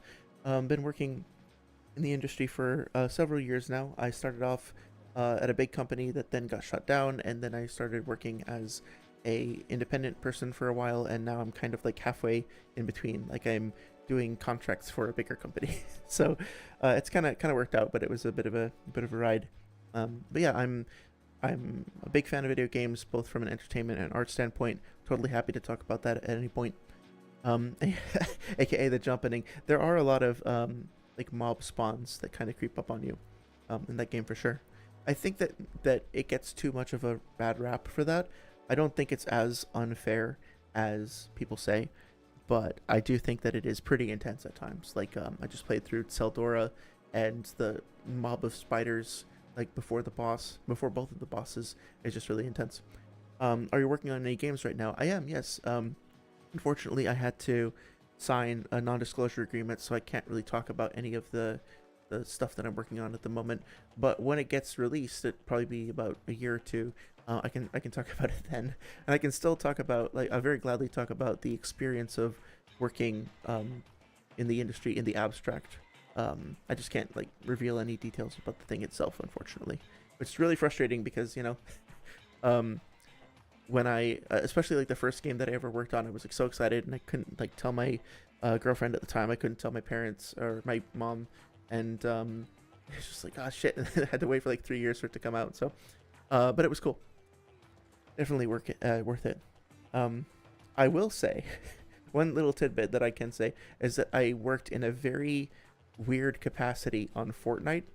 You probably won't see me in any of the credits or anything like that. I just help out with a couple of minor things, but it was like I was working for another company, and then that company wound up working with Fortnite, and so I was just like, I like came in to work one day and they're like, hey, guess what you're doing today?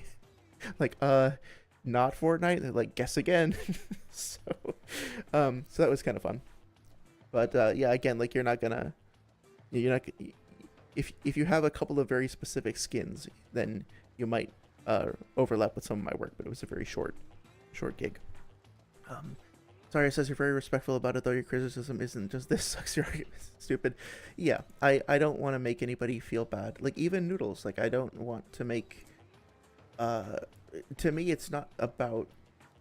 it's about the arguments, and it's about the source material.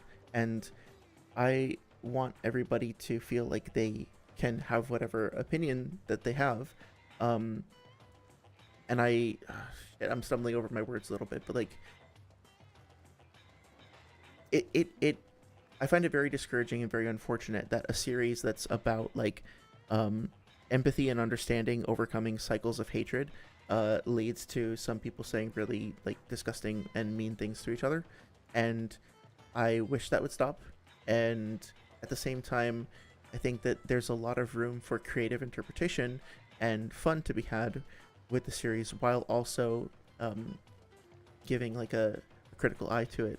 But I by no means am ever gonna say that like I'm an expert or like the best at any of this stuff. Like I said, I learned something new from you guys every stream, and I think if we just keep on like sharing that information with each other and encouraging that discussion, like I don't know, if you're the best boxer in the world, right? If you know, like Goku in Dragon Ball, like he always wants somebody out there to be stronger than him. Like that's the best thing, right, for him.